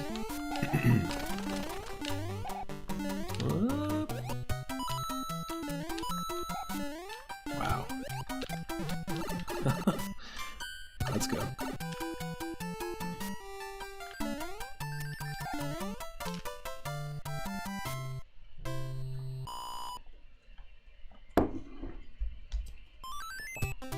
Whoa, what is this? Toad House or spades? I'm down. I've never seen this. Is this something from the original game, or do you think this is just from this hack?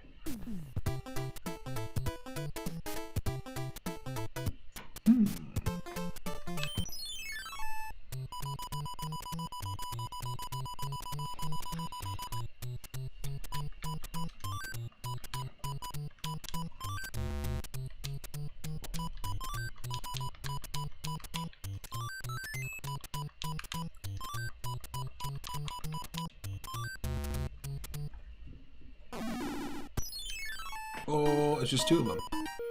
Hello, you found my shop of strange and wonderful things. I did. Hello. It's a P-wing.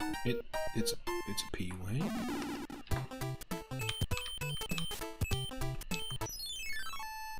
Let's take on 6. Oh, nice.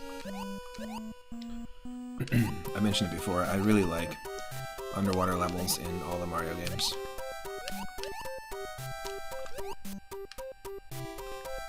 They sometimes get a bad rap. Well, it's just gonna be a mushroom. Okay, let's try. You press select, and you swap between your power-up. That's pretty cool. That's a really cool feature. So essentially, it's just like having a backup power-up from Super Mario World.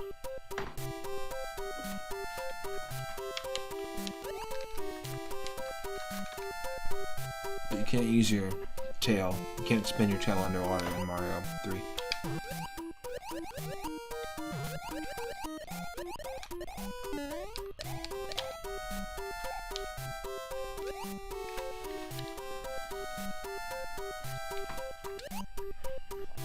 And you can't attack enemies underwater.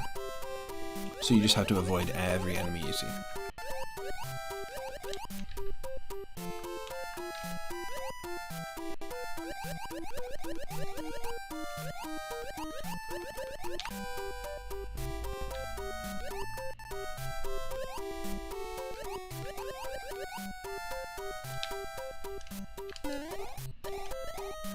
Oh, that's cool. The seamless transition. Bloop.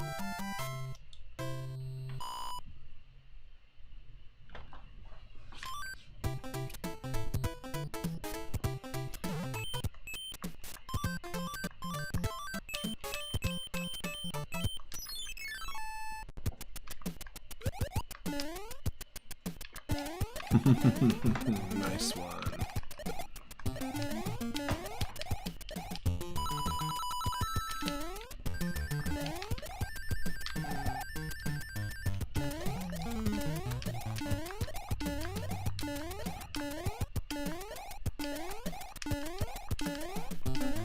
Come on. Really? What? Did you see that? Did you see that? We were standing on top of...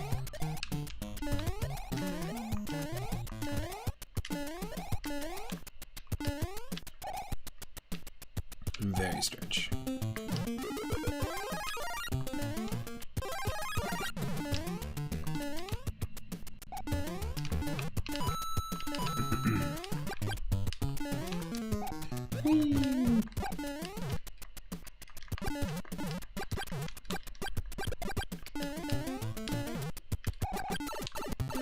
Alright, if you're gonna like barely edit one of the vanilla levels, then sure, whatever.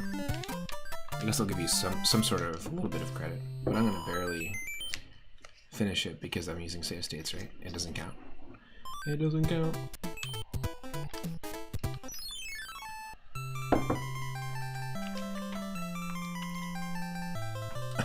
Don Jose has been transformed.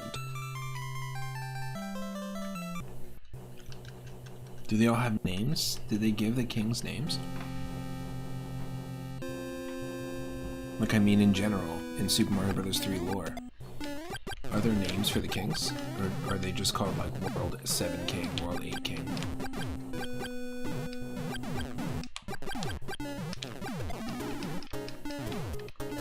Because I think this, perhaps is...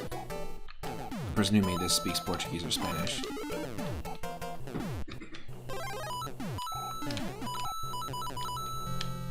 But I don't remember there being actual names, because it usually just says the king. But is there something in like the manuals or comics? Because I know Nintendo Power had a bunch of Super Mario Bros. 3 themed comics. For sure, even if they were just one-offs. That was definitely a thing. Definitely a thing.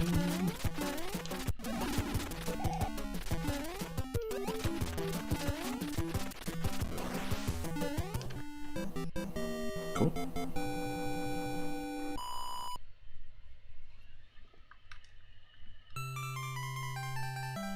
I think we beat World 1 of Super Ale Brothers 3. Nice.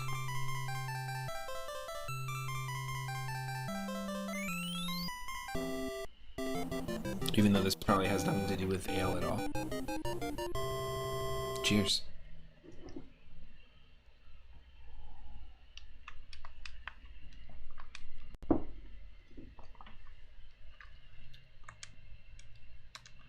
Nice. Let's go.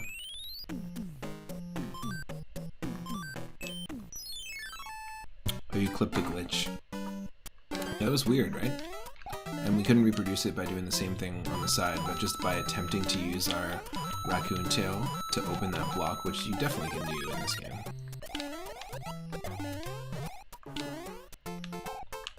Right? It should be the same as this. Same type of interaction.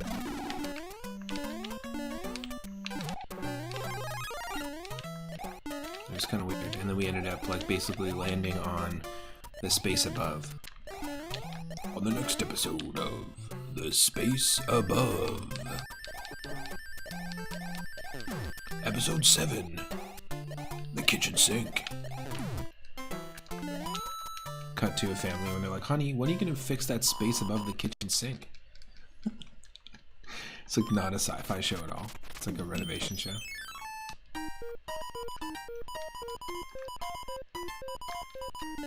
It's just always a space above something that they have to fix.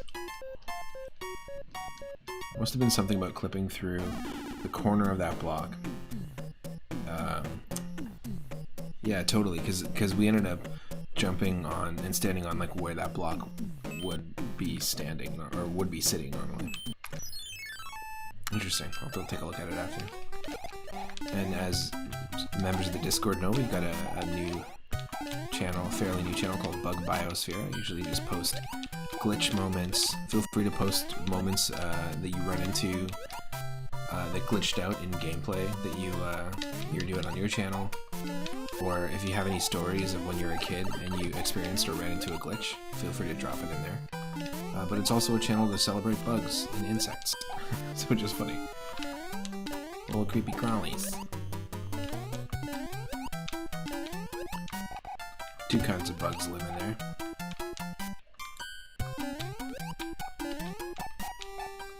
Ooh. Okay, let's do it.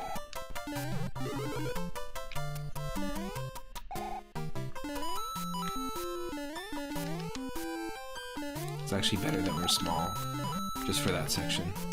Again, a barely edited vanilla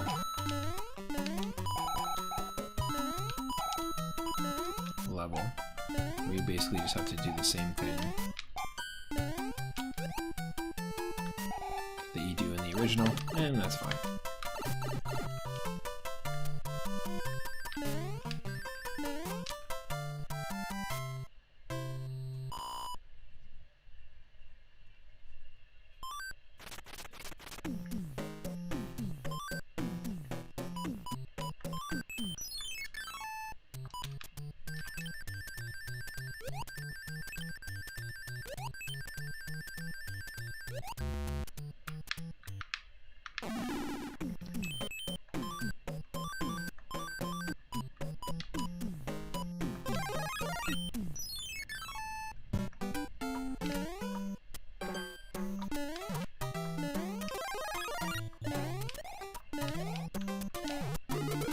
Yes, we can do the somersault. I never did this as a kid, but it's so fun. Oh no! We missed it. We missed the final chance of it, but it's very fun to do that. To do that like floaty, the screw attack, basically. Because you normally do the somersault when you have the superstar. But I just never did the float like this, the slow descent. While I had the starting ability. Come on.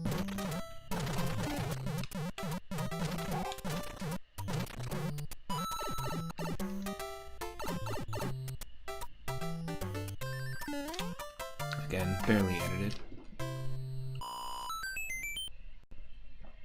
But it's my favorite game, so I'll cut him some slack.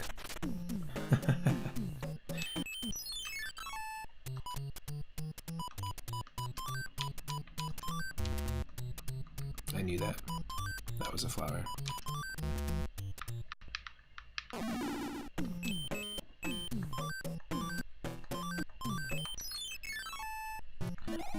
Castle time, or ghost house time. Obviously Mario 3 didn't have ghost houses, but some of these fortresses were the first time that you saw Boo ever in any Mario game, I believe. Oh. And I think it's kind of cool that when they released Super Mario Bros. Deluxe on Game Boy Color, that there's that whole mode where you have to race Boo through a whole bunch of like custom levels that almost feel like multiplayer levels that you've seen people make, and kind of like obstacle course levels that you see people make in Mario Maker or Mario Maker 2. They're very fun. I think it's neat to introduce a Boo Buddy into Mario 1.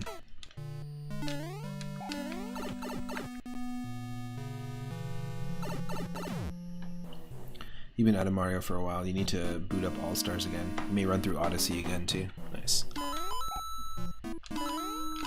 I posted a neat little sort of game dev thing in the low poly comment channel, all about low poly stuff and like early 3D art in Discord, all about the shortcuts that they took with Mario Odyssey just to save space, like by creating super low poly coins, but they actually end up looking better than some of the coins before in previous games.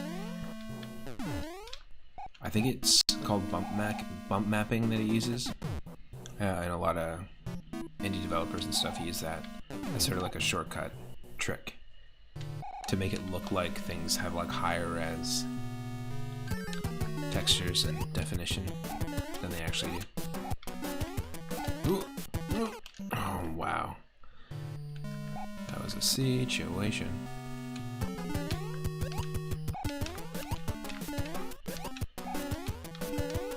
But yeah, I thought it was pretty interesting. And there's a series I follow on YouTube. I can't remember what it's called, but there's a series that goes and does deep dives into the 3D models of each character and each appearance, and shows you the little shortcuts that they've done in terms of design.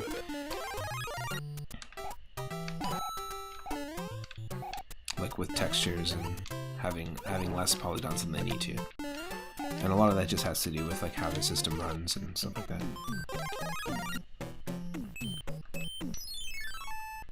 Yeah, any moving asset is going to take space, absolutely. And think about how many coins you see on the map at any one time, right? Whereas like these coins, like they take nothing. It's just a little sprite. In fact, they take up more space than the blocks do and stuff like that, right? Because it's technically got like 3 frames. Ooh, don't sneeze. Just got a random urge to sneeze. But don't sneeze while you're on stream. Not sure why that was marked with coins.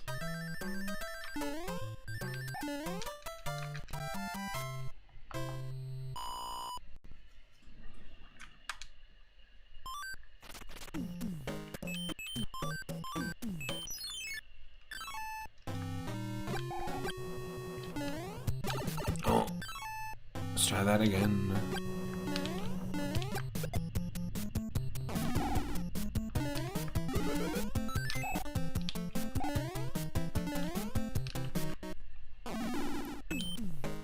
Should we use it?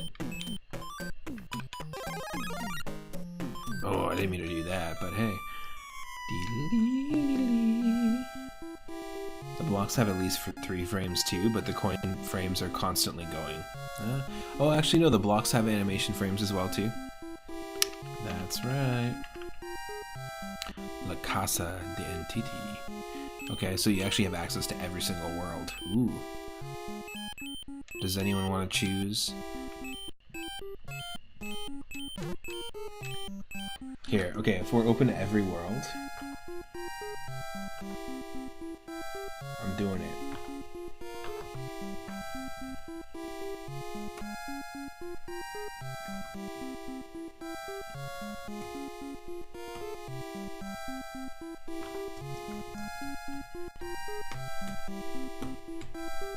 Outside of 3 and 4. Let's do, because we're in World 2 right now. Actually, no, we can do... Can you add more responses? No, you can't. You can only do 5 responses. That's so silly. Okay, we'll do 4, 5, 6, 7, 8. Ready, go. The poll is up. The house of the entity. No, the poll is up. We can vote on the world we're going to go to. 3's off the table. I'm the only 3. There's only room for 1 3 in this stream. Okay, translate.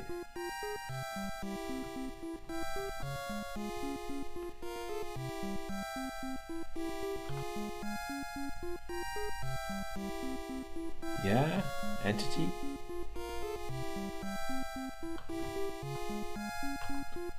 Is it Portuguese though? I wonder.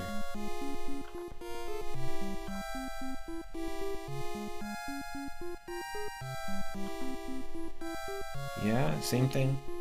Weird. What entity? I need to know. The pull is up. The pull is up. Where should we go? Where should we go? You decide where we'll go. It's only about a minute left on that pull.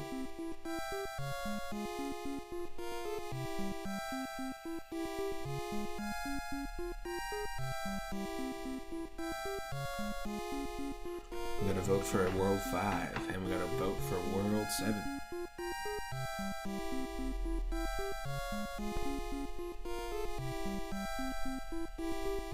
Something odd about those choices. Okay, that was bad.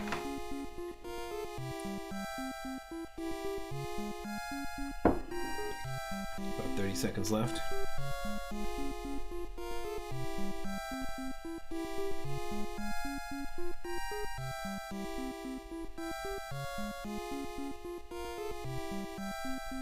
Oh, tiebreaker. No. 5 and 7. Holy shit. Okay, 5 plus 7 is 12.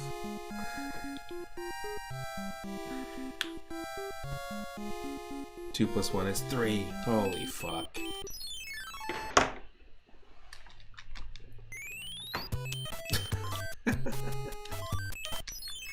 Alright.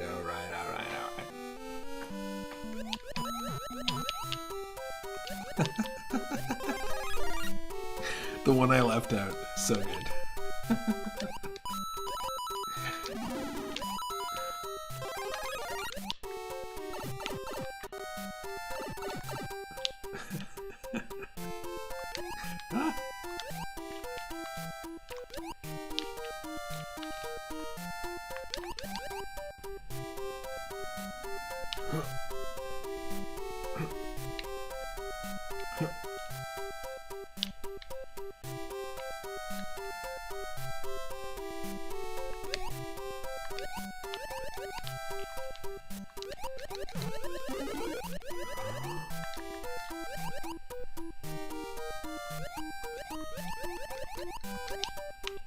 Yeah, I don't think we can do anything with this. Pipe down.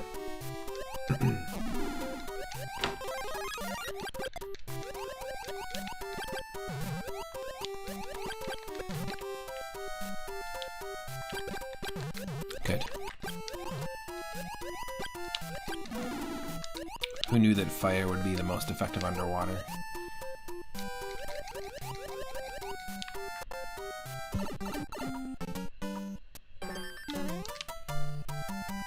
Scram.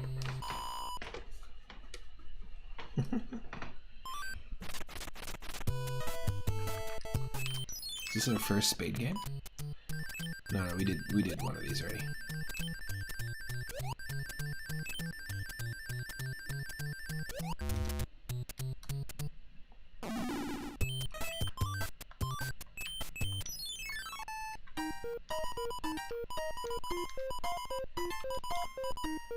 We got 33 coins. Get that frog suit. Heck yeah. We got the walrus shroom. What the hell's a walrus shroom? Oh.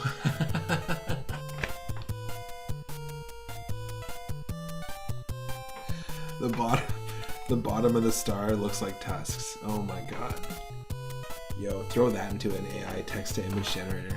I need to know what that looks like. Super Mario Brothers Walrus Shroom. How useful would Walrus Mario be? Would he be like ultra fast underwater? No. He'd just be able to take hits. Maybe he could like swim like Frog Mario, but he could also like bounce his belly and like bounce enemies off his belly. So like in that last level we were just in, we ran into the boss bass, or like the big Bertha, the giant fish. It would be cool to be able to like repel that, kind of like how On Guard does in Donkey Kong Country 3 with enemies, or with basically any enemy in the underwater level. It'd be pretty neat. Walrus Shroom emote. Let's do it. I'm gonna definitely give it a shot and see if we can create something funny with AI. We have a couple of AI generated emotes in our Discord already. Not here, unfortunately, but...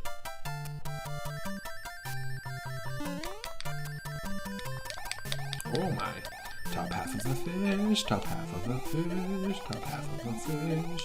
Oh no!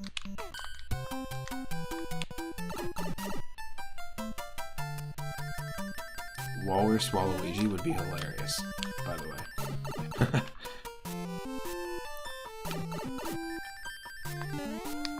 Yeah, they're fair trade.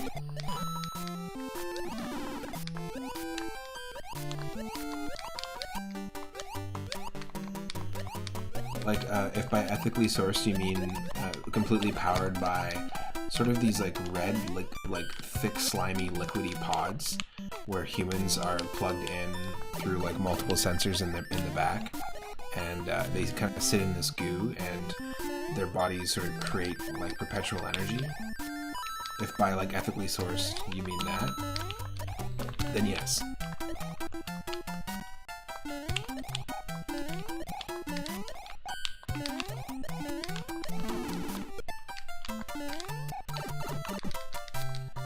Although I think it depends on which medication you're on, if you're taking any blue pills or any red pills.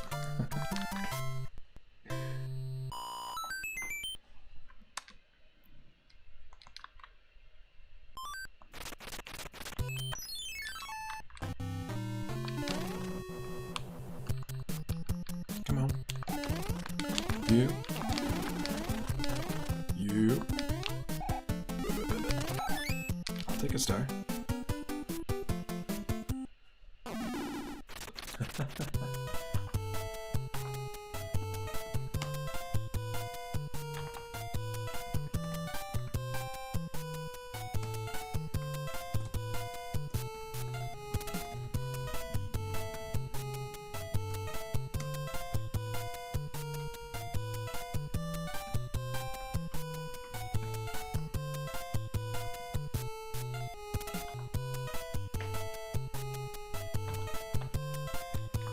Alright, level 3.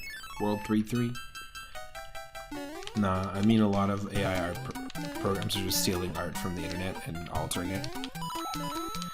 Some programs are only fed images that are legally acquired. Oh, I don't know. I mean, there's lots out there, but... feel free to use the one that you like. I don't know which, Whoa? I don't know which ones people use. I think there's ones built into like DeviantArt now, which is interesting. But I think that was unethically sourced. Like, it was taking all the art from DeviantArt. Like, what if an AI just started like making Newgrounds Flash animations based on all the Newgrounds Flash animations that have existed in history from every artist?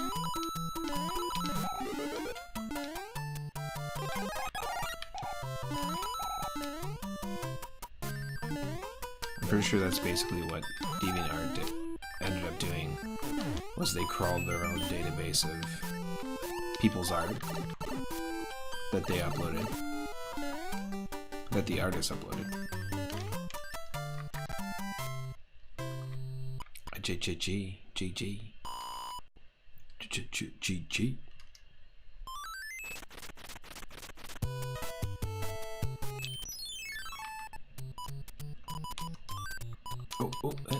Yep.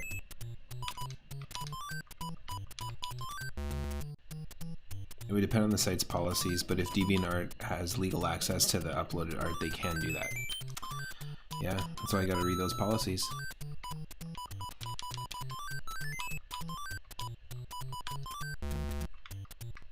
Got a bunch of stuff though.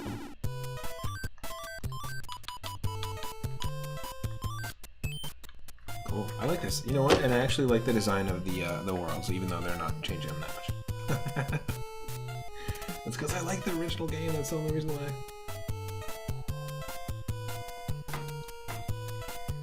Okay.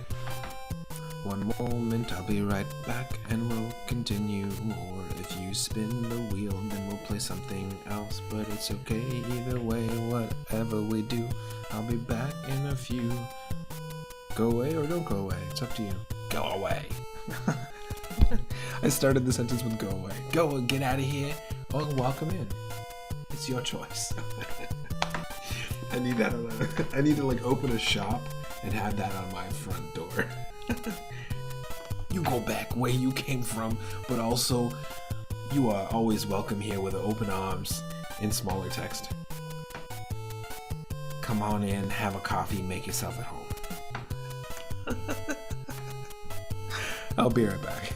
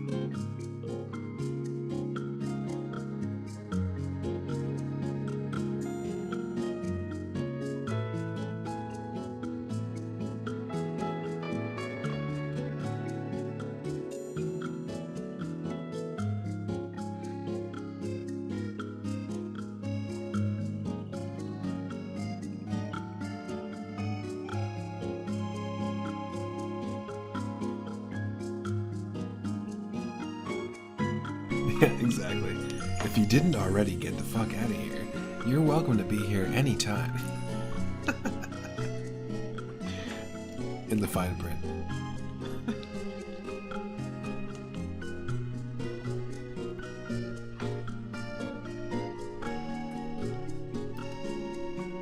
I'm getting mixed signals.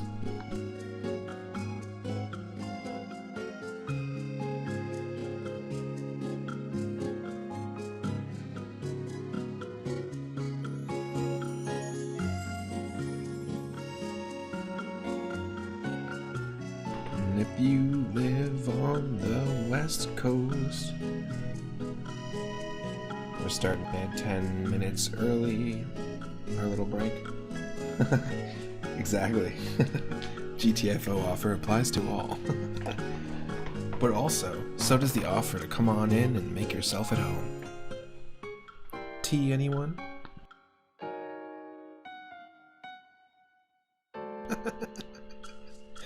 Welcome in, Garrett. How's it going? I'm playing food and eating and cooking themed games, and this one's called Super Ale Brothers 3. I think the only thing it has to do with ale or beer is the title, but it's some custom levels in Mario 3. And anyone can spin the wheel anytime. But we've played a few games so far. Super Adventure Island 2 and Pokemon Grape version on the Game Boy, which introduced all sorts of new types like wood type, wind type, gas type, sound type, light type, atom type, like ATOM. If you could make an actual new Pokemon type, what would it be? There's a good question of the day. It's going well? Nice. Well, welcome in. And also welcome to the Discord as well.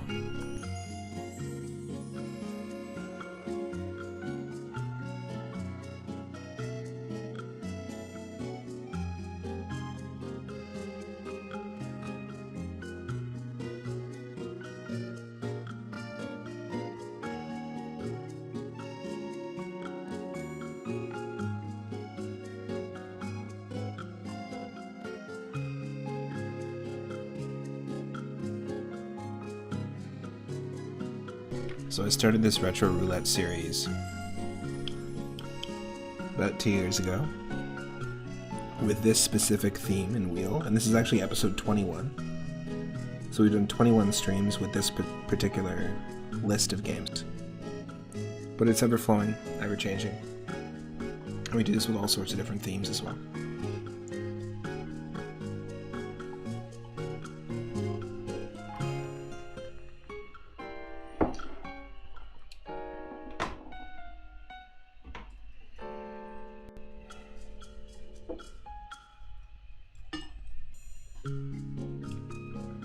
Let's dive back in.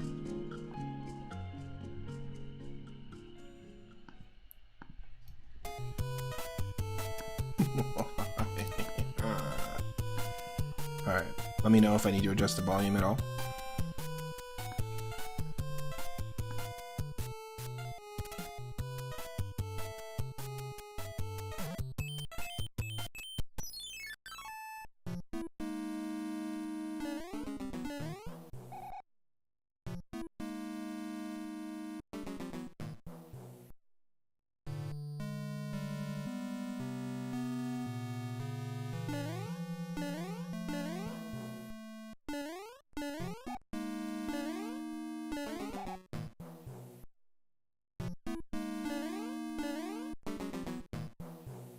Nice.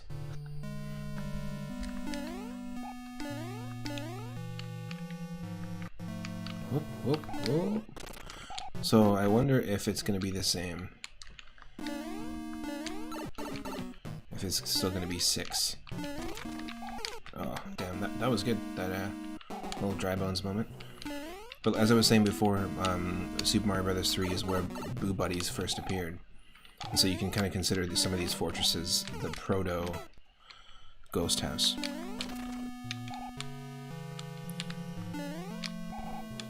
It's gotta be this. Yeah. Cool, so the destination points are the same. It's still 6 doors in.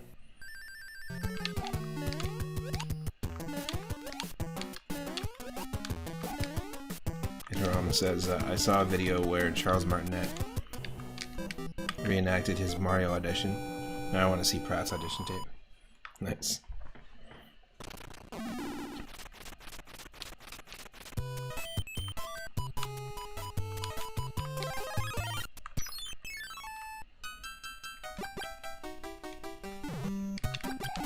Well, it was interesting because I think Charles Martinet was about to leave and not get the job, and then last minute he says he actually chose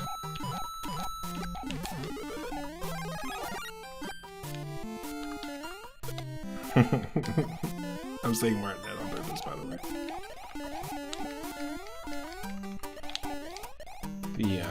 He actually chose to last minute Mario it up, just throw that last voice at the end, and they're like, that was it. Whoa, triple hoops, easy there.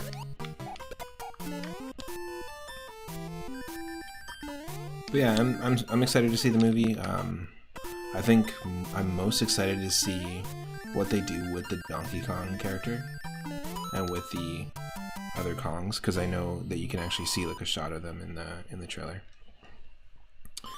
But I'm actually excited to see what that side movie will be, and I want it to be successful.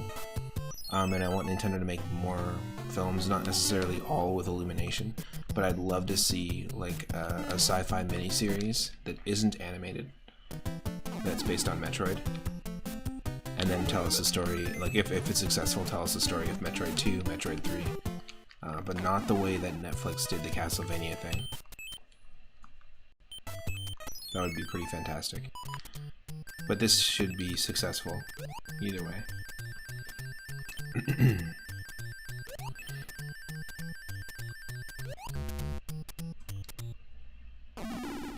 I think Zelda could be interesting too, but I think that should be animated as well.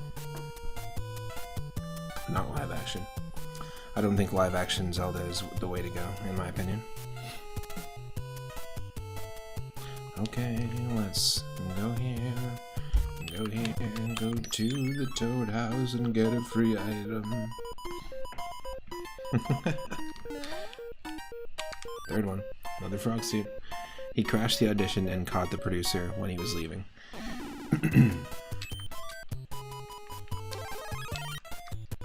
Oh, that's what it was.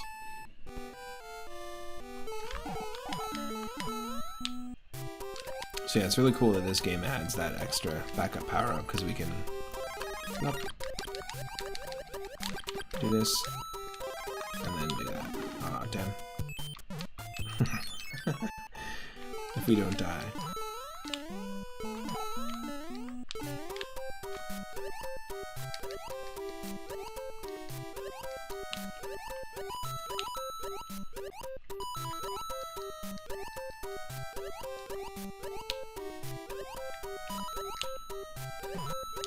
Oh. Alright.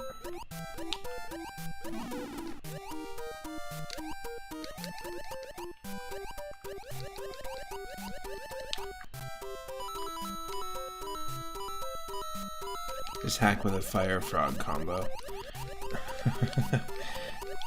And one hit KO. Can you do fire frog combo? That'd be awesome. Is there a hack out there that lets you combine the power-ups? That'd be really neat.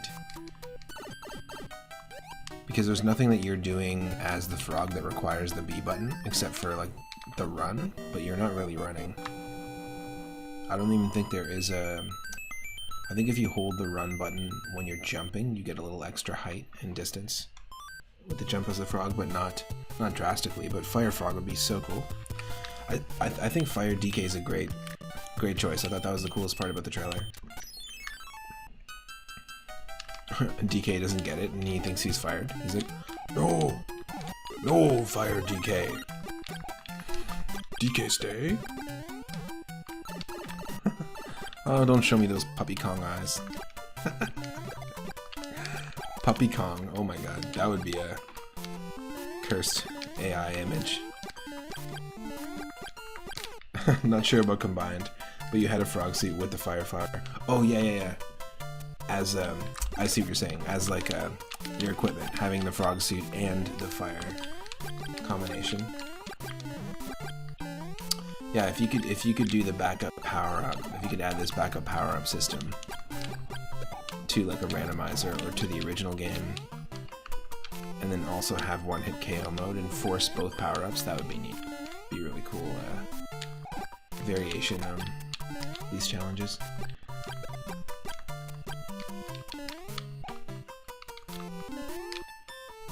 Whoa.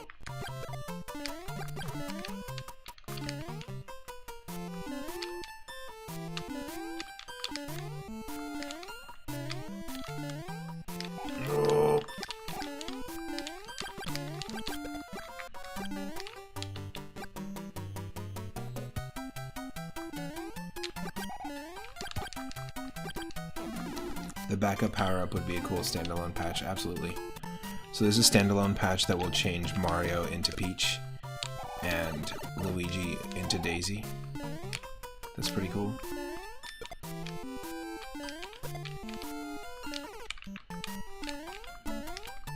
An idea you'd like to see for a Zelda animated series is an anthology project, so sort of like the Animatrix, where the various stories and story arcs are done in whatever style the people behind it want to do. That would be cool. Mainly because there's so much to pull from. There's so many different like timeline. There's moments throughout the different timelines. And actually, Garrett, we were just talking about the Animatrix a couple streams ago. I think maybe last week.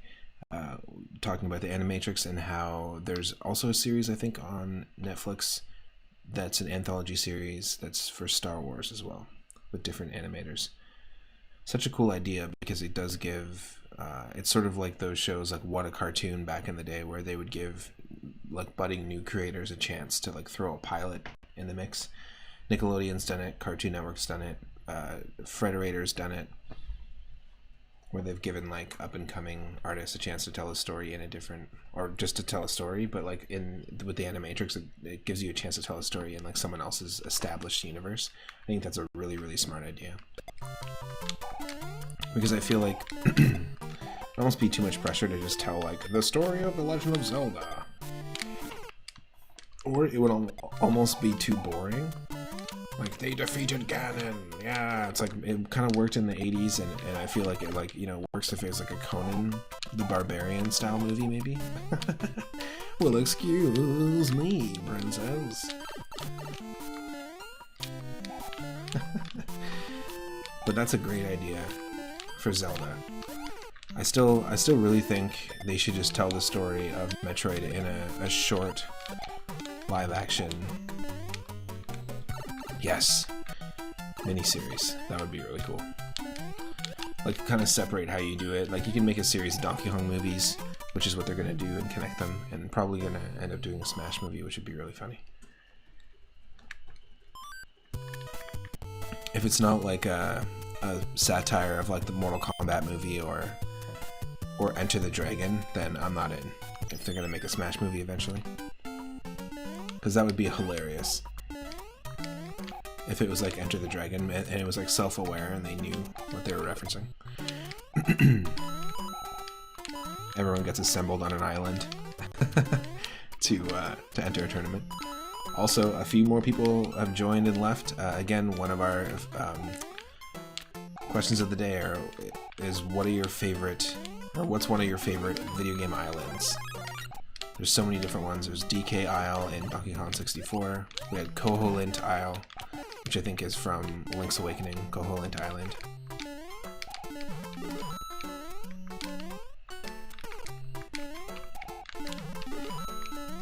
There's Destiny Island from the beginning of Kingdom Hearts. Metroid should do, ooh, wow. So Primal is really awesome. The animated series by the creator of Samurai Jack. That would be really wild if they did a zero dialogue survival horror experience. Even if they just did it over like narration at the end of each episode, where she did like a captain's log kind of thing. But that's the only thing that you... Because for most of the time, if you think about it, she's alone. Samus is not dealing with this with another person. She's not communicating. She's not in communication with anyone. If that was the case, then like that whole stranded idea just would be gone. She's dealing with this alone. It's like that's, you know, she's not like, well, the Wonder Years. That would be really funny if it was like the Wonder Years, or like, you know, in Saved by the Bell, where Zach Morris would be like, time out. He'd look at the camera, and then all of a sudden it'd be like a high school play. Wow, he's really mad. And then he'd be like, time in, when he's ready to deal with it. It's like, imagine that. It's zero dialogue, but every once in a while Samus is like, time out. Holy crap, do you see that Queen Metroid? The disgusting look on that bugger's face.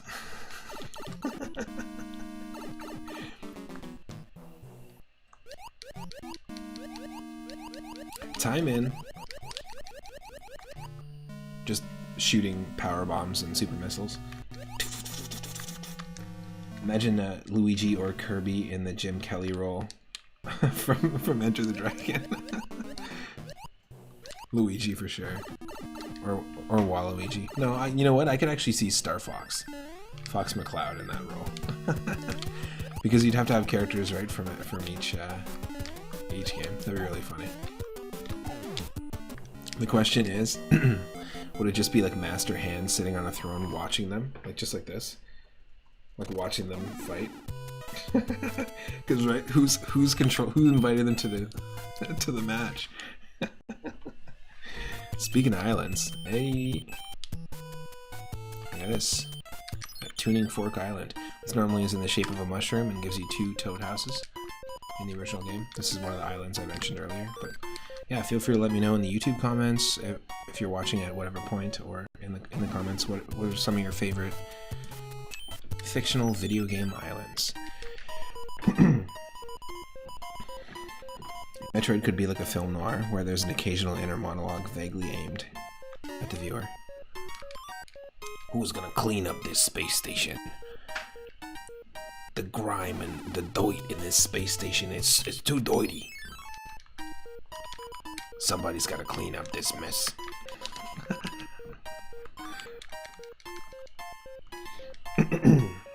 Like Taxi Driver. Actually, the fact that they have the Power Wash Simulator Final Fantasy VII crossover is pretty great. I feel like we need more of those. from the makers of Sin City, exactly.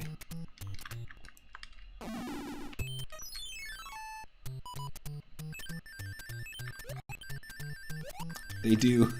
Yes. It like just came out. So Power Wash Simulator released a DLC / crossover. I think it's just DLC for the game.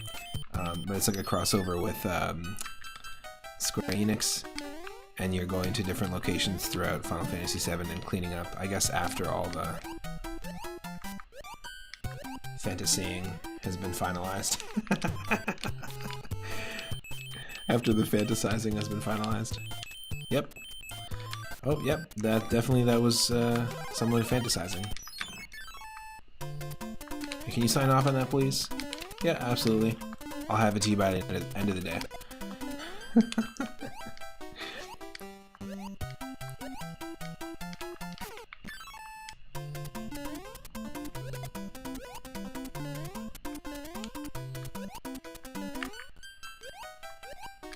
Great. We're just feeding fish out here. I guess it is a food-themed stream.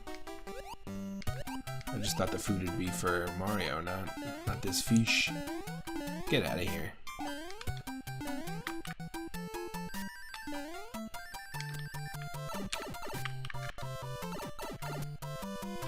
When I read from the makers of Sin City, I immediately thought Sim City. Because yesterday I was actually just looking through old gameplay footage of all the different old Sim Cities. I used to play SimCity 2000 a ton, and the Super Nintendo one is pretty great as well.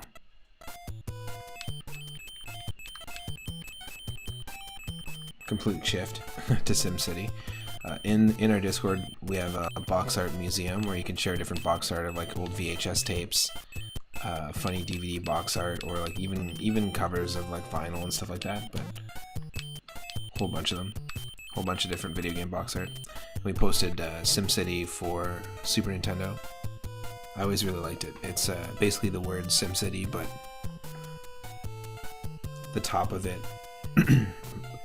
The word SimCity or the logo is like essentially the top of a giant skyscraper. It just looks really cool. Nice and clean. This doesn't let you just do this, huh? No. I didn't mean to do that, but hey. A frog on a boat, it's okay to be a frog on a boat. We escaped a fish. We're just a frog on a boat. Number 9.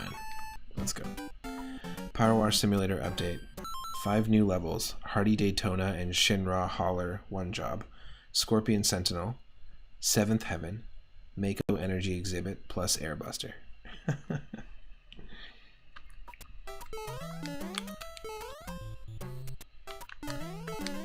I think a Binding of Isaac Power Wash Simulator would be hilarious because at the end of each round, think about just how each room looks. You know what I mean? I want to play more of that game. 7th Heaven is as in the show on the WB. The WB. That one's for you, Daryl. If you're back.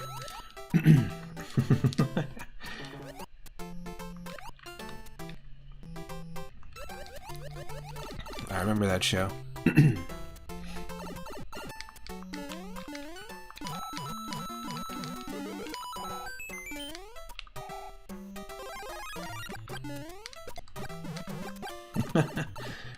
They gotta clean up after all that mess.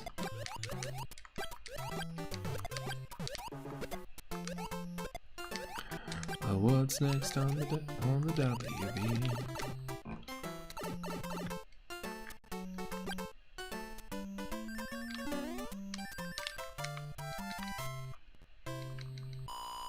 I don't actually know, but it must be power washed.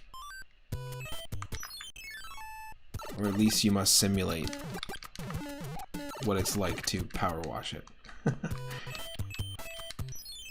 I mean, technically, Mario did it first. Super Mario Sunshine. We're just gonna leave it at that. Oh, they're just all named the same. They're all named Don Jose. Okay, I gotcha.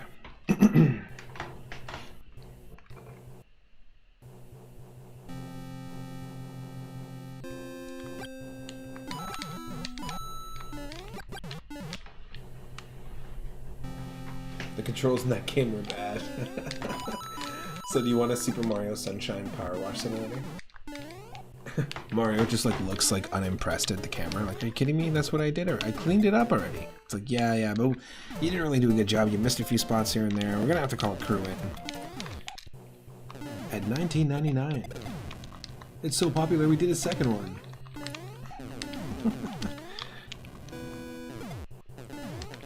Clean the undersides of comets in the new Super Mario Galaxy DLC. Power Wash Simulator crossed with Instagram, Snapchat, sponsored by McDonald's, and the WWWB. Obviously not sponsored. If Mario Sunshine controls better on Switch, you may get 3D All-Stars. I think it does. I had a fantastic time with Mario Galaxy on the Switch, I have to say. Fantastic time. Really, really enjoyed it, and I would say that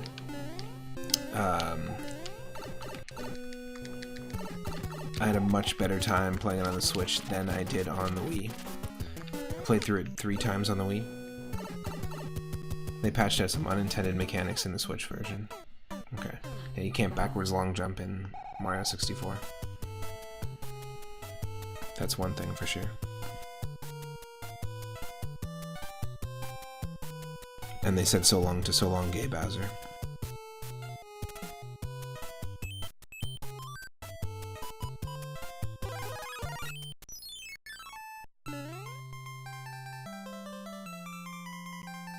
And the shotgun spray was patched out in Mario Sunshine.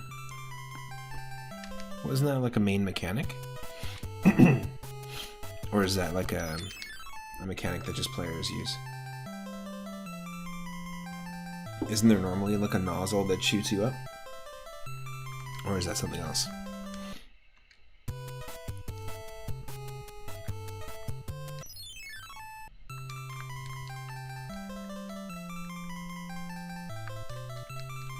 Oh. We have to go back. Oh shoot, that's pretty big from what you watched of the game. When you jump and barely hit spray, it shoots a ton of water everywhere. It's a glitch. Oh, and you don't have to use as much water, but it shoots more water than you actually use. Neat. We're gonna try this as Frog Mario. Wow. Super powerful.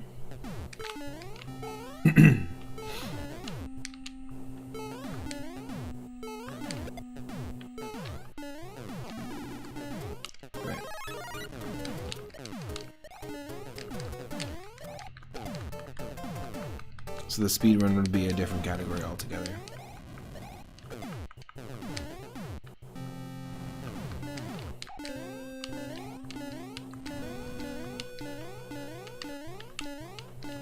Well, I actually plan on playing Mario Sunshine on the Switch this summer.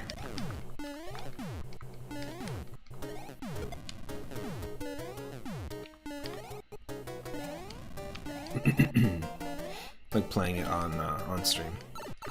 But I played Galaxy off stream. Really enjoyed it. I don't know if they've removed stuff from the original Wii version, but I guess I'm far enough removed from it, and I guess that's what their thought is as Nintendo. They're like, you know, people are far enough removed from the original version, so we're just gonna give them this, and this is what we think it is now. It's sort of like the George Lucas approach. You never liked Galaxy 1? I had a really good time with it. Galaxy 2 fixes a lot of things. It's a really good game. You gotta have Yoshi in space, come on. They did a great job with that.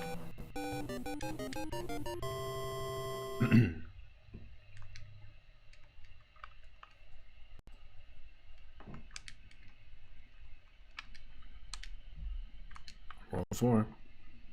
King Luigi. Heck yeah. He's got more than a few mansions now at this point. 3? 4? Does he have 4 mansions at this point? Sitting pretty.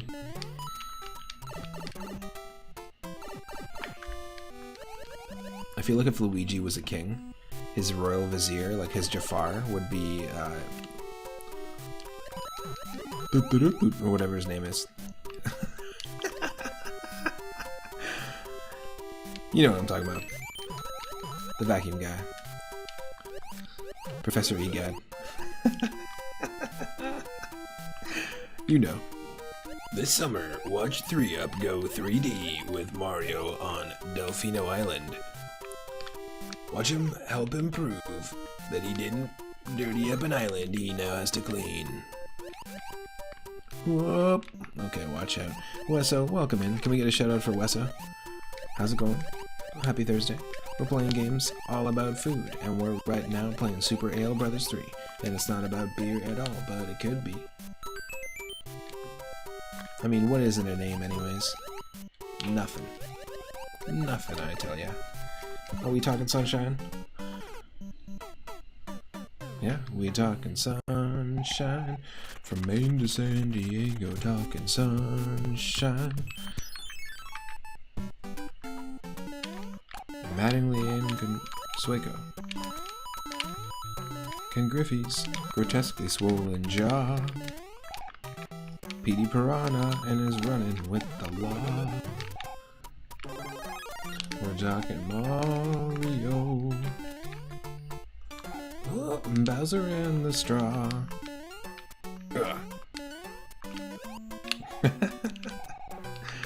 Yeah, I'm planning on playing Super Mario Sunshine on stream in the summer. And playing specifically the 3D All-Stars version. I haven't really dove into it, but I really liked my experience with Mario Galaxy on the Switch. And I personally prefer a different way to play Super Mario 64.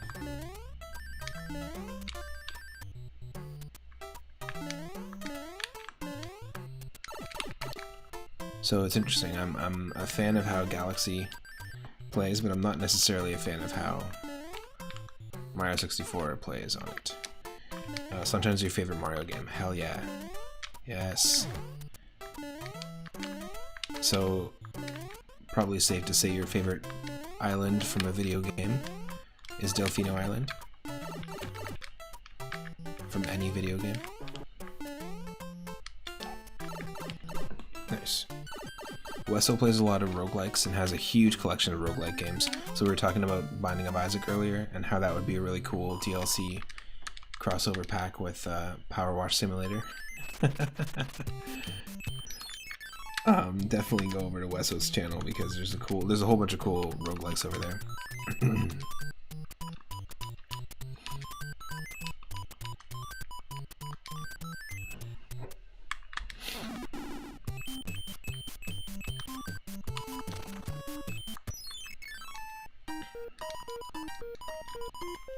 I really like Noki Bay and is it the hotel?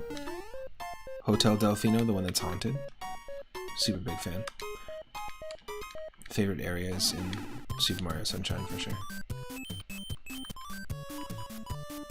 Hey, we got the Tanuki suit. Let's do it. It's the first time.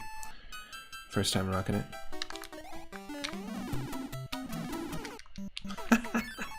We sank.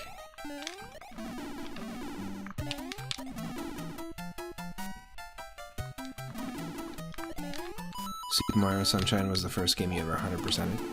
Nice. We were playing Donkey Kong Country 3 last week. Did the 103%, and one of our mods, Stegosaurus McCartney, that's the first one for him that he ever 100% completed. There's a lot of frustrating, or just difficult parts in Sunshine though. So to 100% it,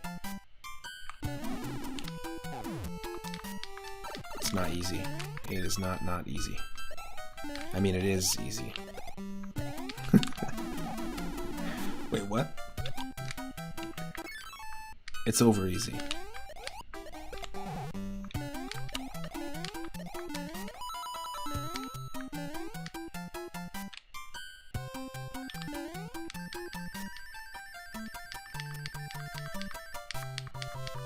It's not too bad. What about the pachinko levels? The plinko levels. Those ones are rough. But I guess if you have the tech down, then you're good. Like if you know how to move. You know how to move. The hardest part was the blue coins. How many blue coins are you looking for? Isn't that similar to the red coins? Or are there red coins and also blue coins?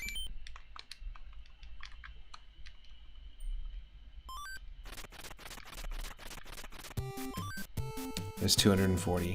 Whoa! Whoa! Yikes.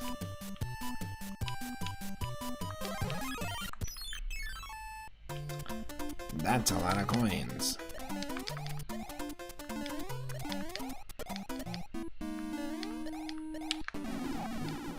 Oh. We fledged it.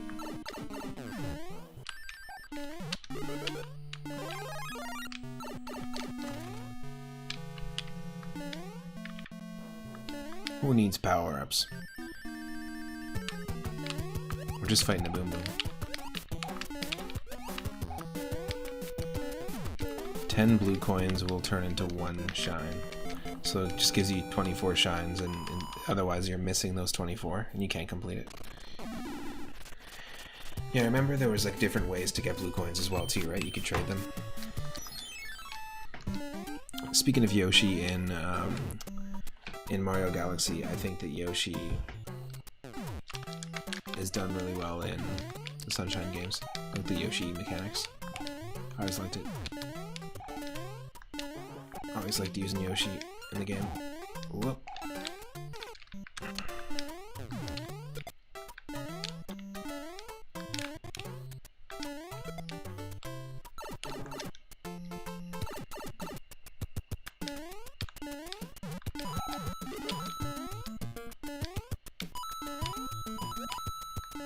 Whoop.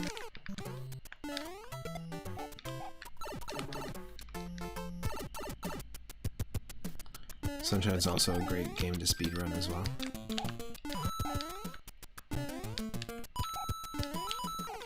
Oh, oh, come on. Get out of my face. I'm just out here getting coins, jumping on buzzy beetles, and dodging the buzzy beetles, and dodging the spiny beetles, and all those ones like that. Oh my god, from the top and the back to the... I knew it was gonna die.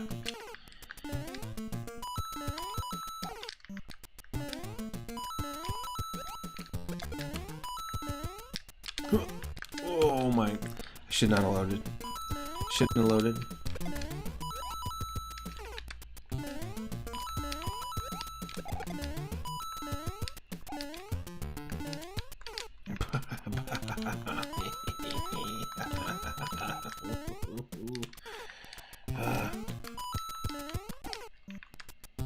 What do you think the worst Mario game is to speedrun? There's a good question. Good question of the day. We have lots of questions of the day. And speaking of, if you're a member of the Discord, we have a new channel called Comets in Orbit. And every once in a while, speaking of Galaxy, a comet will enter the orbit of the channel, and you'll be provided choices. When you're given choices, you can vote while the comet is in orbit, and then that will actually determine what type of games we end up playing. So like every week.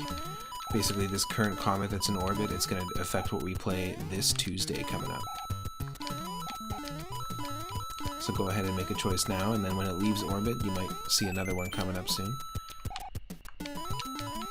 Just a fun little, not a question of the day, but something like that to add to the whole mix. Ooh, Mario's Time Machine. Ugh. Ugh. That or Mario's Missing, but I think Mario's Time Machine's worse because it's got more like dialogue, educational moments. And it's just, yeah, that's gotta be the worst. And there's like really like a lot of fetch questy nonsense. I feel like Mario's Time Machine, I mean, the thing is, in the context of the worst one to speedrun, like, I'm assuming that you know the basics of the game. You don't necessarily know it advanced, and like you've played the game before and you beat it. Whatever game you would attempt to speedrun, I would hope that you've just played it casually and beat it first.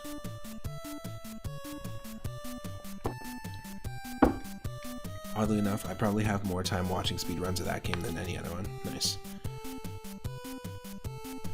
Galaxy. I'm trying to think. Mario Paint. What defines you beating it? Just like beating the Gnat Attack minigame? Where you're swatting at flies?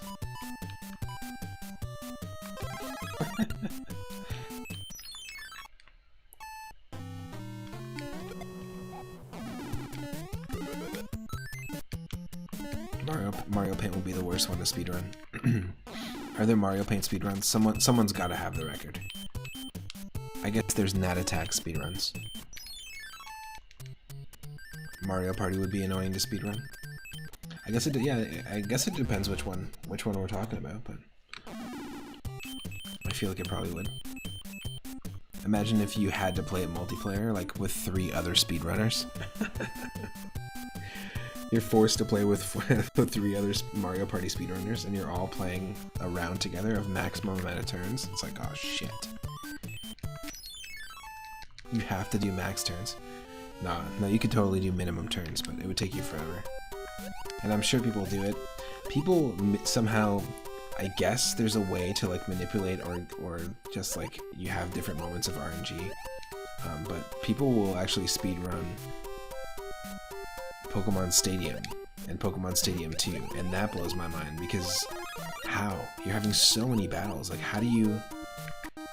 What can you do strat-wise besides like just bringing the same team in that everybody knows this is the team speedrunners use? You know what I mean? Like, it feels like I don't know that world enough, but it's interesting. Mario Paint speedrun, 2 categories. Gnat Attack 1 loop, yes. And Gnat Attack 16 loops. Yo, I would do that. I would try that. I would absolutely try that. I would do that, 100%. Are we gonna go for it? Are we gonna train for the Gnat Attack 16 loops? What's the world record on that? Worster's sick? Yeah, totally. Good content creator for sure. Only 4 entrants on 16 loops. I would do it. Love Gnat Attack. So good.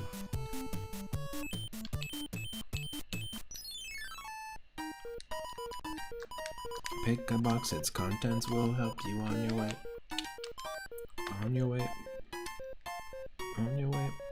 An hour and 5... What? An hour? I could beat that. Says the non-speedrunner. Give me a break. An hour? Come on. Psh. An hour and 5 minutes and 45 seconds. It's just 16 loops. Give me a break.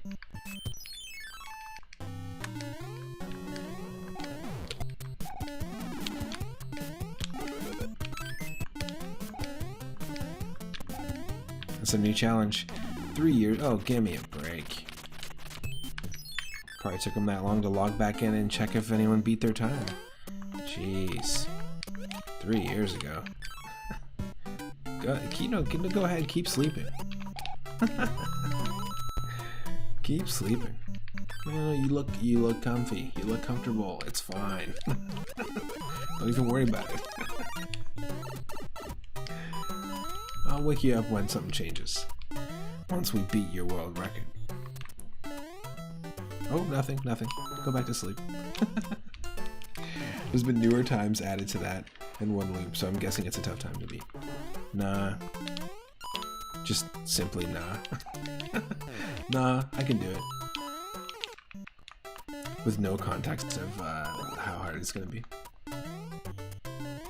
Blind confidence. Actually, it does get pretty difficult in that attack near the end. I assume they probably set it up so it's like a classic arcade game where it just keeps ramping up in difficulty. I claimed your world record off a single entrant game from years back.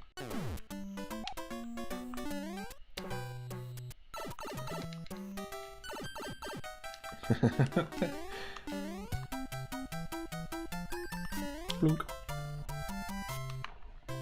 Boy.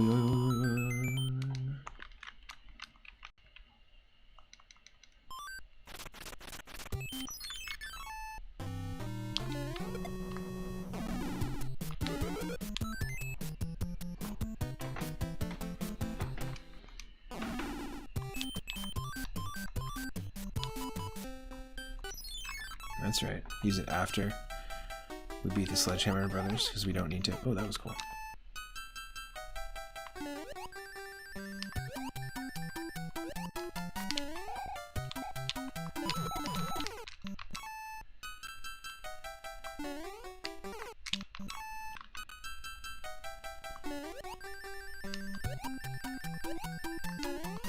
Okay, forget it. We're just gonna... I was gonna say stay small, but... Oh, we can. We can save ourselves. Good thing Mario's a time traveler. Good thing Mario's a time traveler.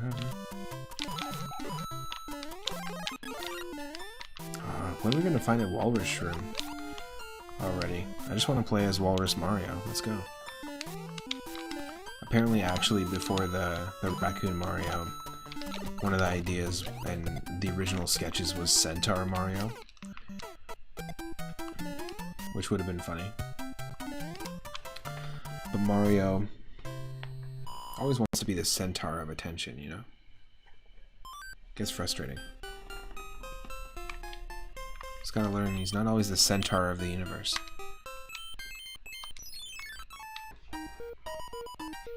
Mr. Owl, how do you get to the centaur of a Tootsie Pop? Let's find out. I've only had one world record on speedrun.com that lasted less than a week. It was at a newish category that isn't run because it's a subcategory. What game? Why so? What game was it? What game?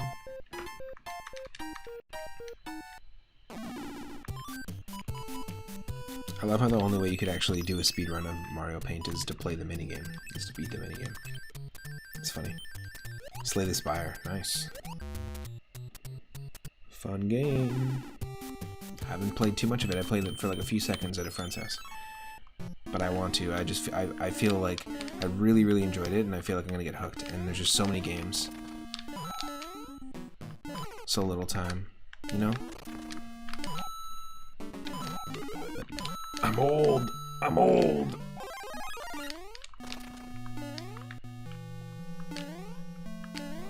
I'm old, Gerson, and the older you get, the less time you got.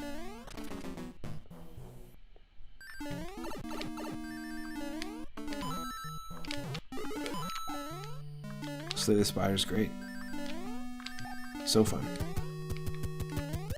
Those sort of card-based deck-building games, I'm just like, I could play these for hours. In university, I used to play the Yu-Gi-Oh game on Game Boy Advance, and so much. Like I played it so much. I had really good music, so much deck building for sure.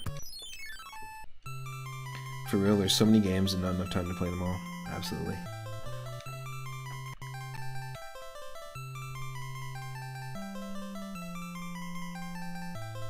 We've been going for a decent amount of time today, and had not that many wheel spins actually. We had like 4 games total, which is kind of cool.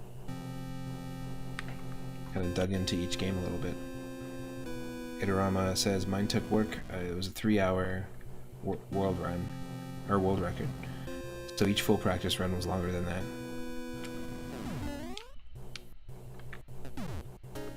Horace. I really want to play the game. I've watched a few people play it. I watched Itarama play it. I watched Free Needles play it. It's a really interesting game. To me, it gives off vibes of the collectathon vibes of like a Donkey Kong Country game. It's a 2D platformer. It has really cool camera work, in my opinion. And it tells an interesting story, but I don't know too much about it yet. But I do want to play it. I want to really dig into it. That's probably my top of my wish list right now of the next game that I'm going to pick up.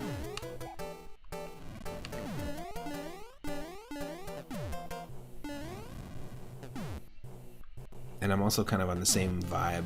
I'm on the collectathon vibe right now. I'm on the I want to play more of those collectathon style games, especially after doing the 103%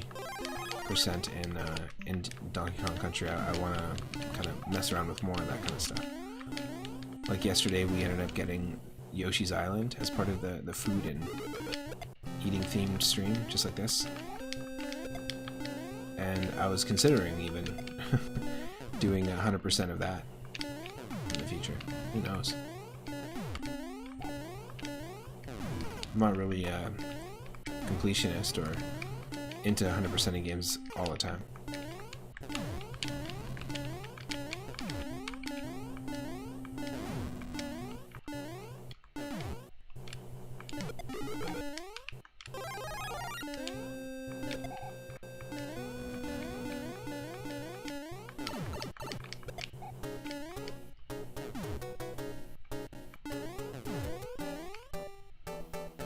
Ooh. Be careful.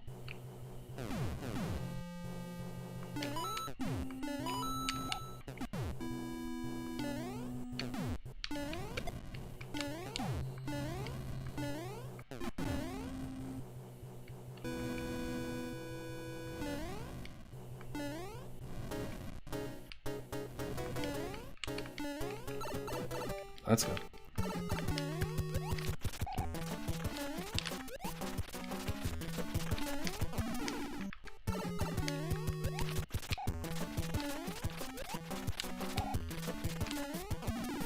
Ah, right in the face.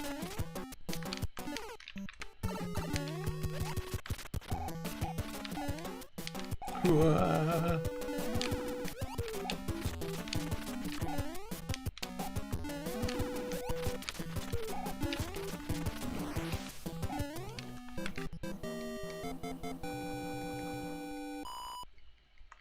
Nice.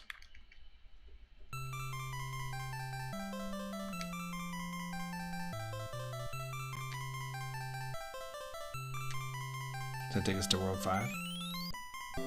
I think so.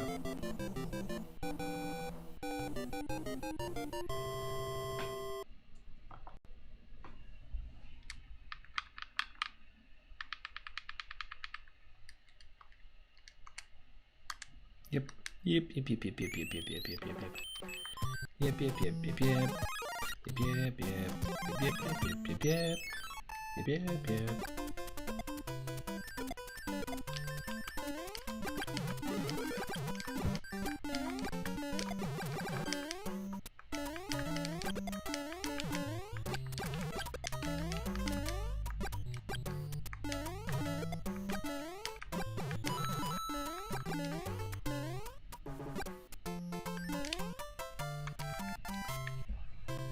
Money Collector says, I've technically done the world record score on Contra before you knew it was a thing. Pixar, it didn't happen. Pixar, it didn't happen. It's not official. You photoshopped the footage.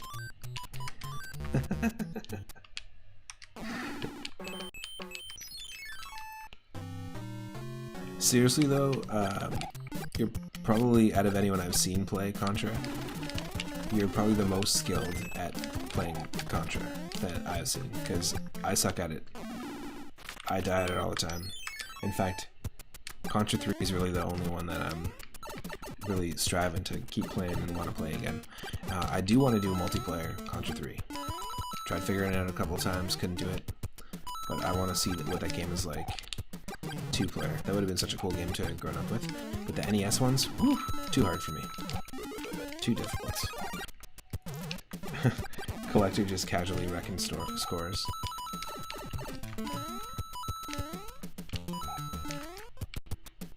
Oh.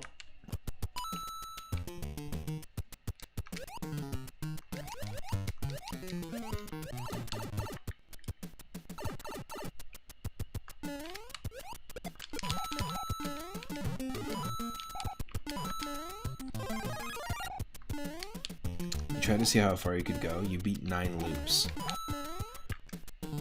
So 9 loops means like you did all the levels, beat the final boss, and then you can start over. And is it like a little bit harder each time?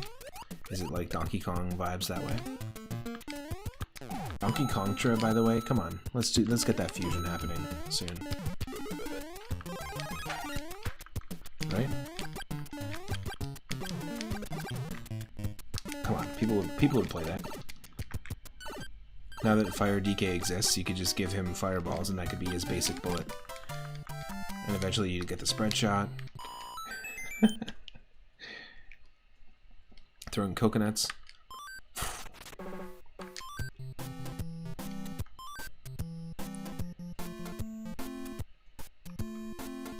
So you tried to see how far you could go. You maxed the score to 6,553,500. You were exhausted when it was over, and you said, "I won't play this again for a long time. It's faster and more enemies each time." Ah, shit. Do the Ninja Gaiden games have that going on for them? Where there's like a second quest and it gets faster and harder each time? Or just more difficult each time? I didn't even know that the original Castlevania had that. I guess it was just like a pretty normalized thing for retro games back in the day. Wesso says, "When's the next DK game already?" Exactly. I'll play a game. I was saying, give us Donkey Kong Country Returns, like the third one. So Donkey Kong Country Returns. Then you got Donkey Kong Country Tropical Freeze. Give me a game that is inspired by the film. Maybe even tie it in with the Donkey Kong movie. Give me the third Donkey Kong Country game in that series. And give me the Fire DK power-up from the movie as a new power-up. That would be awesome. Finish off the trilogy. Although I think it was made by Retro Studios and I don't know if they exist anymore. Is it like an Alpha Dream situation? Where they don't exist? The people who made the Mario and Luigi games.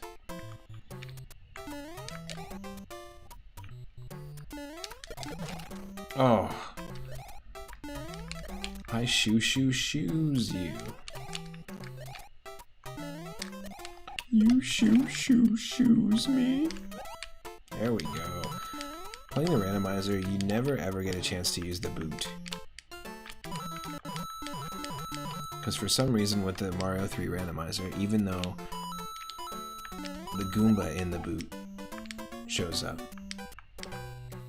very often, when you take them out, it like glitches out and the boot isn't left behind, so you can't use it. Which is always super disappointing to me, so I want to try and hold on to this as much as we can, as long as we can.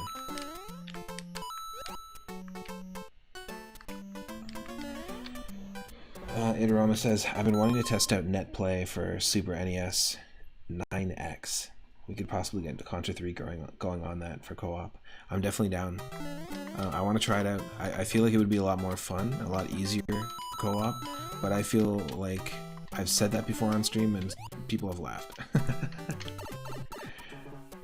Mighty Collector, I learned it was considered a record when While the Kids Are Away when While the Kids Are Away did it. And at that time, I think you were about 24 people with that score. There are about 24 people. I think it's over 100 by now. Wow.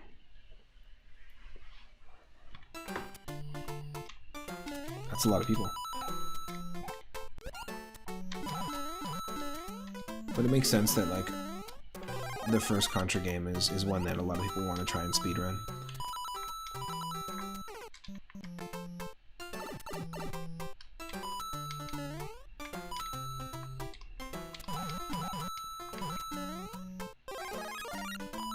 Sounds like Retro is still around, and last you heard they were working on Metroid Prime 4.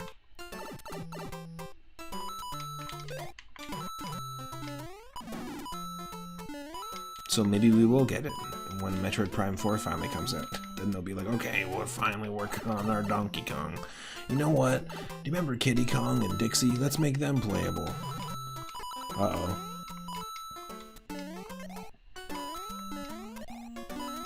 Let's give them rocket boots. Uh-oh. Someone help. They've got banana parachutes. They're wearing Kremling feet. It's like, okay. Can we get these people some water?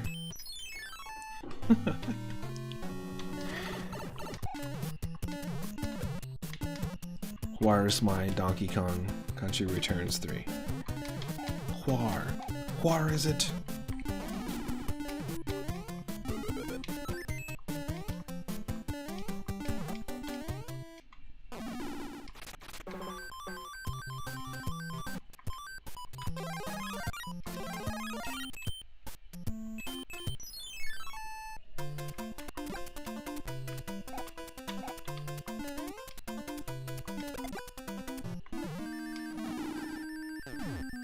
Okay, they didn't change this too much. Oh.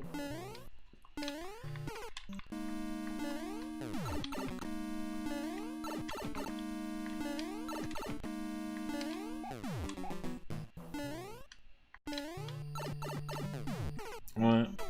Let's put Lanky in there with nunchucks. Yes. Extremely ungraceful nunchucks. And have him call them numchucks.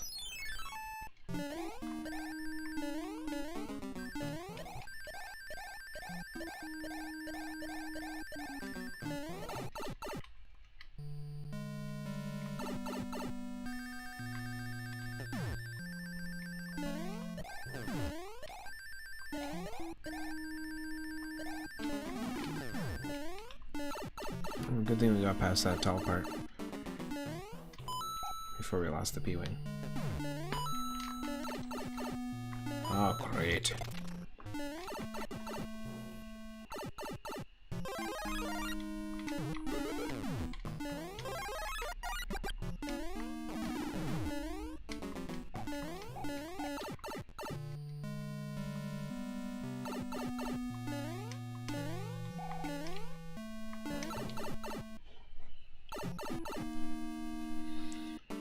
Also, Itorama, you were talking about putting Lanky Kong in Metroid Prime 4, right? Just want to make sure we're on the same page. With the nunchucks.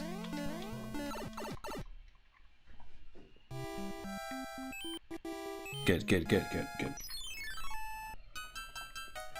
And you have to save Samus, and people are like, we've been waiting this whole time? The name's Kong. Lanky Kong. I thought the galaxy was at peace. I may have a funny face, but I might be the galaxy's last hope.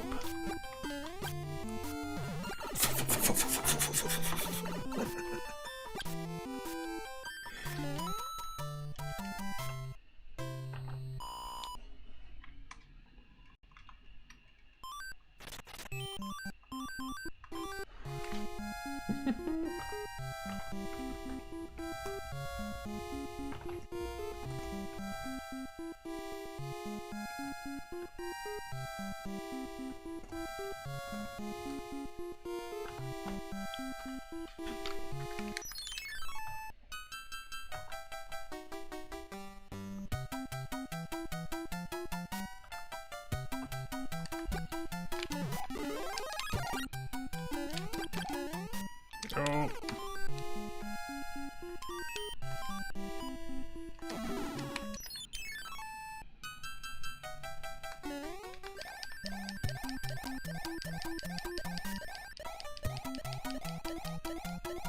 Oh, there's some water in the sky there. No.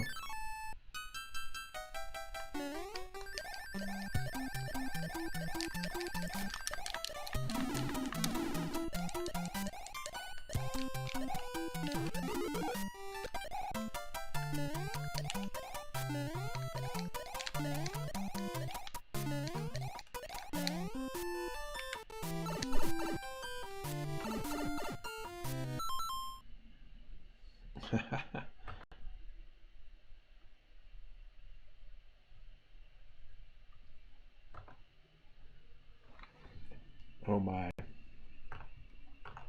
Just 1 second.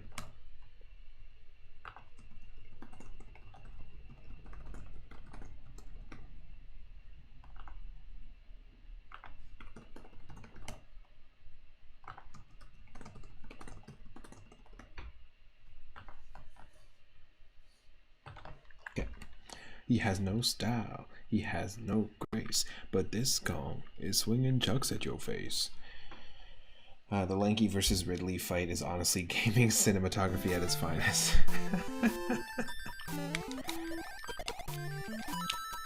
Forget it, Lakitu. Forget it. Go home. Let's just do it. Arbitrarily skip that level, because we can. Zombie Paper, welcome in. Home from work, now you got audio, and you wonder what happened to the Pokemon gaming. We were doing food-themed games all day, so we did Super Adventure Island 2, which, surprisingly, for an Adventure Island game, removed the stamina and energy meter, so basically changed and altered a core mechanic, which was odd. There was another game in there, and then we played Pokemon Grape version, which introduced a whole bunch of new types. So it had like some of the original Pokemon up to Generation 5. It's a hack of Pokemon Red, and it had graphics from Generation 2, but it introduced a whole bunch of new types like Wood type, Bone type, Wind type, Gas type, Light type, Atom type, and of course, you know, Pokemon Red didn't have the 3 types they added in the actual games. So a whole bunch of weird ones. Sound type, Light type. Some of the ones you would expect, and then some other ones you would not expect. I did not get a Pokemon after that. We had a wheel spin, and I was out of Pokeballs when you redeem the name redeem.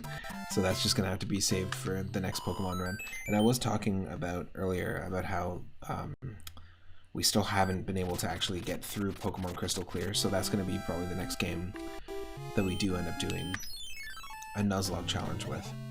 So maybe we can save it for that. But we've done a couple of attempts with Crystal Clear so far. I really want to play it and enjoy it like fully. The cool thing about that game is that the gyms scale with your level, so as you progress, you can actually take on Whitney first in Goldenrod City if you want. And then you can come back and take on Viridian City in Kanto. So as you progress, basically every gym leader will have teams that scale to what level you have. Perfect.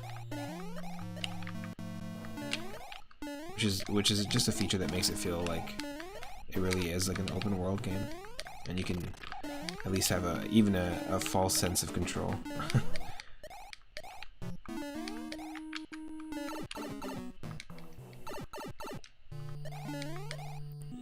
Yep. No, come on. If you let a Boom Boom off the floor, you're an amateur. I'm sorry. You should be able to take out the Boom Boom just like a 1, 2, and a 3. Every time. You're an amateur. You done me dirty. You get out of here, you done me dirty. Don't call doing us dirty. Flip over any 2 cards and see if they match. Miss twice and you're out. Miss twice and you're out. Miss twice and you're out.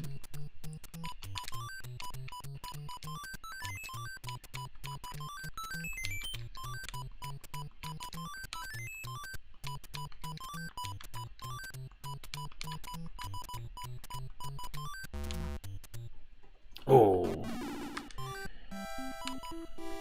We're failures. We're failures.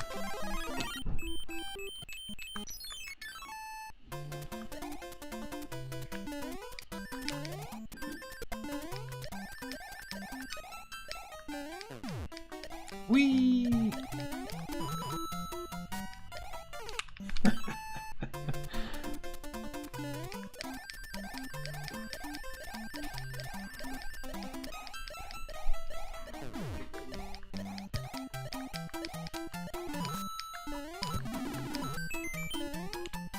Oh, oh.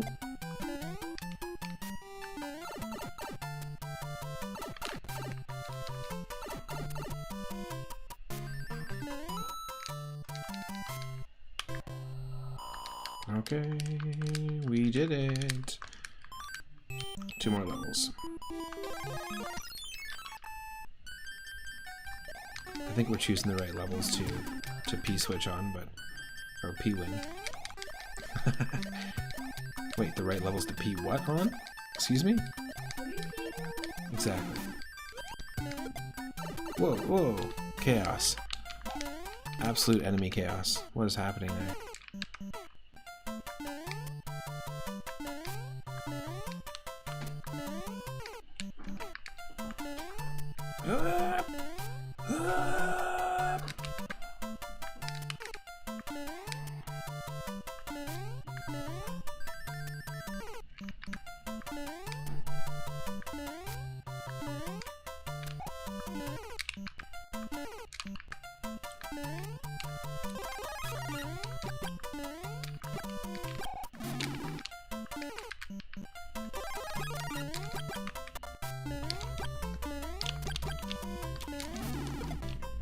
Out of my face, get out of my face, get out of my face. But if you didn't get out of my face, you're welcome on in. Come on in. Have a seat.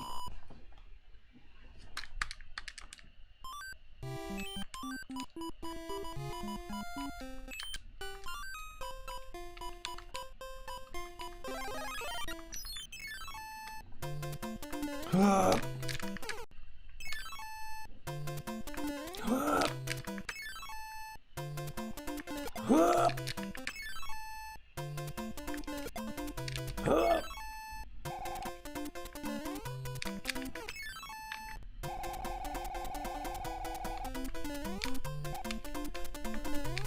Do dee dee dee dee bee bee bee bee bee bee bee bee bee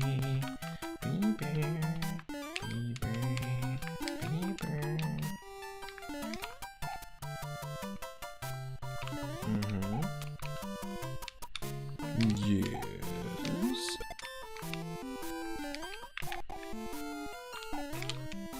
So far, this hack has just slightly altered a few of the levels.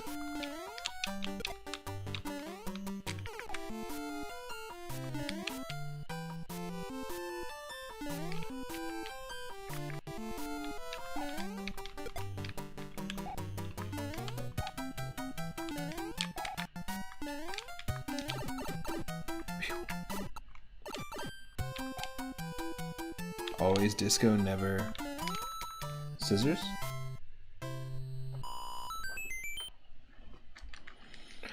Always disco, never scissors. Always disco, never scissors.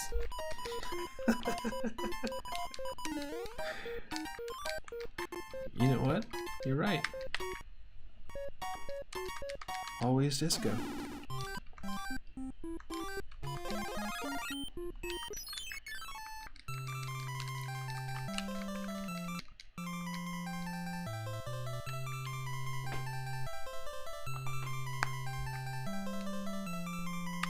I'm going to take a short break after this, and obviously people can spin the wheel if they want, or if you want to see me keep playing more of Super Ale Brothers 3, we can do that.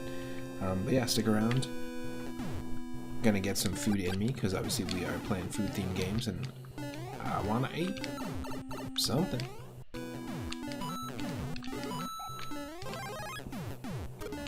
And I forget that my body requires fuel and nutrients and calories.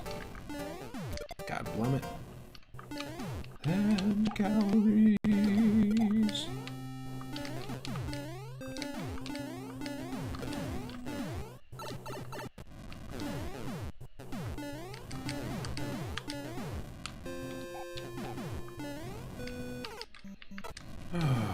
Gotta keep going.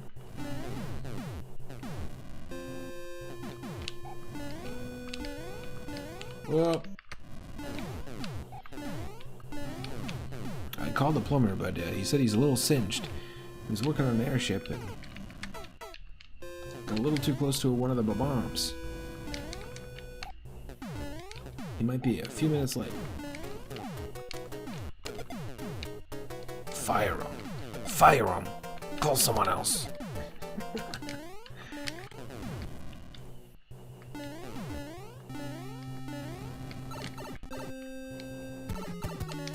What are you doing hopping around on no airship? Wait, what?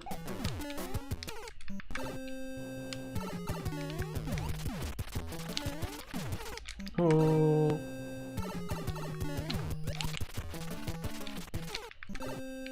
Not easy, okay. This Koopaling has the double jump. I believe this is Morton Koopa, I think. I don't know. I don't know the names. I don't know their names. I believe Bowser's name is actually Morton Koopa. That's supposed to be Morton Koopa Jr. Whatever. You tell me. Okay, we're going to take a quick break. And in fact, I'll do it right there.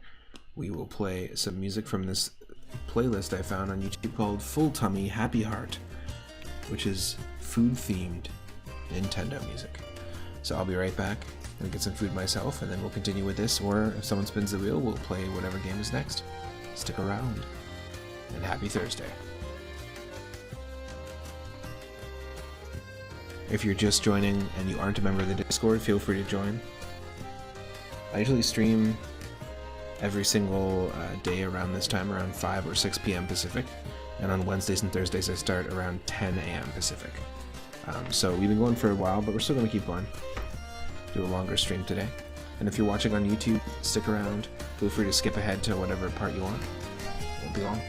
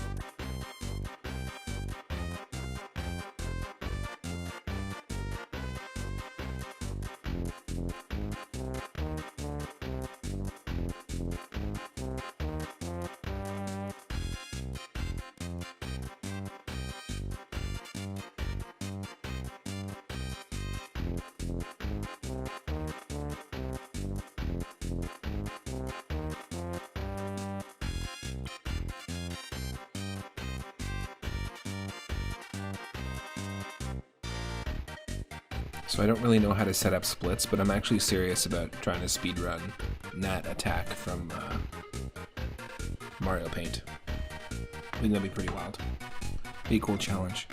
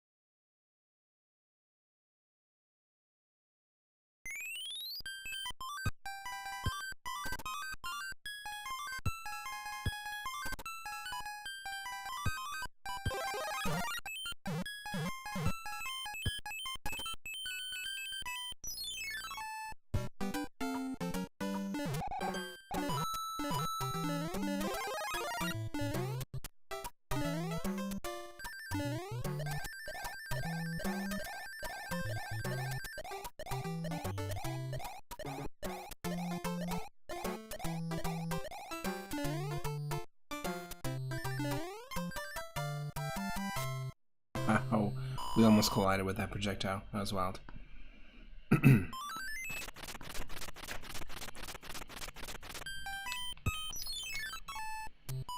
How about holes? Can you help with that?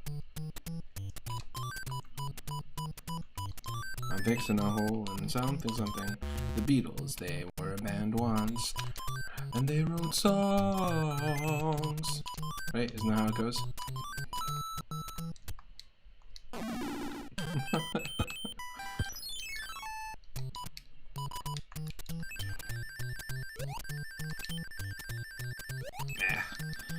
I don't know why I try every time.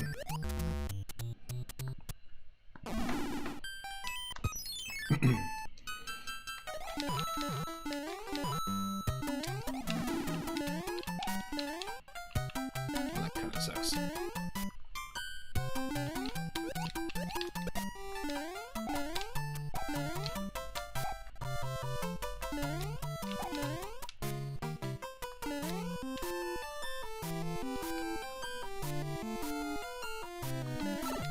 Oh.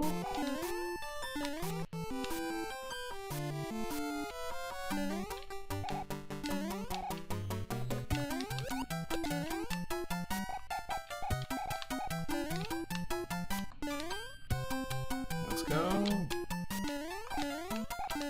Oh, the splits aren't too hard to set up. Oh, that's what you were talking about with holes. I was like, what? You can help with live split if I get that. Oh, nice. I appreciate that. I feel like we made such an improvement. We definitely leveled up after your advice with the noise canceling. Because I went back and started hearing it as well. I was like, what holes are you talking about?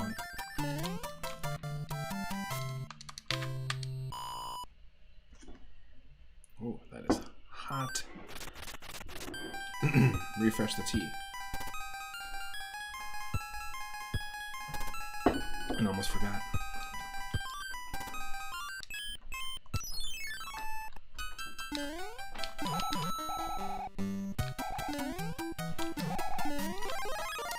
The power-ups seem to be distributed pretty similarly, no matter what level we're in. You always see them, the power-ups in question block packs of 3 in the middle. But you notice that when you play people's levels in Mario Maker 2, people will have these sort of traits, level design traits, that they carry over. For me, I always try and make it so you have to collect all 5 50 coins and all 5 red coins to progress. I haven't made a level in a while, but I was considering making a few more, and like I said, doing some more Switch streaming.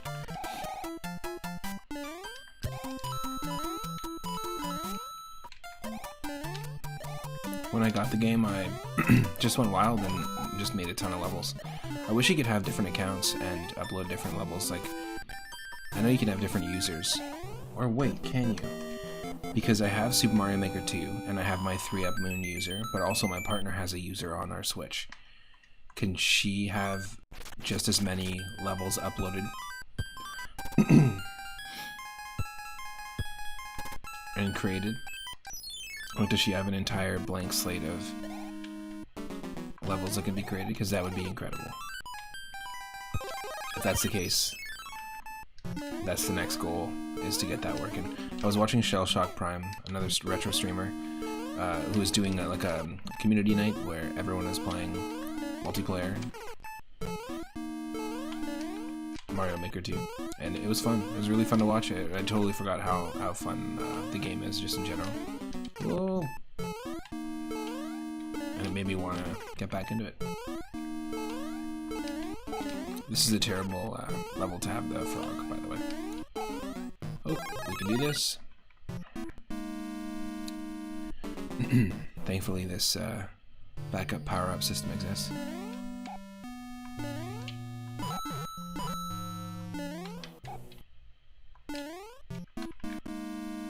Whoa.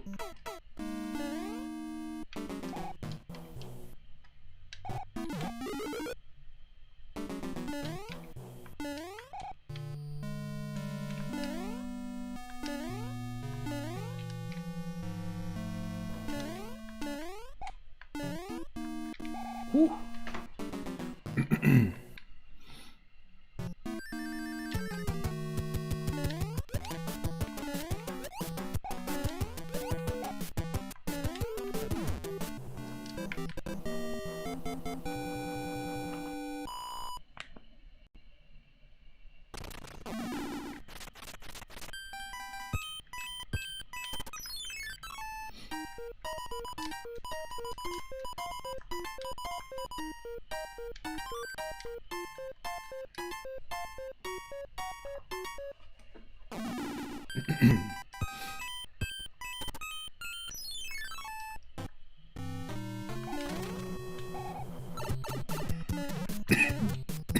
Excuse me.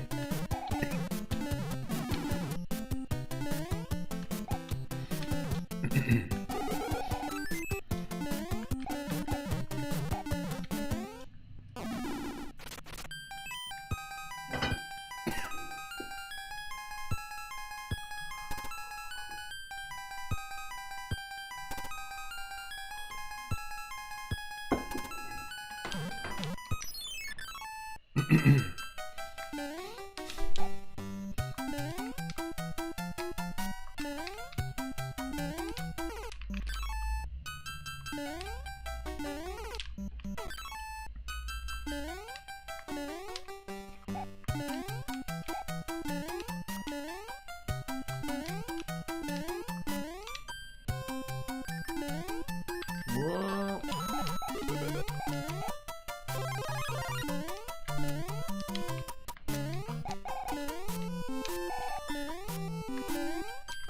Come on. Yes.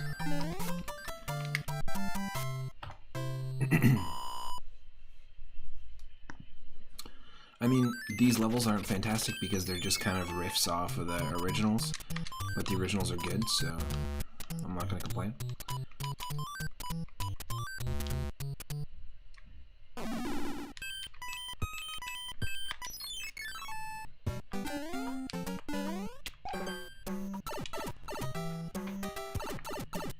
You know, we're not dealing with Super Mario Bros. 3 mix or even Mario Adventure material here.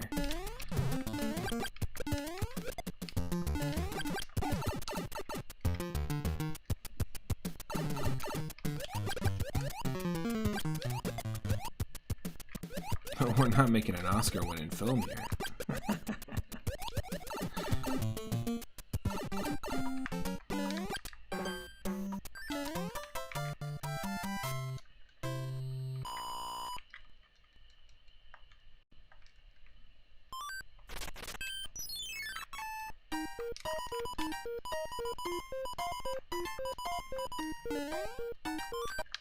Yes, our first sledgehammer suit.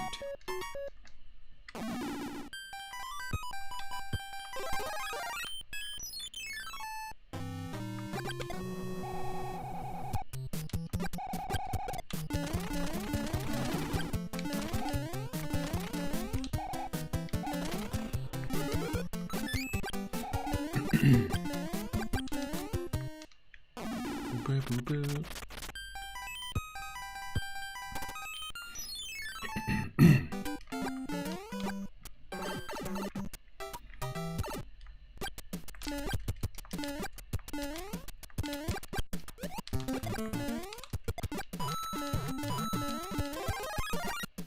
Oh, we lost the frog.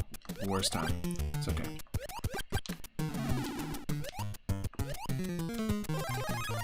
Has he lost the frog? Yeah, he's lost the frog.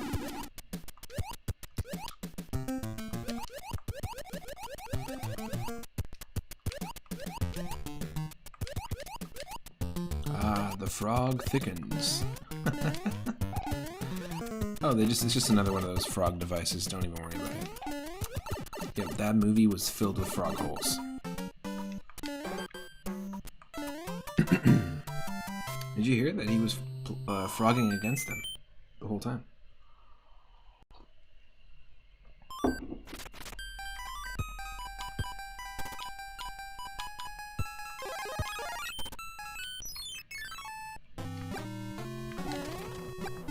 My great-grandfather built this house on a small frog of land years ago.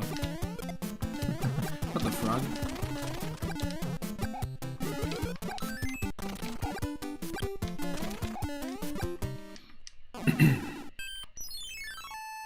I think you're forgetting something.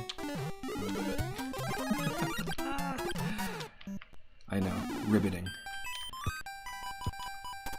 Okay, fight me. Just the view count goes down to like one person. I turn off my own. I just stop streaming. That's how bad it gets.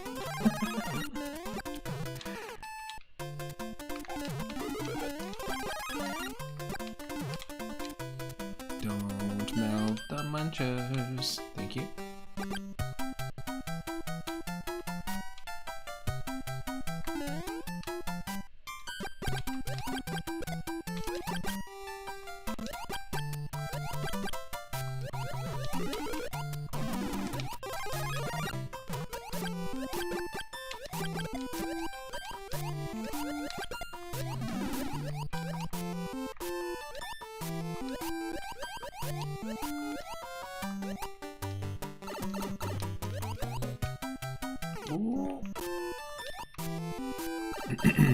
Got back to me saying, I love underwater levels in Mario games.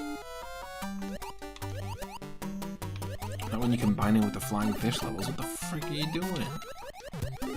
Eh?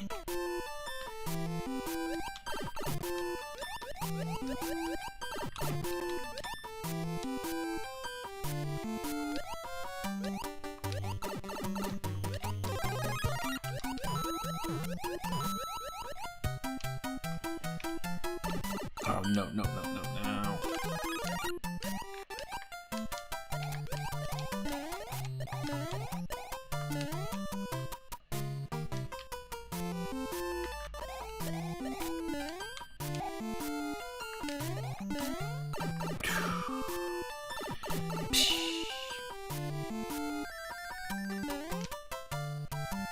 More tea.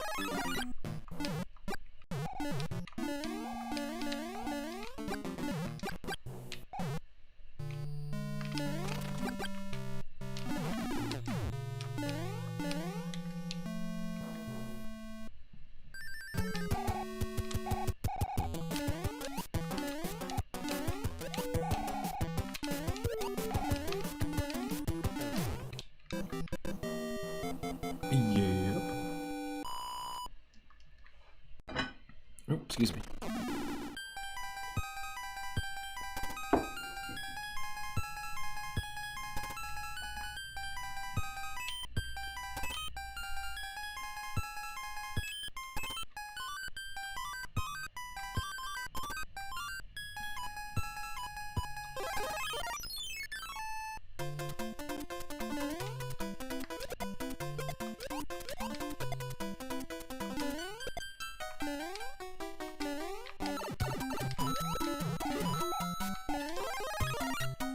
Oh, yes, just avoided it. Perfect.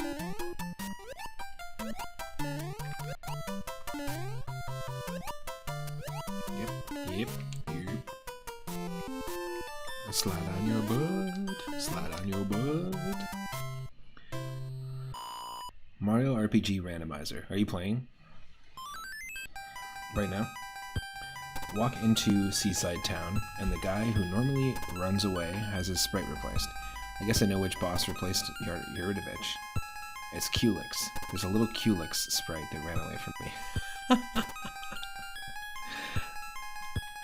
A tiny Culex. A Culex doll. That'd be funny. I have the whole Culex set. I got it for Christmas back in the day.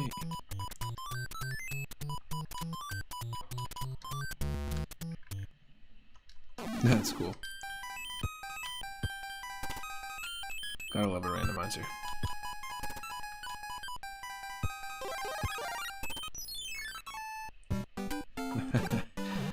That's funny.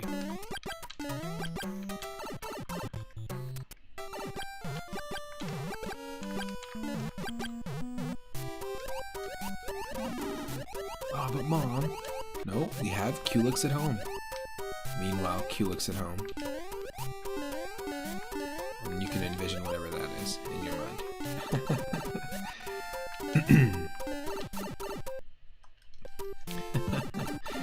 For context, if you don't know, Culex is a secret boss or an unnecessary boss normally. You don't have to actually fight the boss in Super Mario RPG on Super Nintendo. I don't think you have to fight the boss to really beat the game. Peach is also like Shadow Peach, all dark with bright yellow eyes. Oh, nice. Shadow Peach from Paper Mario, right? Is it Paper Mario: The Thousand-Year Door where Shadow Peach as a character is first introduced?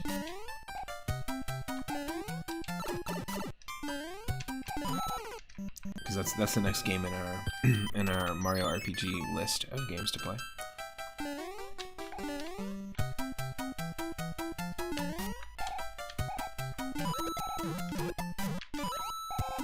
Well, how is that for Mama Mario? You Mama Mario?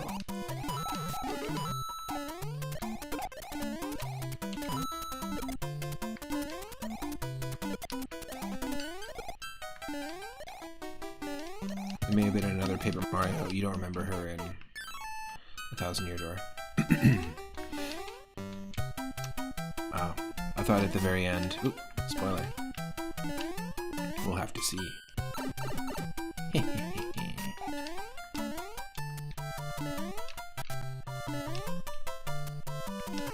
Whoa. That's cool. So did you start with Peach as your first character? If so, it's like Super Princess Peach RPG. R-Peach-E. Hot Peachy.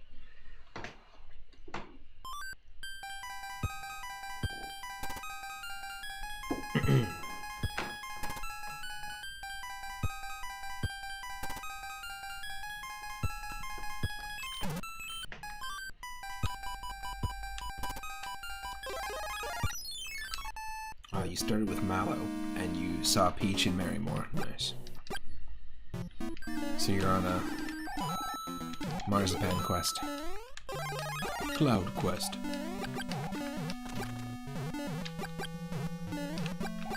Well, I love the idea that you can randomize what the tech does, like the amount of damage it does, and the gear, and who can equip it.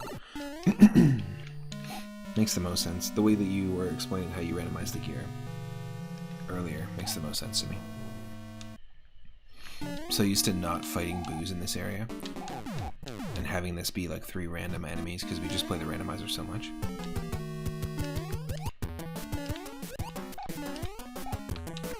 Who?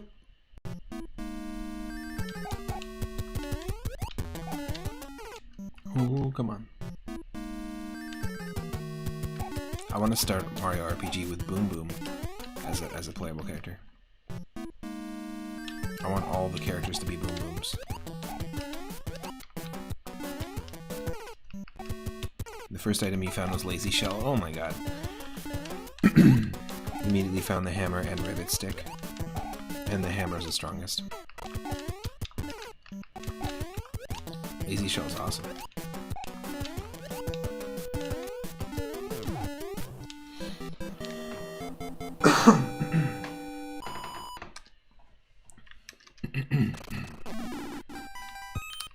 Okay.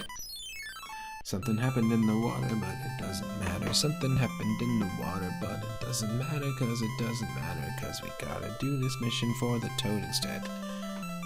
Okay, we'll do your mission, Toadsman.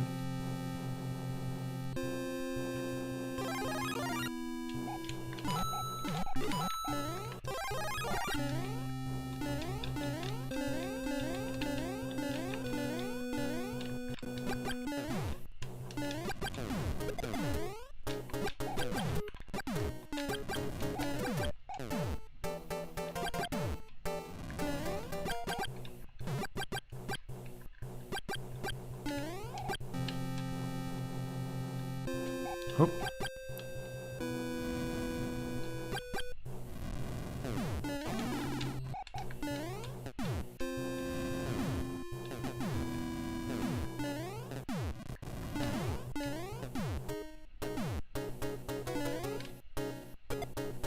Oh.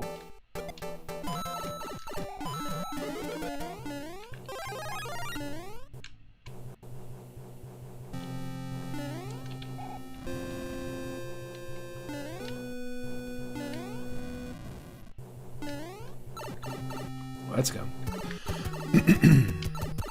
Great.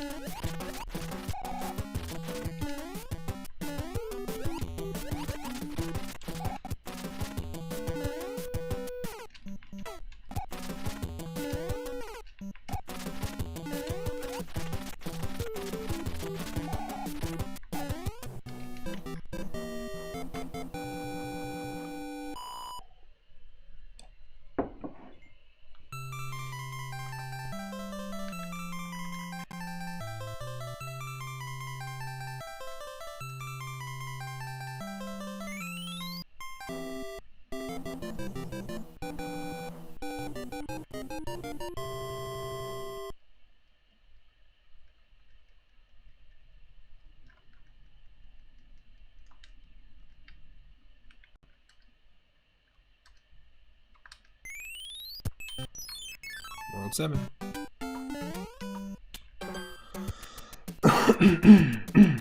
Excuse me. There's no need for me to have not muted myself there. But I probably woke you up if you're watching with headphones and whoop, now you're up. Yeah, see? I woke up Stegosaurus McCartney. It worked.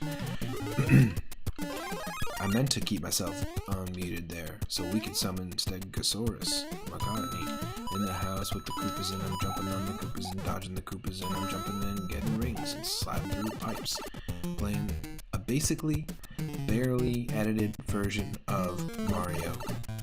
The 3 called Super Ale Brothers 3. We played many food-themed games today so far. We made it all the way to World 7. The only thing we skipped was just a little bit of World 2. Based on popular vote.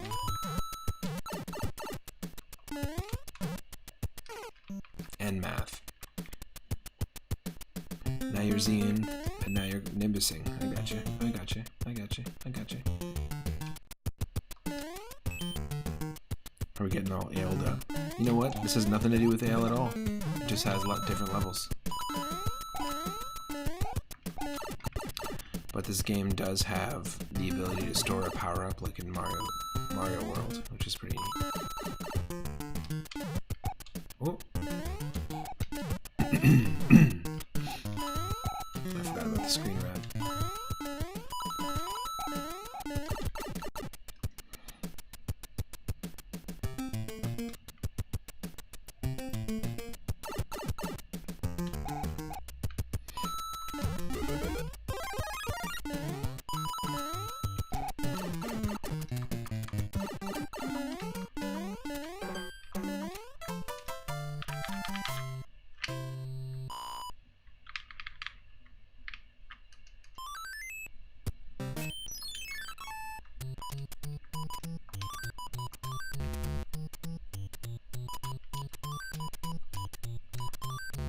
Oh yeah, he's got his mind on food. That's it, food. And that's the only thing he's got his mind on, is food. It can't be anything else.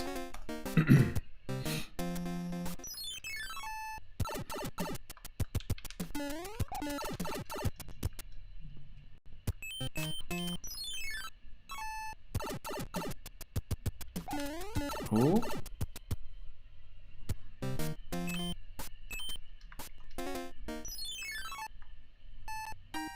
Much more linear redesign of World 7. Thank you for the hydrate.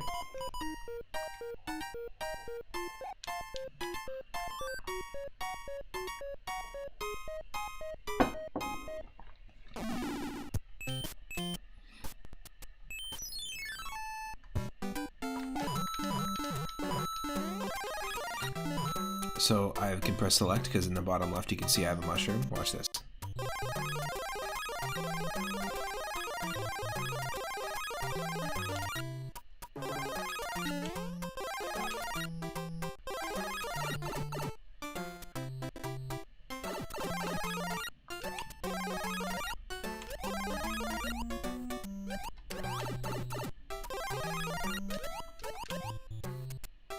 Directional Joy, welcome in. Yup, I was a teenage hydrate baby. Just food. Luigi's more of a lettuce-eyed fella. Yeah, it's absolutely, yeah, exactly. It's just food. I feel ya. Those Lettuce Davis eyes, you know? Lettuce Davis eyes.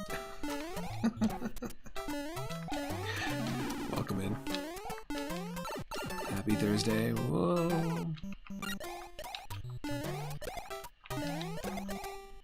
Okay, this section's pretty wild. Comparatively to some of the other levels have been fairly tame. Oh.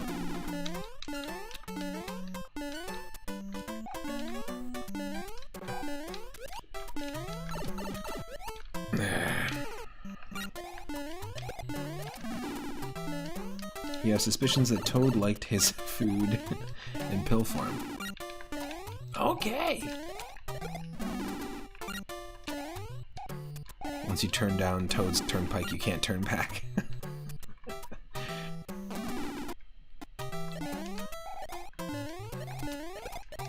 Oh.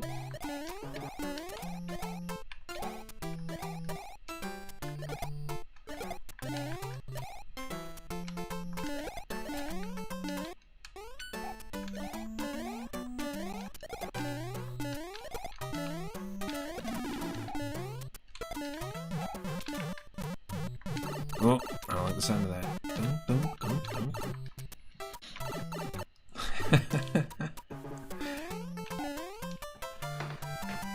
We were listening to some Mario Kart 64 music earlier.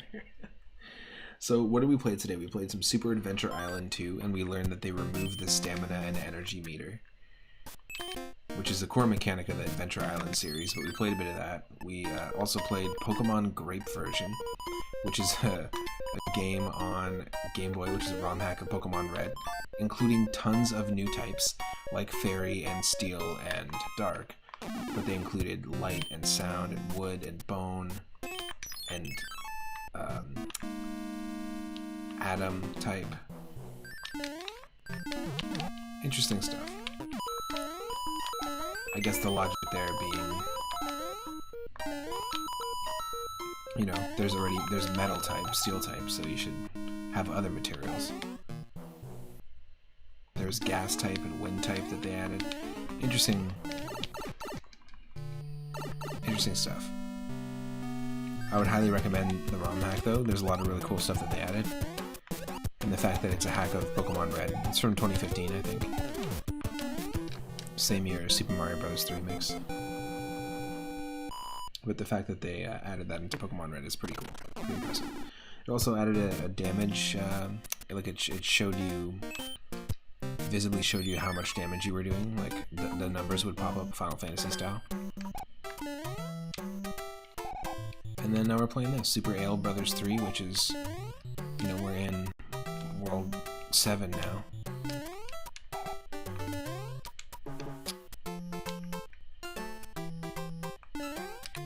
And it's sort of,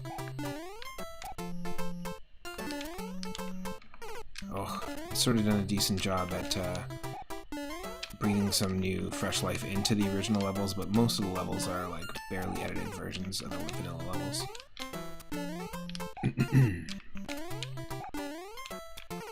Ooh. We talked about how Lanky Kong should be playable in Metroid Prime 4. That'd be pretty cool.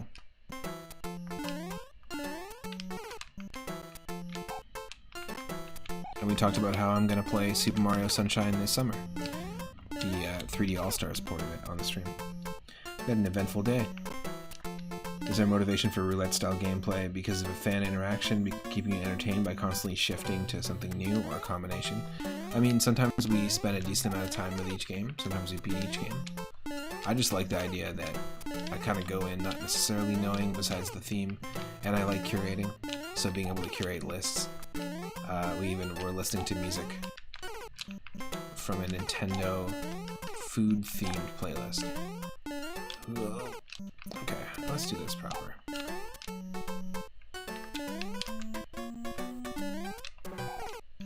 Oh, come on.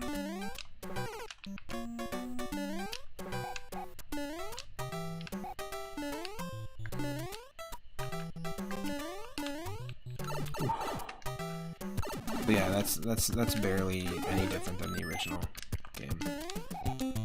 Yikes. Can we get a shout out for Directional Joy in the chat? In terms of the world map, they definitely made it way more linear.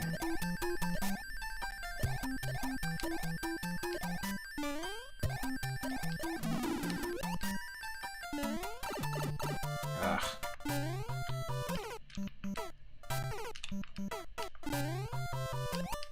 Oh, yes. Wait.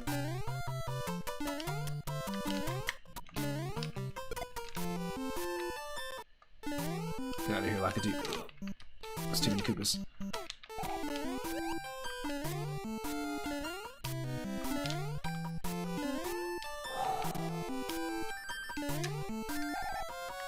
Boom. Jeez. Not easy.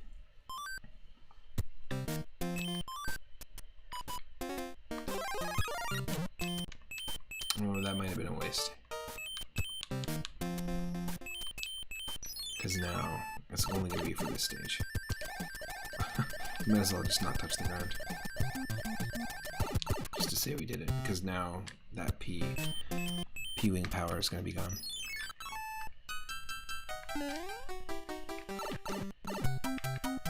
But I love this, right here, with the select.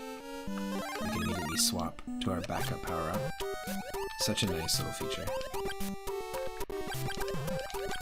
And the only way you can really attack things underwater, or any enemy underwater, is with fire.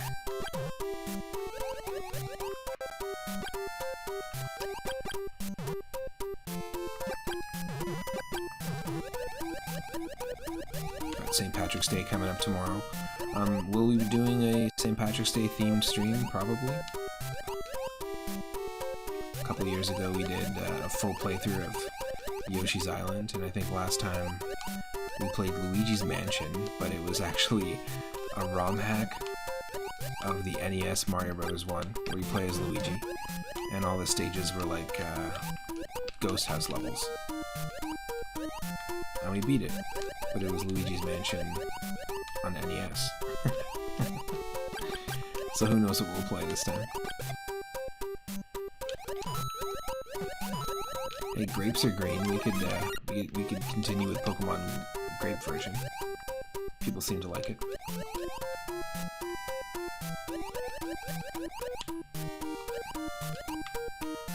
I usually like playing a game that features a green character.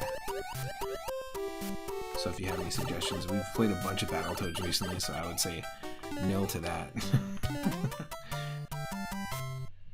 It's just nothing wrong, nothing against it. I just want, you know, we played it in our animal and creature themed retro roulette and our alliteration and rhyming themed retro roulette multiple times. Fire Mario in a water level. An example of Miyamoto saying, screw the logic of elements, it only has to be fun. Exactly. Like, what if the fireballs just fizzled out? Just turned into bubbles and did nothing.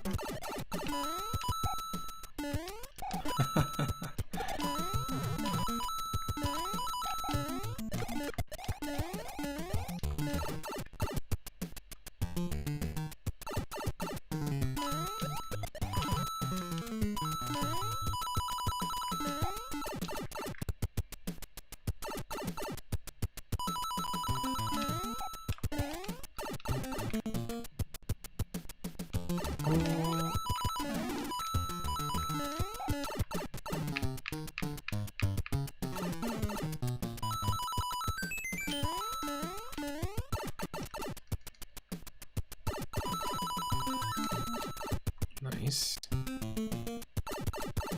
What the? That was an interesting camera moment. Did you see that ICM back there? Yeah. It was an ICM. Interesting camera moment.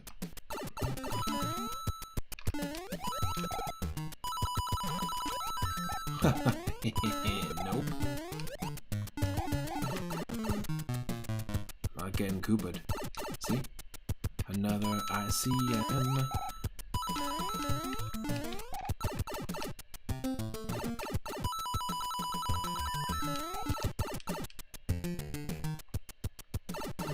Oh, you hadn't heard? Super Mario 64 has ICS. Interesting camera syndrome.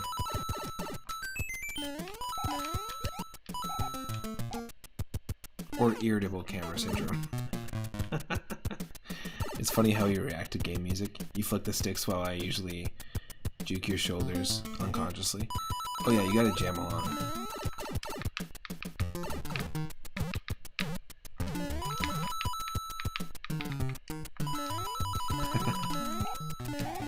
Can't help it.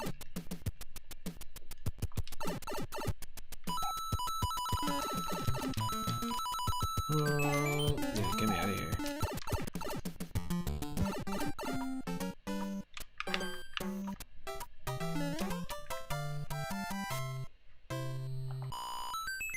Slamodibndy-boop. GG.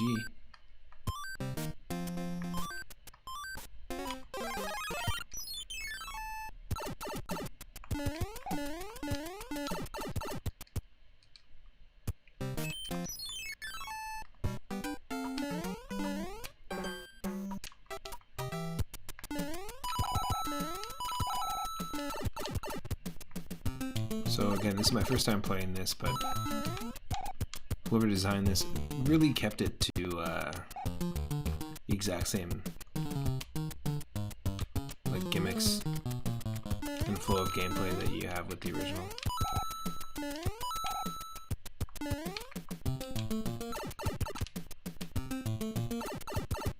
This may seem random, but it's related to game music.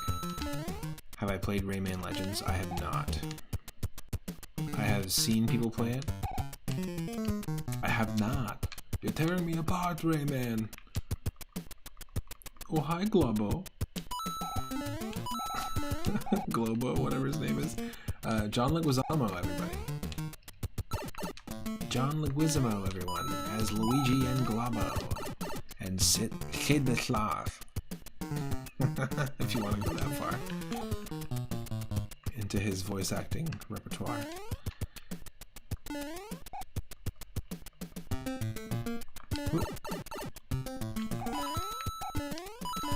I think Charlie Day is going to be a great Luigi. I think Charlie Day has been a great Luigi for the last 20 years. But no, I have not played Rayman Legends, and I hear it's really good. I like the visual aesthetic of it. Like, personally, my favorite Rayman visually is the very first one.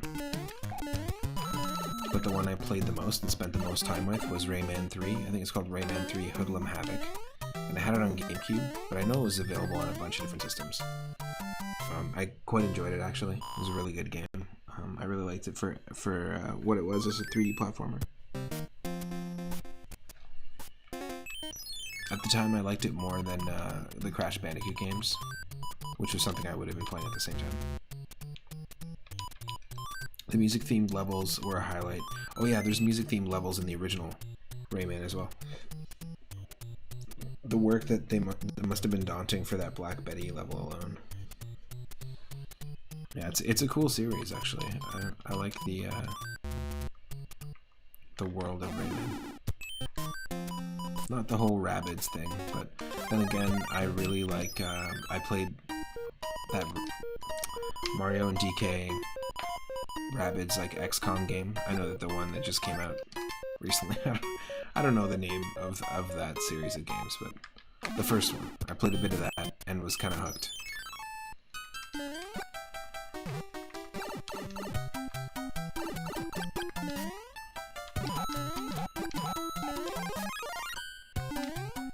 Oh, hey there.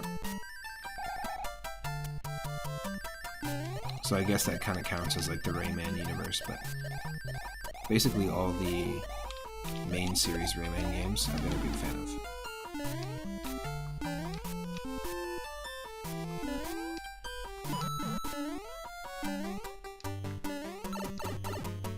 You don't mind the rabbits in small doses, but yeah, tiny portions.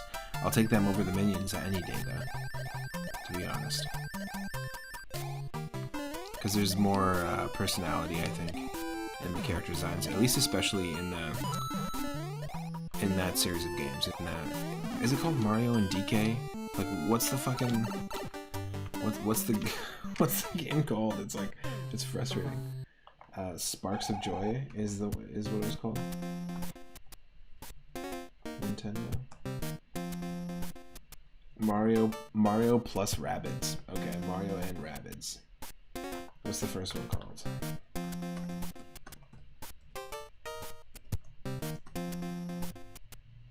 Kingdom Battle. Mario and Rabbids Kingdom Battle. And then Mario and Rabbids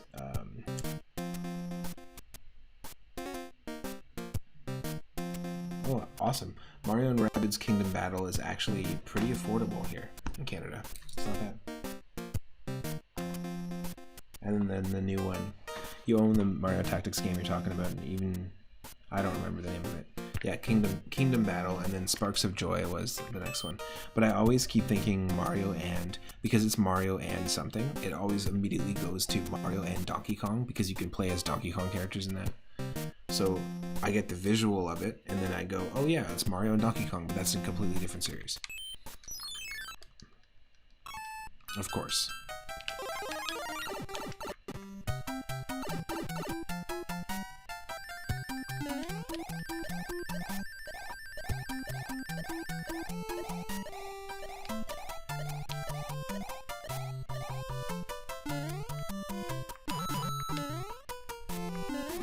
No.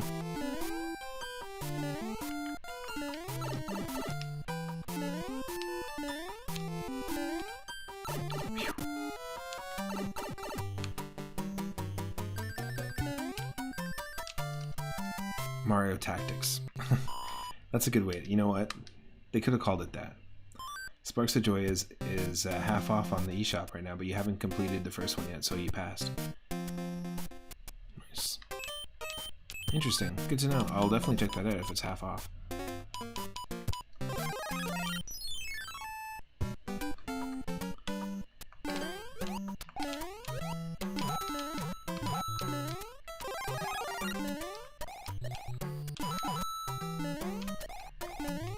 Yeah, I was really impressed with the gameplay. I was kind of hooked on the gameplay when I played the first one.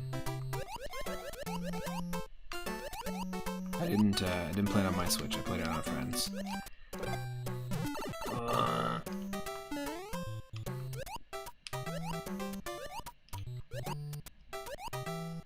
No.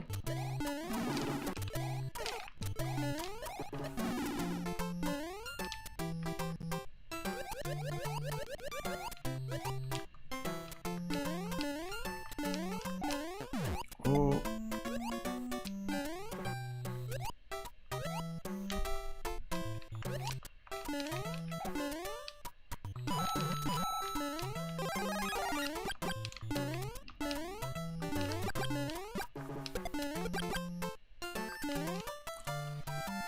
No, we didn't get the 3 stars, but that's okay. It doesn't bother me.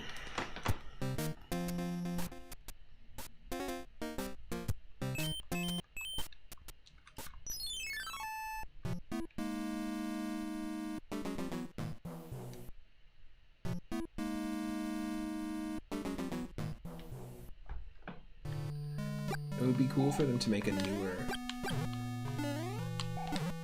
Rayman game and focus on the characters again. Maybe focus on like the character building and away from the whole Rabbids thing, but the Rabbids games have been successful,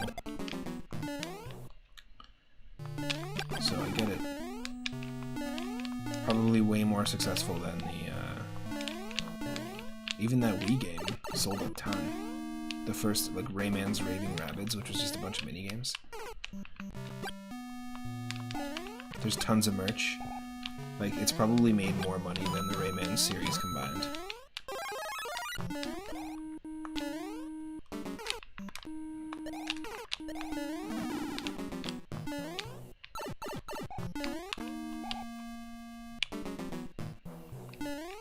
What?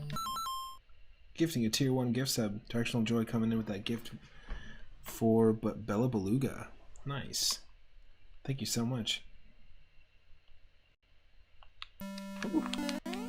Much appreciated. Bella has an awesome channel and rocks the podcast with Zombie Paper on the regular. Ooh. Thank you, thank you.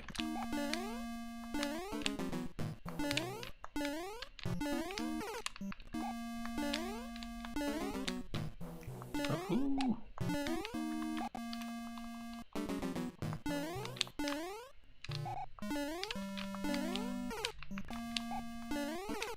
Getting into the flow of dodging the fire-breathing piranhas is something I spent a lot of time doing as a kid.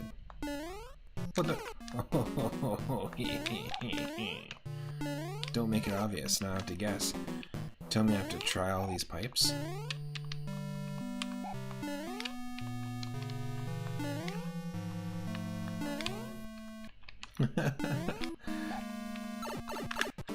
Yes, yes. Semi-interactive podcast. I think, Zombie, you do, what days do you typically do the stream? Well, and it's usually streamed on, or strummed, on YouTube and Twitch. Wow. I've guessed it before.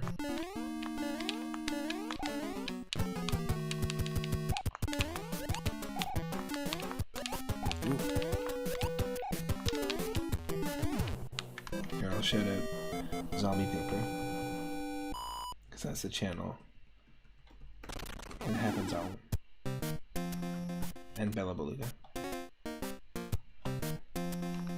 It gets uploaded to Zombie Paper. You upload all the semi-interactive podcast episodes to YouTube, I believe. But I think we were even talking about that. It kind of sucks that YouTube's mobile doesn't let you. If they charge you for a service to allow you to like listen to YouTube videos in the background of other apps on your phone. Oh wow! Oh my god! Holy crap!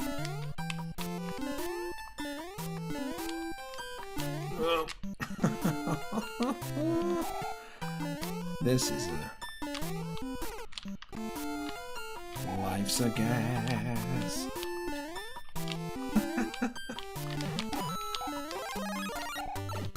Have you ever jumped with the mushroom in the pale moonlight? Whew. Terrifying. Thank God for the backup power-ups.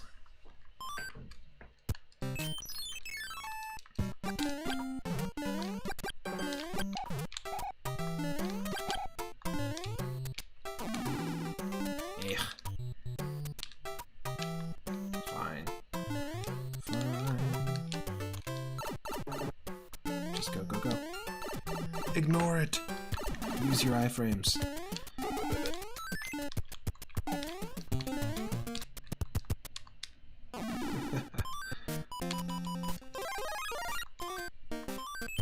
And just for fun, why not? Help the Piranha Plant King as Frog Mario. We've both been transformed.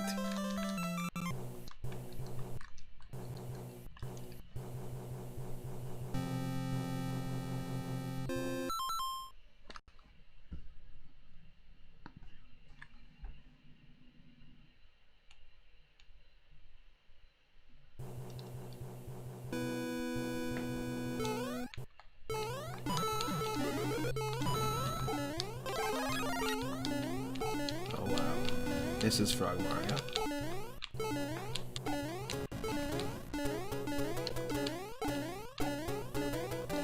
This makes me think of the Frog Mario challenge we tried a couple times with one-hit KO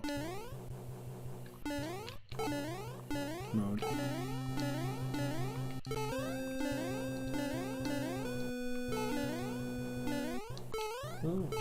Yeah, thank you so much again for the gift sub.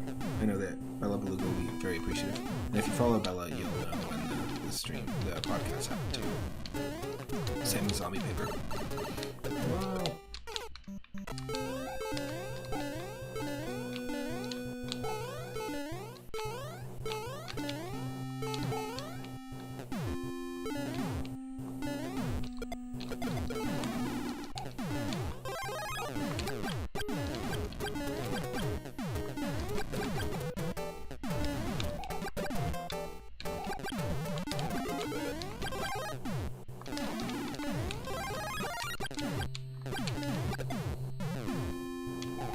So nice to have the backup power-ups.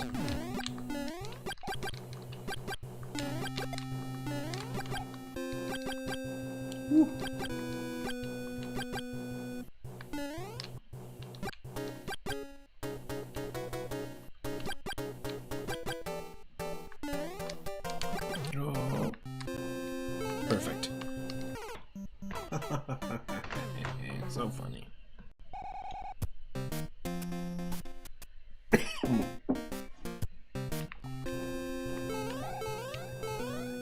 Excuse me. Whew. Oh my god. Oh, nice.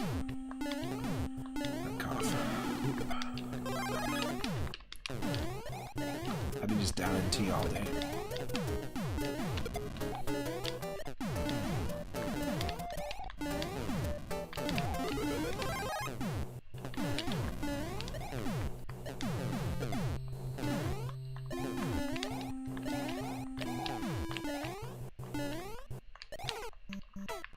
Yeah, you like the audio only ones. I got it. That makes sense. Whoop. Yep. Up.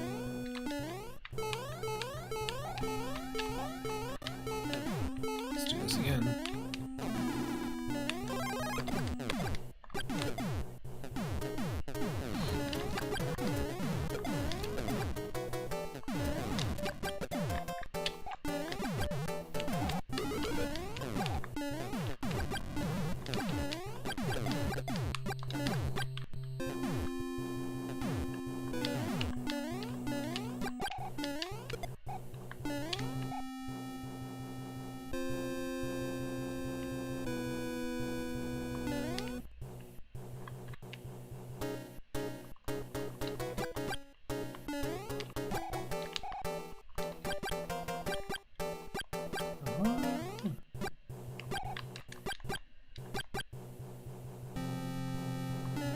like saving after every platform at this point. I just don't want to have to do it again. Oh.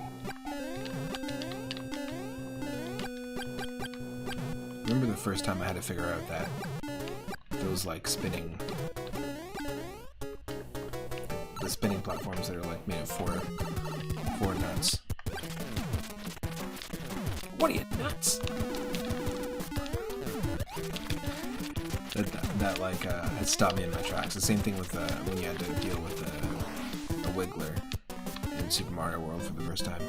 But then you realize that he's just a 4-space wide walking spring platform, and you can just keep moving.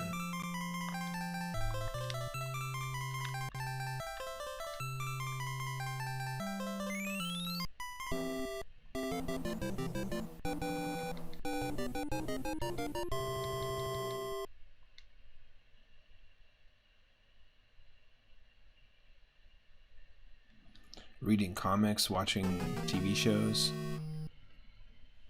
My partner and I have been rewatching Hell's Kitchen. That's right. It's like a guilty pleasure. It's like such an awful show. It's wrong! It's wrong! But I'm also a drummer. I make my own music. I think one of the mods, if you want to share it, bassinspectra.bandcamp.com. I think I can probably do it actually, because I can do it. Right there. That's all my music that I've been working on for a long time, so I make my own ambient, electronic, and just kind of experimental music. Since 2009. So for a while now. At least recorded under that moniker, but I haven't released something in a while.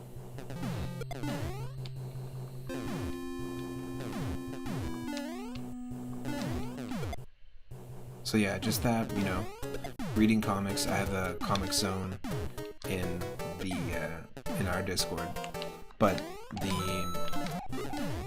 last couple of months, so I've been rereading the Amazing Spider-Man comics from 1963. Really enjoying them. Spider-Man's probably my favorite superhero if I had to pick one. Most relatable to me. And I really like the comics. I've been reading them for a bit. I also read a bit of the early Astro Boy issues recently. But I've been wanting to get into more comics, and so I've been posting about more comics, and I also joined a few comic-specific Discords to just kind of get into stuff like that, because I know I'm a huge fan of The Simpsons, and I've been rewatching The Simpsons with my partner. And the comics have some really cool stories. And we were talking about Adventure Time recently too. Same thing. The comics in the Adventure Time series, which have been going on for as long as the TV series has, have some pretty cool stories and pretty cool, like, panel artwork, really good writing. Oh! Look at that, Mario Pele over there. Rest in peace, Pele.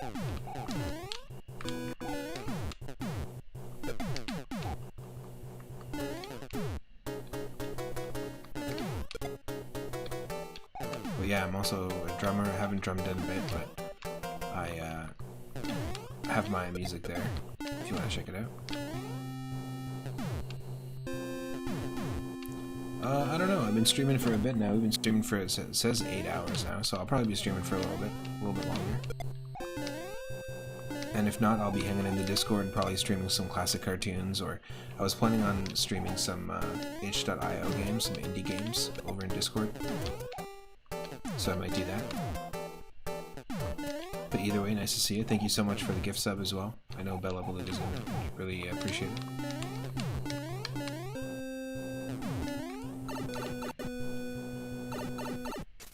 And enjoy those emotes too.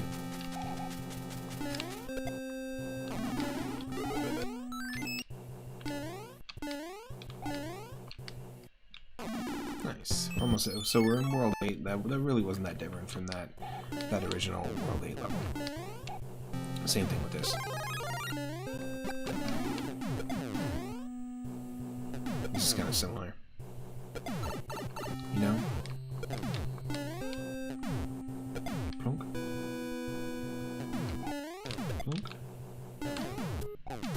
ho.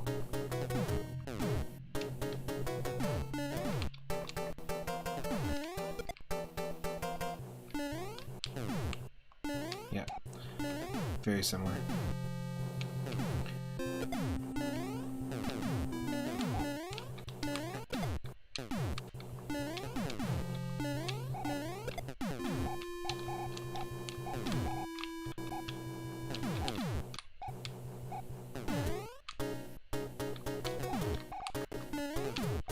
Nice.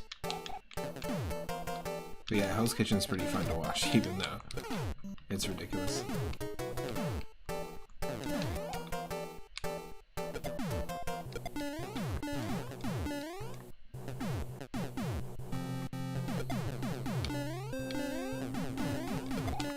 Wow.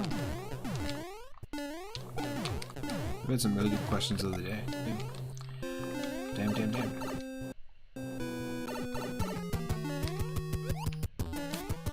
Cool. 1, 2, 3. Gar shucks. Well, shargucks.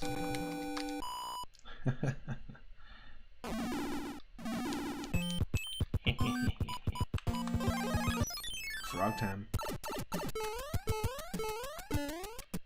It's frog!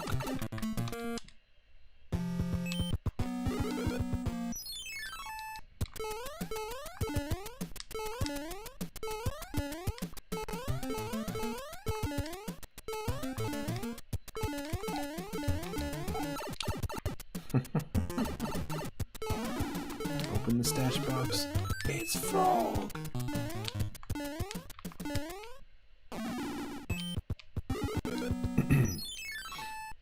Level 2.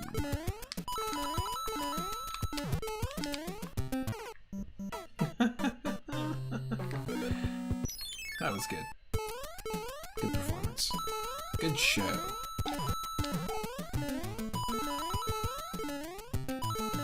Good show, old frog. A riveting performance.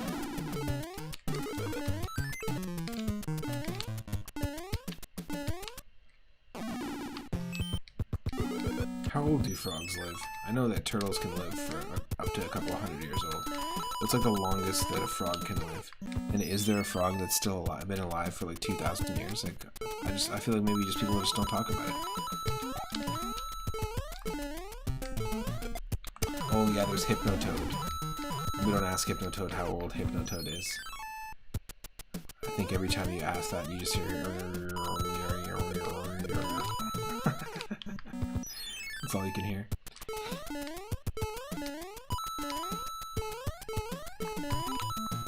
But for real, what's the oldest frog? The longest a frog has ever lived. The longest a frog has ever lived. Written by 3up Moon. Read by some British guy. Yes. Oh shit. Never mind.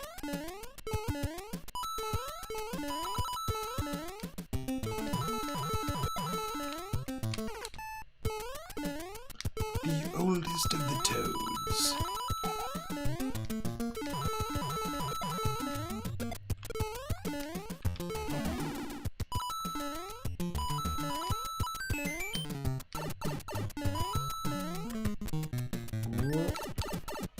Like Frog Fuchsias from Super Mario RPG. Another stash box. Ooh, Legless Fisher. I like that one too. That one's fun. Oh, there's a ton of the way I describe my music is, and I mix it for headphones really. The way I describe my music is like ambient and experimental, but a lot of them are like sonic textural paintings. So there's always a story in there.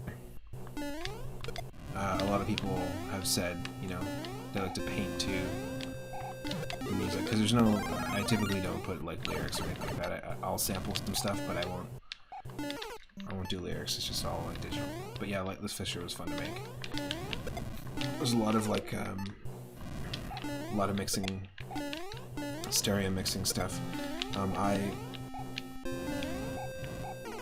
also went to school for audio production and engineering as well. And before I started the channel, I think I mentioned before, I worked at a record store for about 5 years and curated a bunch of shows out of it. Helped form it as a regular all-ages venue.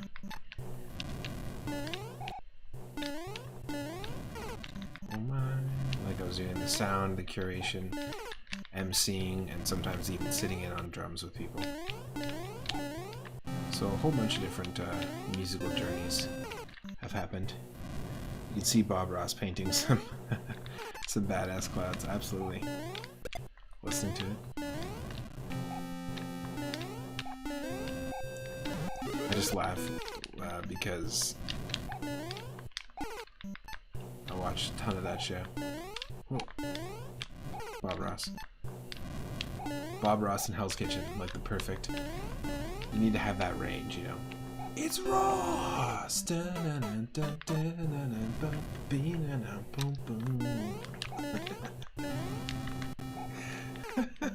You just don't know where the meter's gonna be.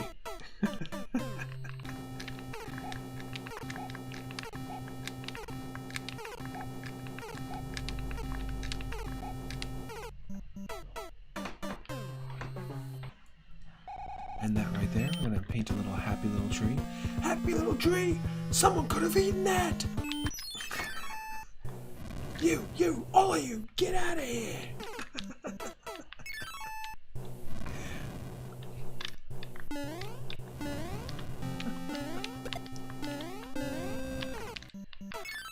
I just found an experience farm. Ooh.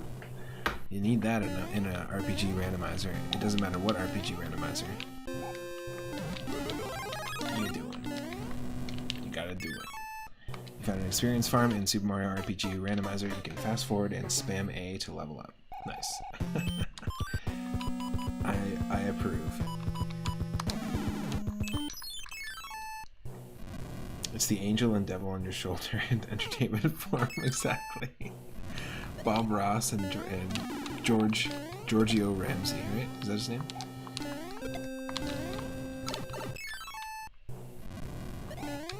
Giovanni Ramzanini, I think is his name. Can't even say it. Giovanni Ramzanini. There we go.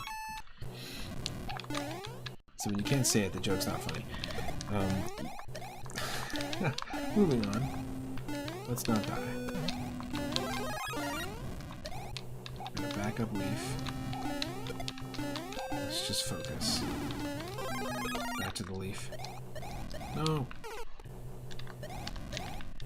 There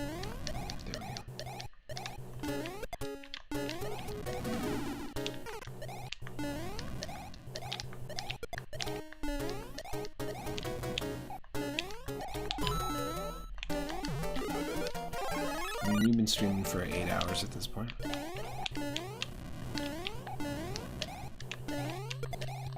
A little bit mushy.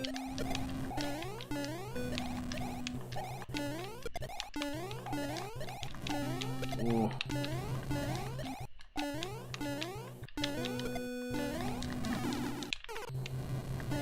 So close to. Boom. Let's go.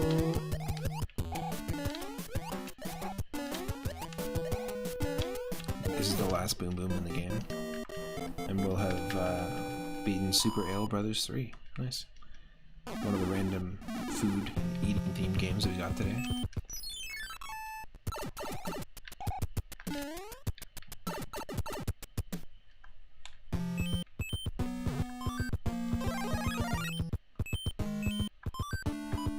You might as well use these clouds. Because there's always a fortress you have to do here.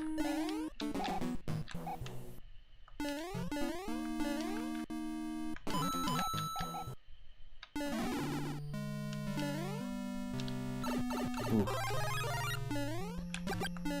Reckless.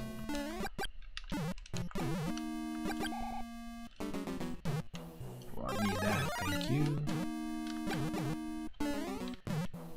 Reckless.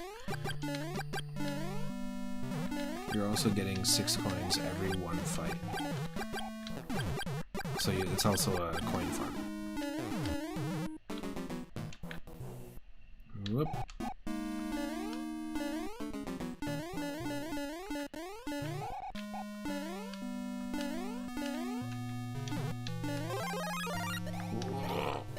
That's fine.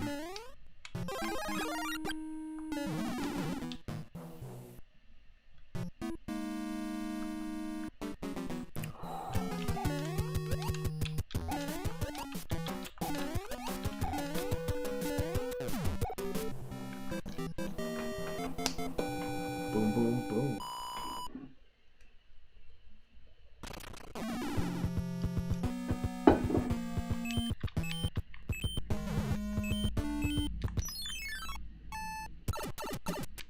Backwards butt slide, as always.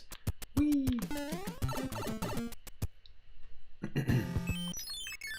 Looks like this is it.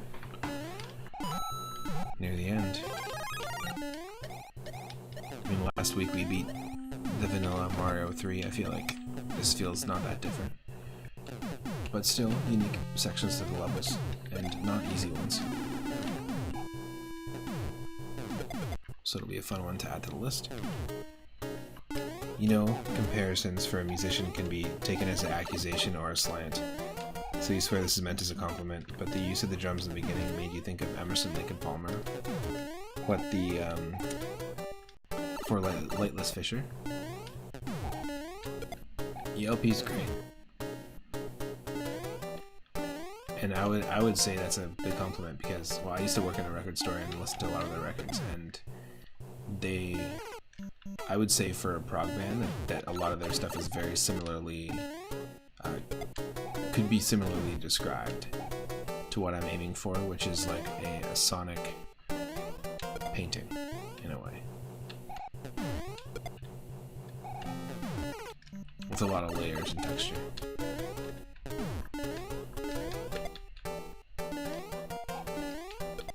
They've done some really cool stuff. Tarkus, I think, is one of them. One of their albums.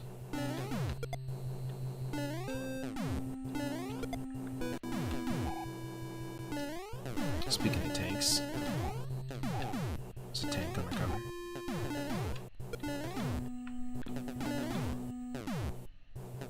Tarkus and Marcus. Fungus and Marcus. Tarkus and Marcus today. Do you know a Marcus who hasn't been Tarkused? Please reach out.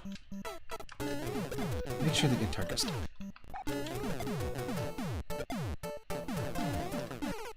Oh, come on. Okay, let's do it. Just go. Run. Yes.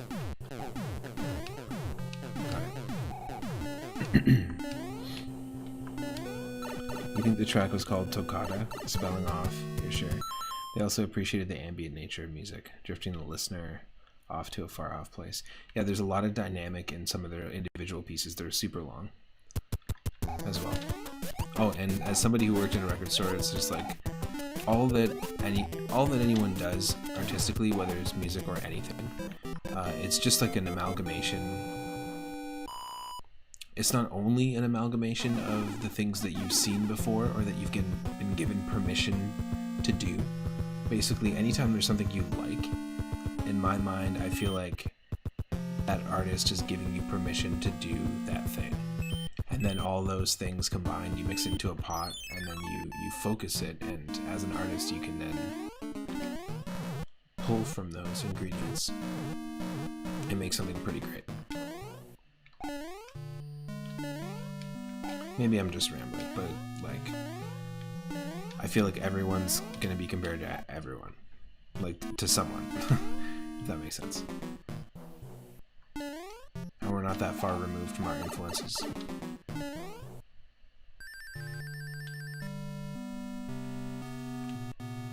Okay, we're changing it up a little bit. Not too much, not too much.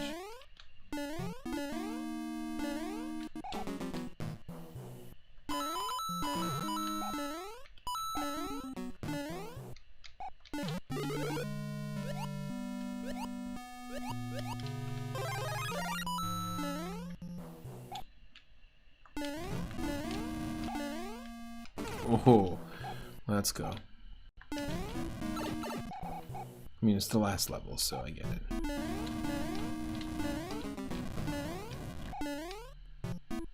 Yes. Yes. Amazing. Let's go. You always figured that if one is to believe that an individual is a product of their environment, then how can their talents not be, as you know? Yeah, I feel like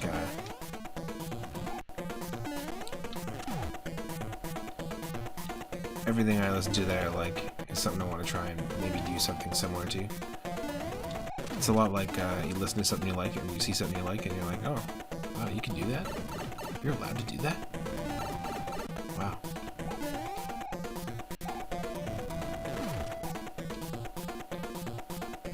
Okay, watch out, Bazo, stop. That's okay. I'll be here.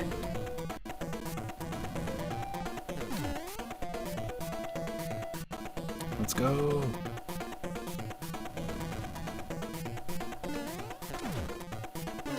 Bye bye. We did it. We beat Super Ale Brothers 3.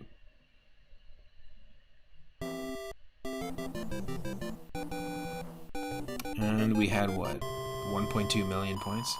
Not a thing that matters really in the original one, but when we played last week Super Mario Brothers 3 on the Game Boy Advance, all those advanced games kind of brought the high score back to the forefront by having an actual high scoreboard and a top score you could actually beat.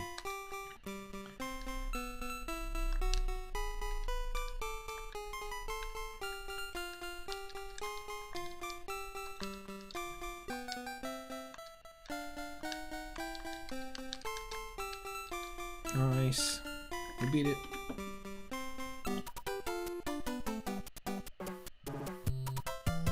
Mundo 1, Jose Lands. Mundo 2, Sisor's Land.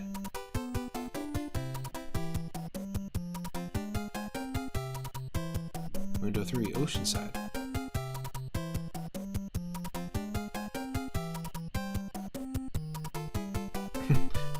Mundo 4, Big Sisorge. Big Sisorge Energy. Mundo 5, the sky. Which counts as an island, apparently. Mundo 6, Iced Land.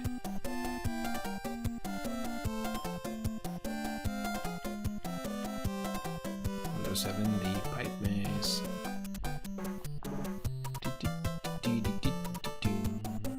Castle of Sizo.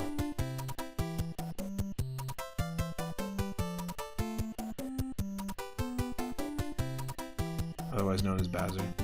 There we go. So I think what I might do is I might actually switch over to Discord and maybe just do some classic Saturday morning cartoon style streams over there, or some indie games. I've been wanting to do the itch.io randomizer, and we played a bunch of different food themed games today. I want to say thanks to Prismatic Rhythm for the raid, and also Directional Joy for the gift sub to Bella Beluga, and all the people who've been hanging out, popping in. I also want to say thank you specifically to Rush Pirate 1, who doesn't normally stream, I think, on Thursdays, but has been doing Earthbound Beginnings, which is essentially, I think it's available on the Switch. Earthbound Beginnings is essentially like the prequel to Earthbound. It's been fun to watch. Kind of makes me want to visit that game at some point in the future. I also haven't played Mother 3. I've seen some people play sections of it, so some sections have been spoiled for me, but it would be really cool. Working at a record store, is there a record in particular that you found difficult to sell people on? Not really. I'm really good at like connecting people to the stories and through a conversation figuring out what they want and just finding the right record. It's a skill that I've always had working in that store.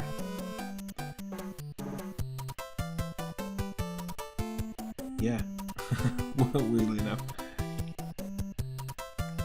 But yeah, feel free, like, so in the Discord we've got like the Popstar section, which is just all about music. And there's also Artmosphere, so if you feel like giving more feedback on the music.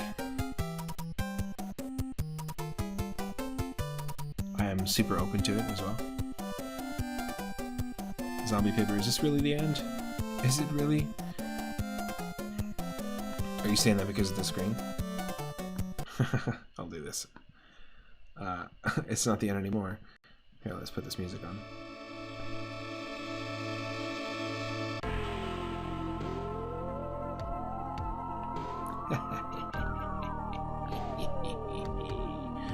Earthbound music. But yeah, feel free to drop in and let me know if there's like a song that stands out that you like. I'm always open to that, 100%. I want to say thanks to all the people who've been hanging out, all the mods. It's like the kind of song you pull at your lighters too, and you like do the slow wave.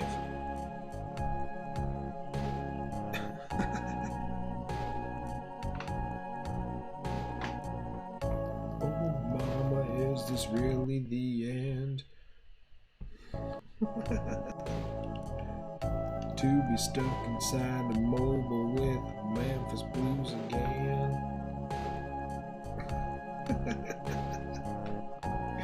It's been a long stream. 8 hours. Loopy doops. The slow wave.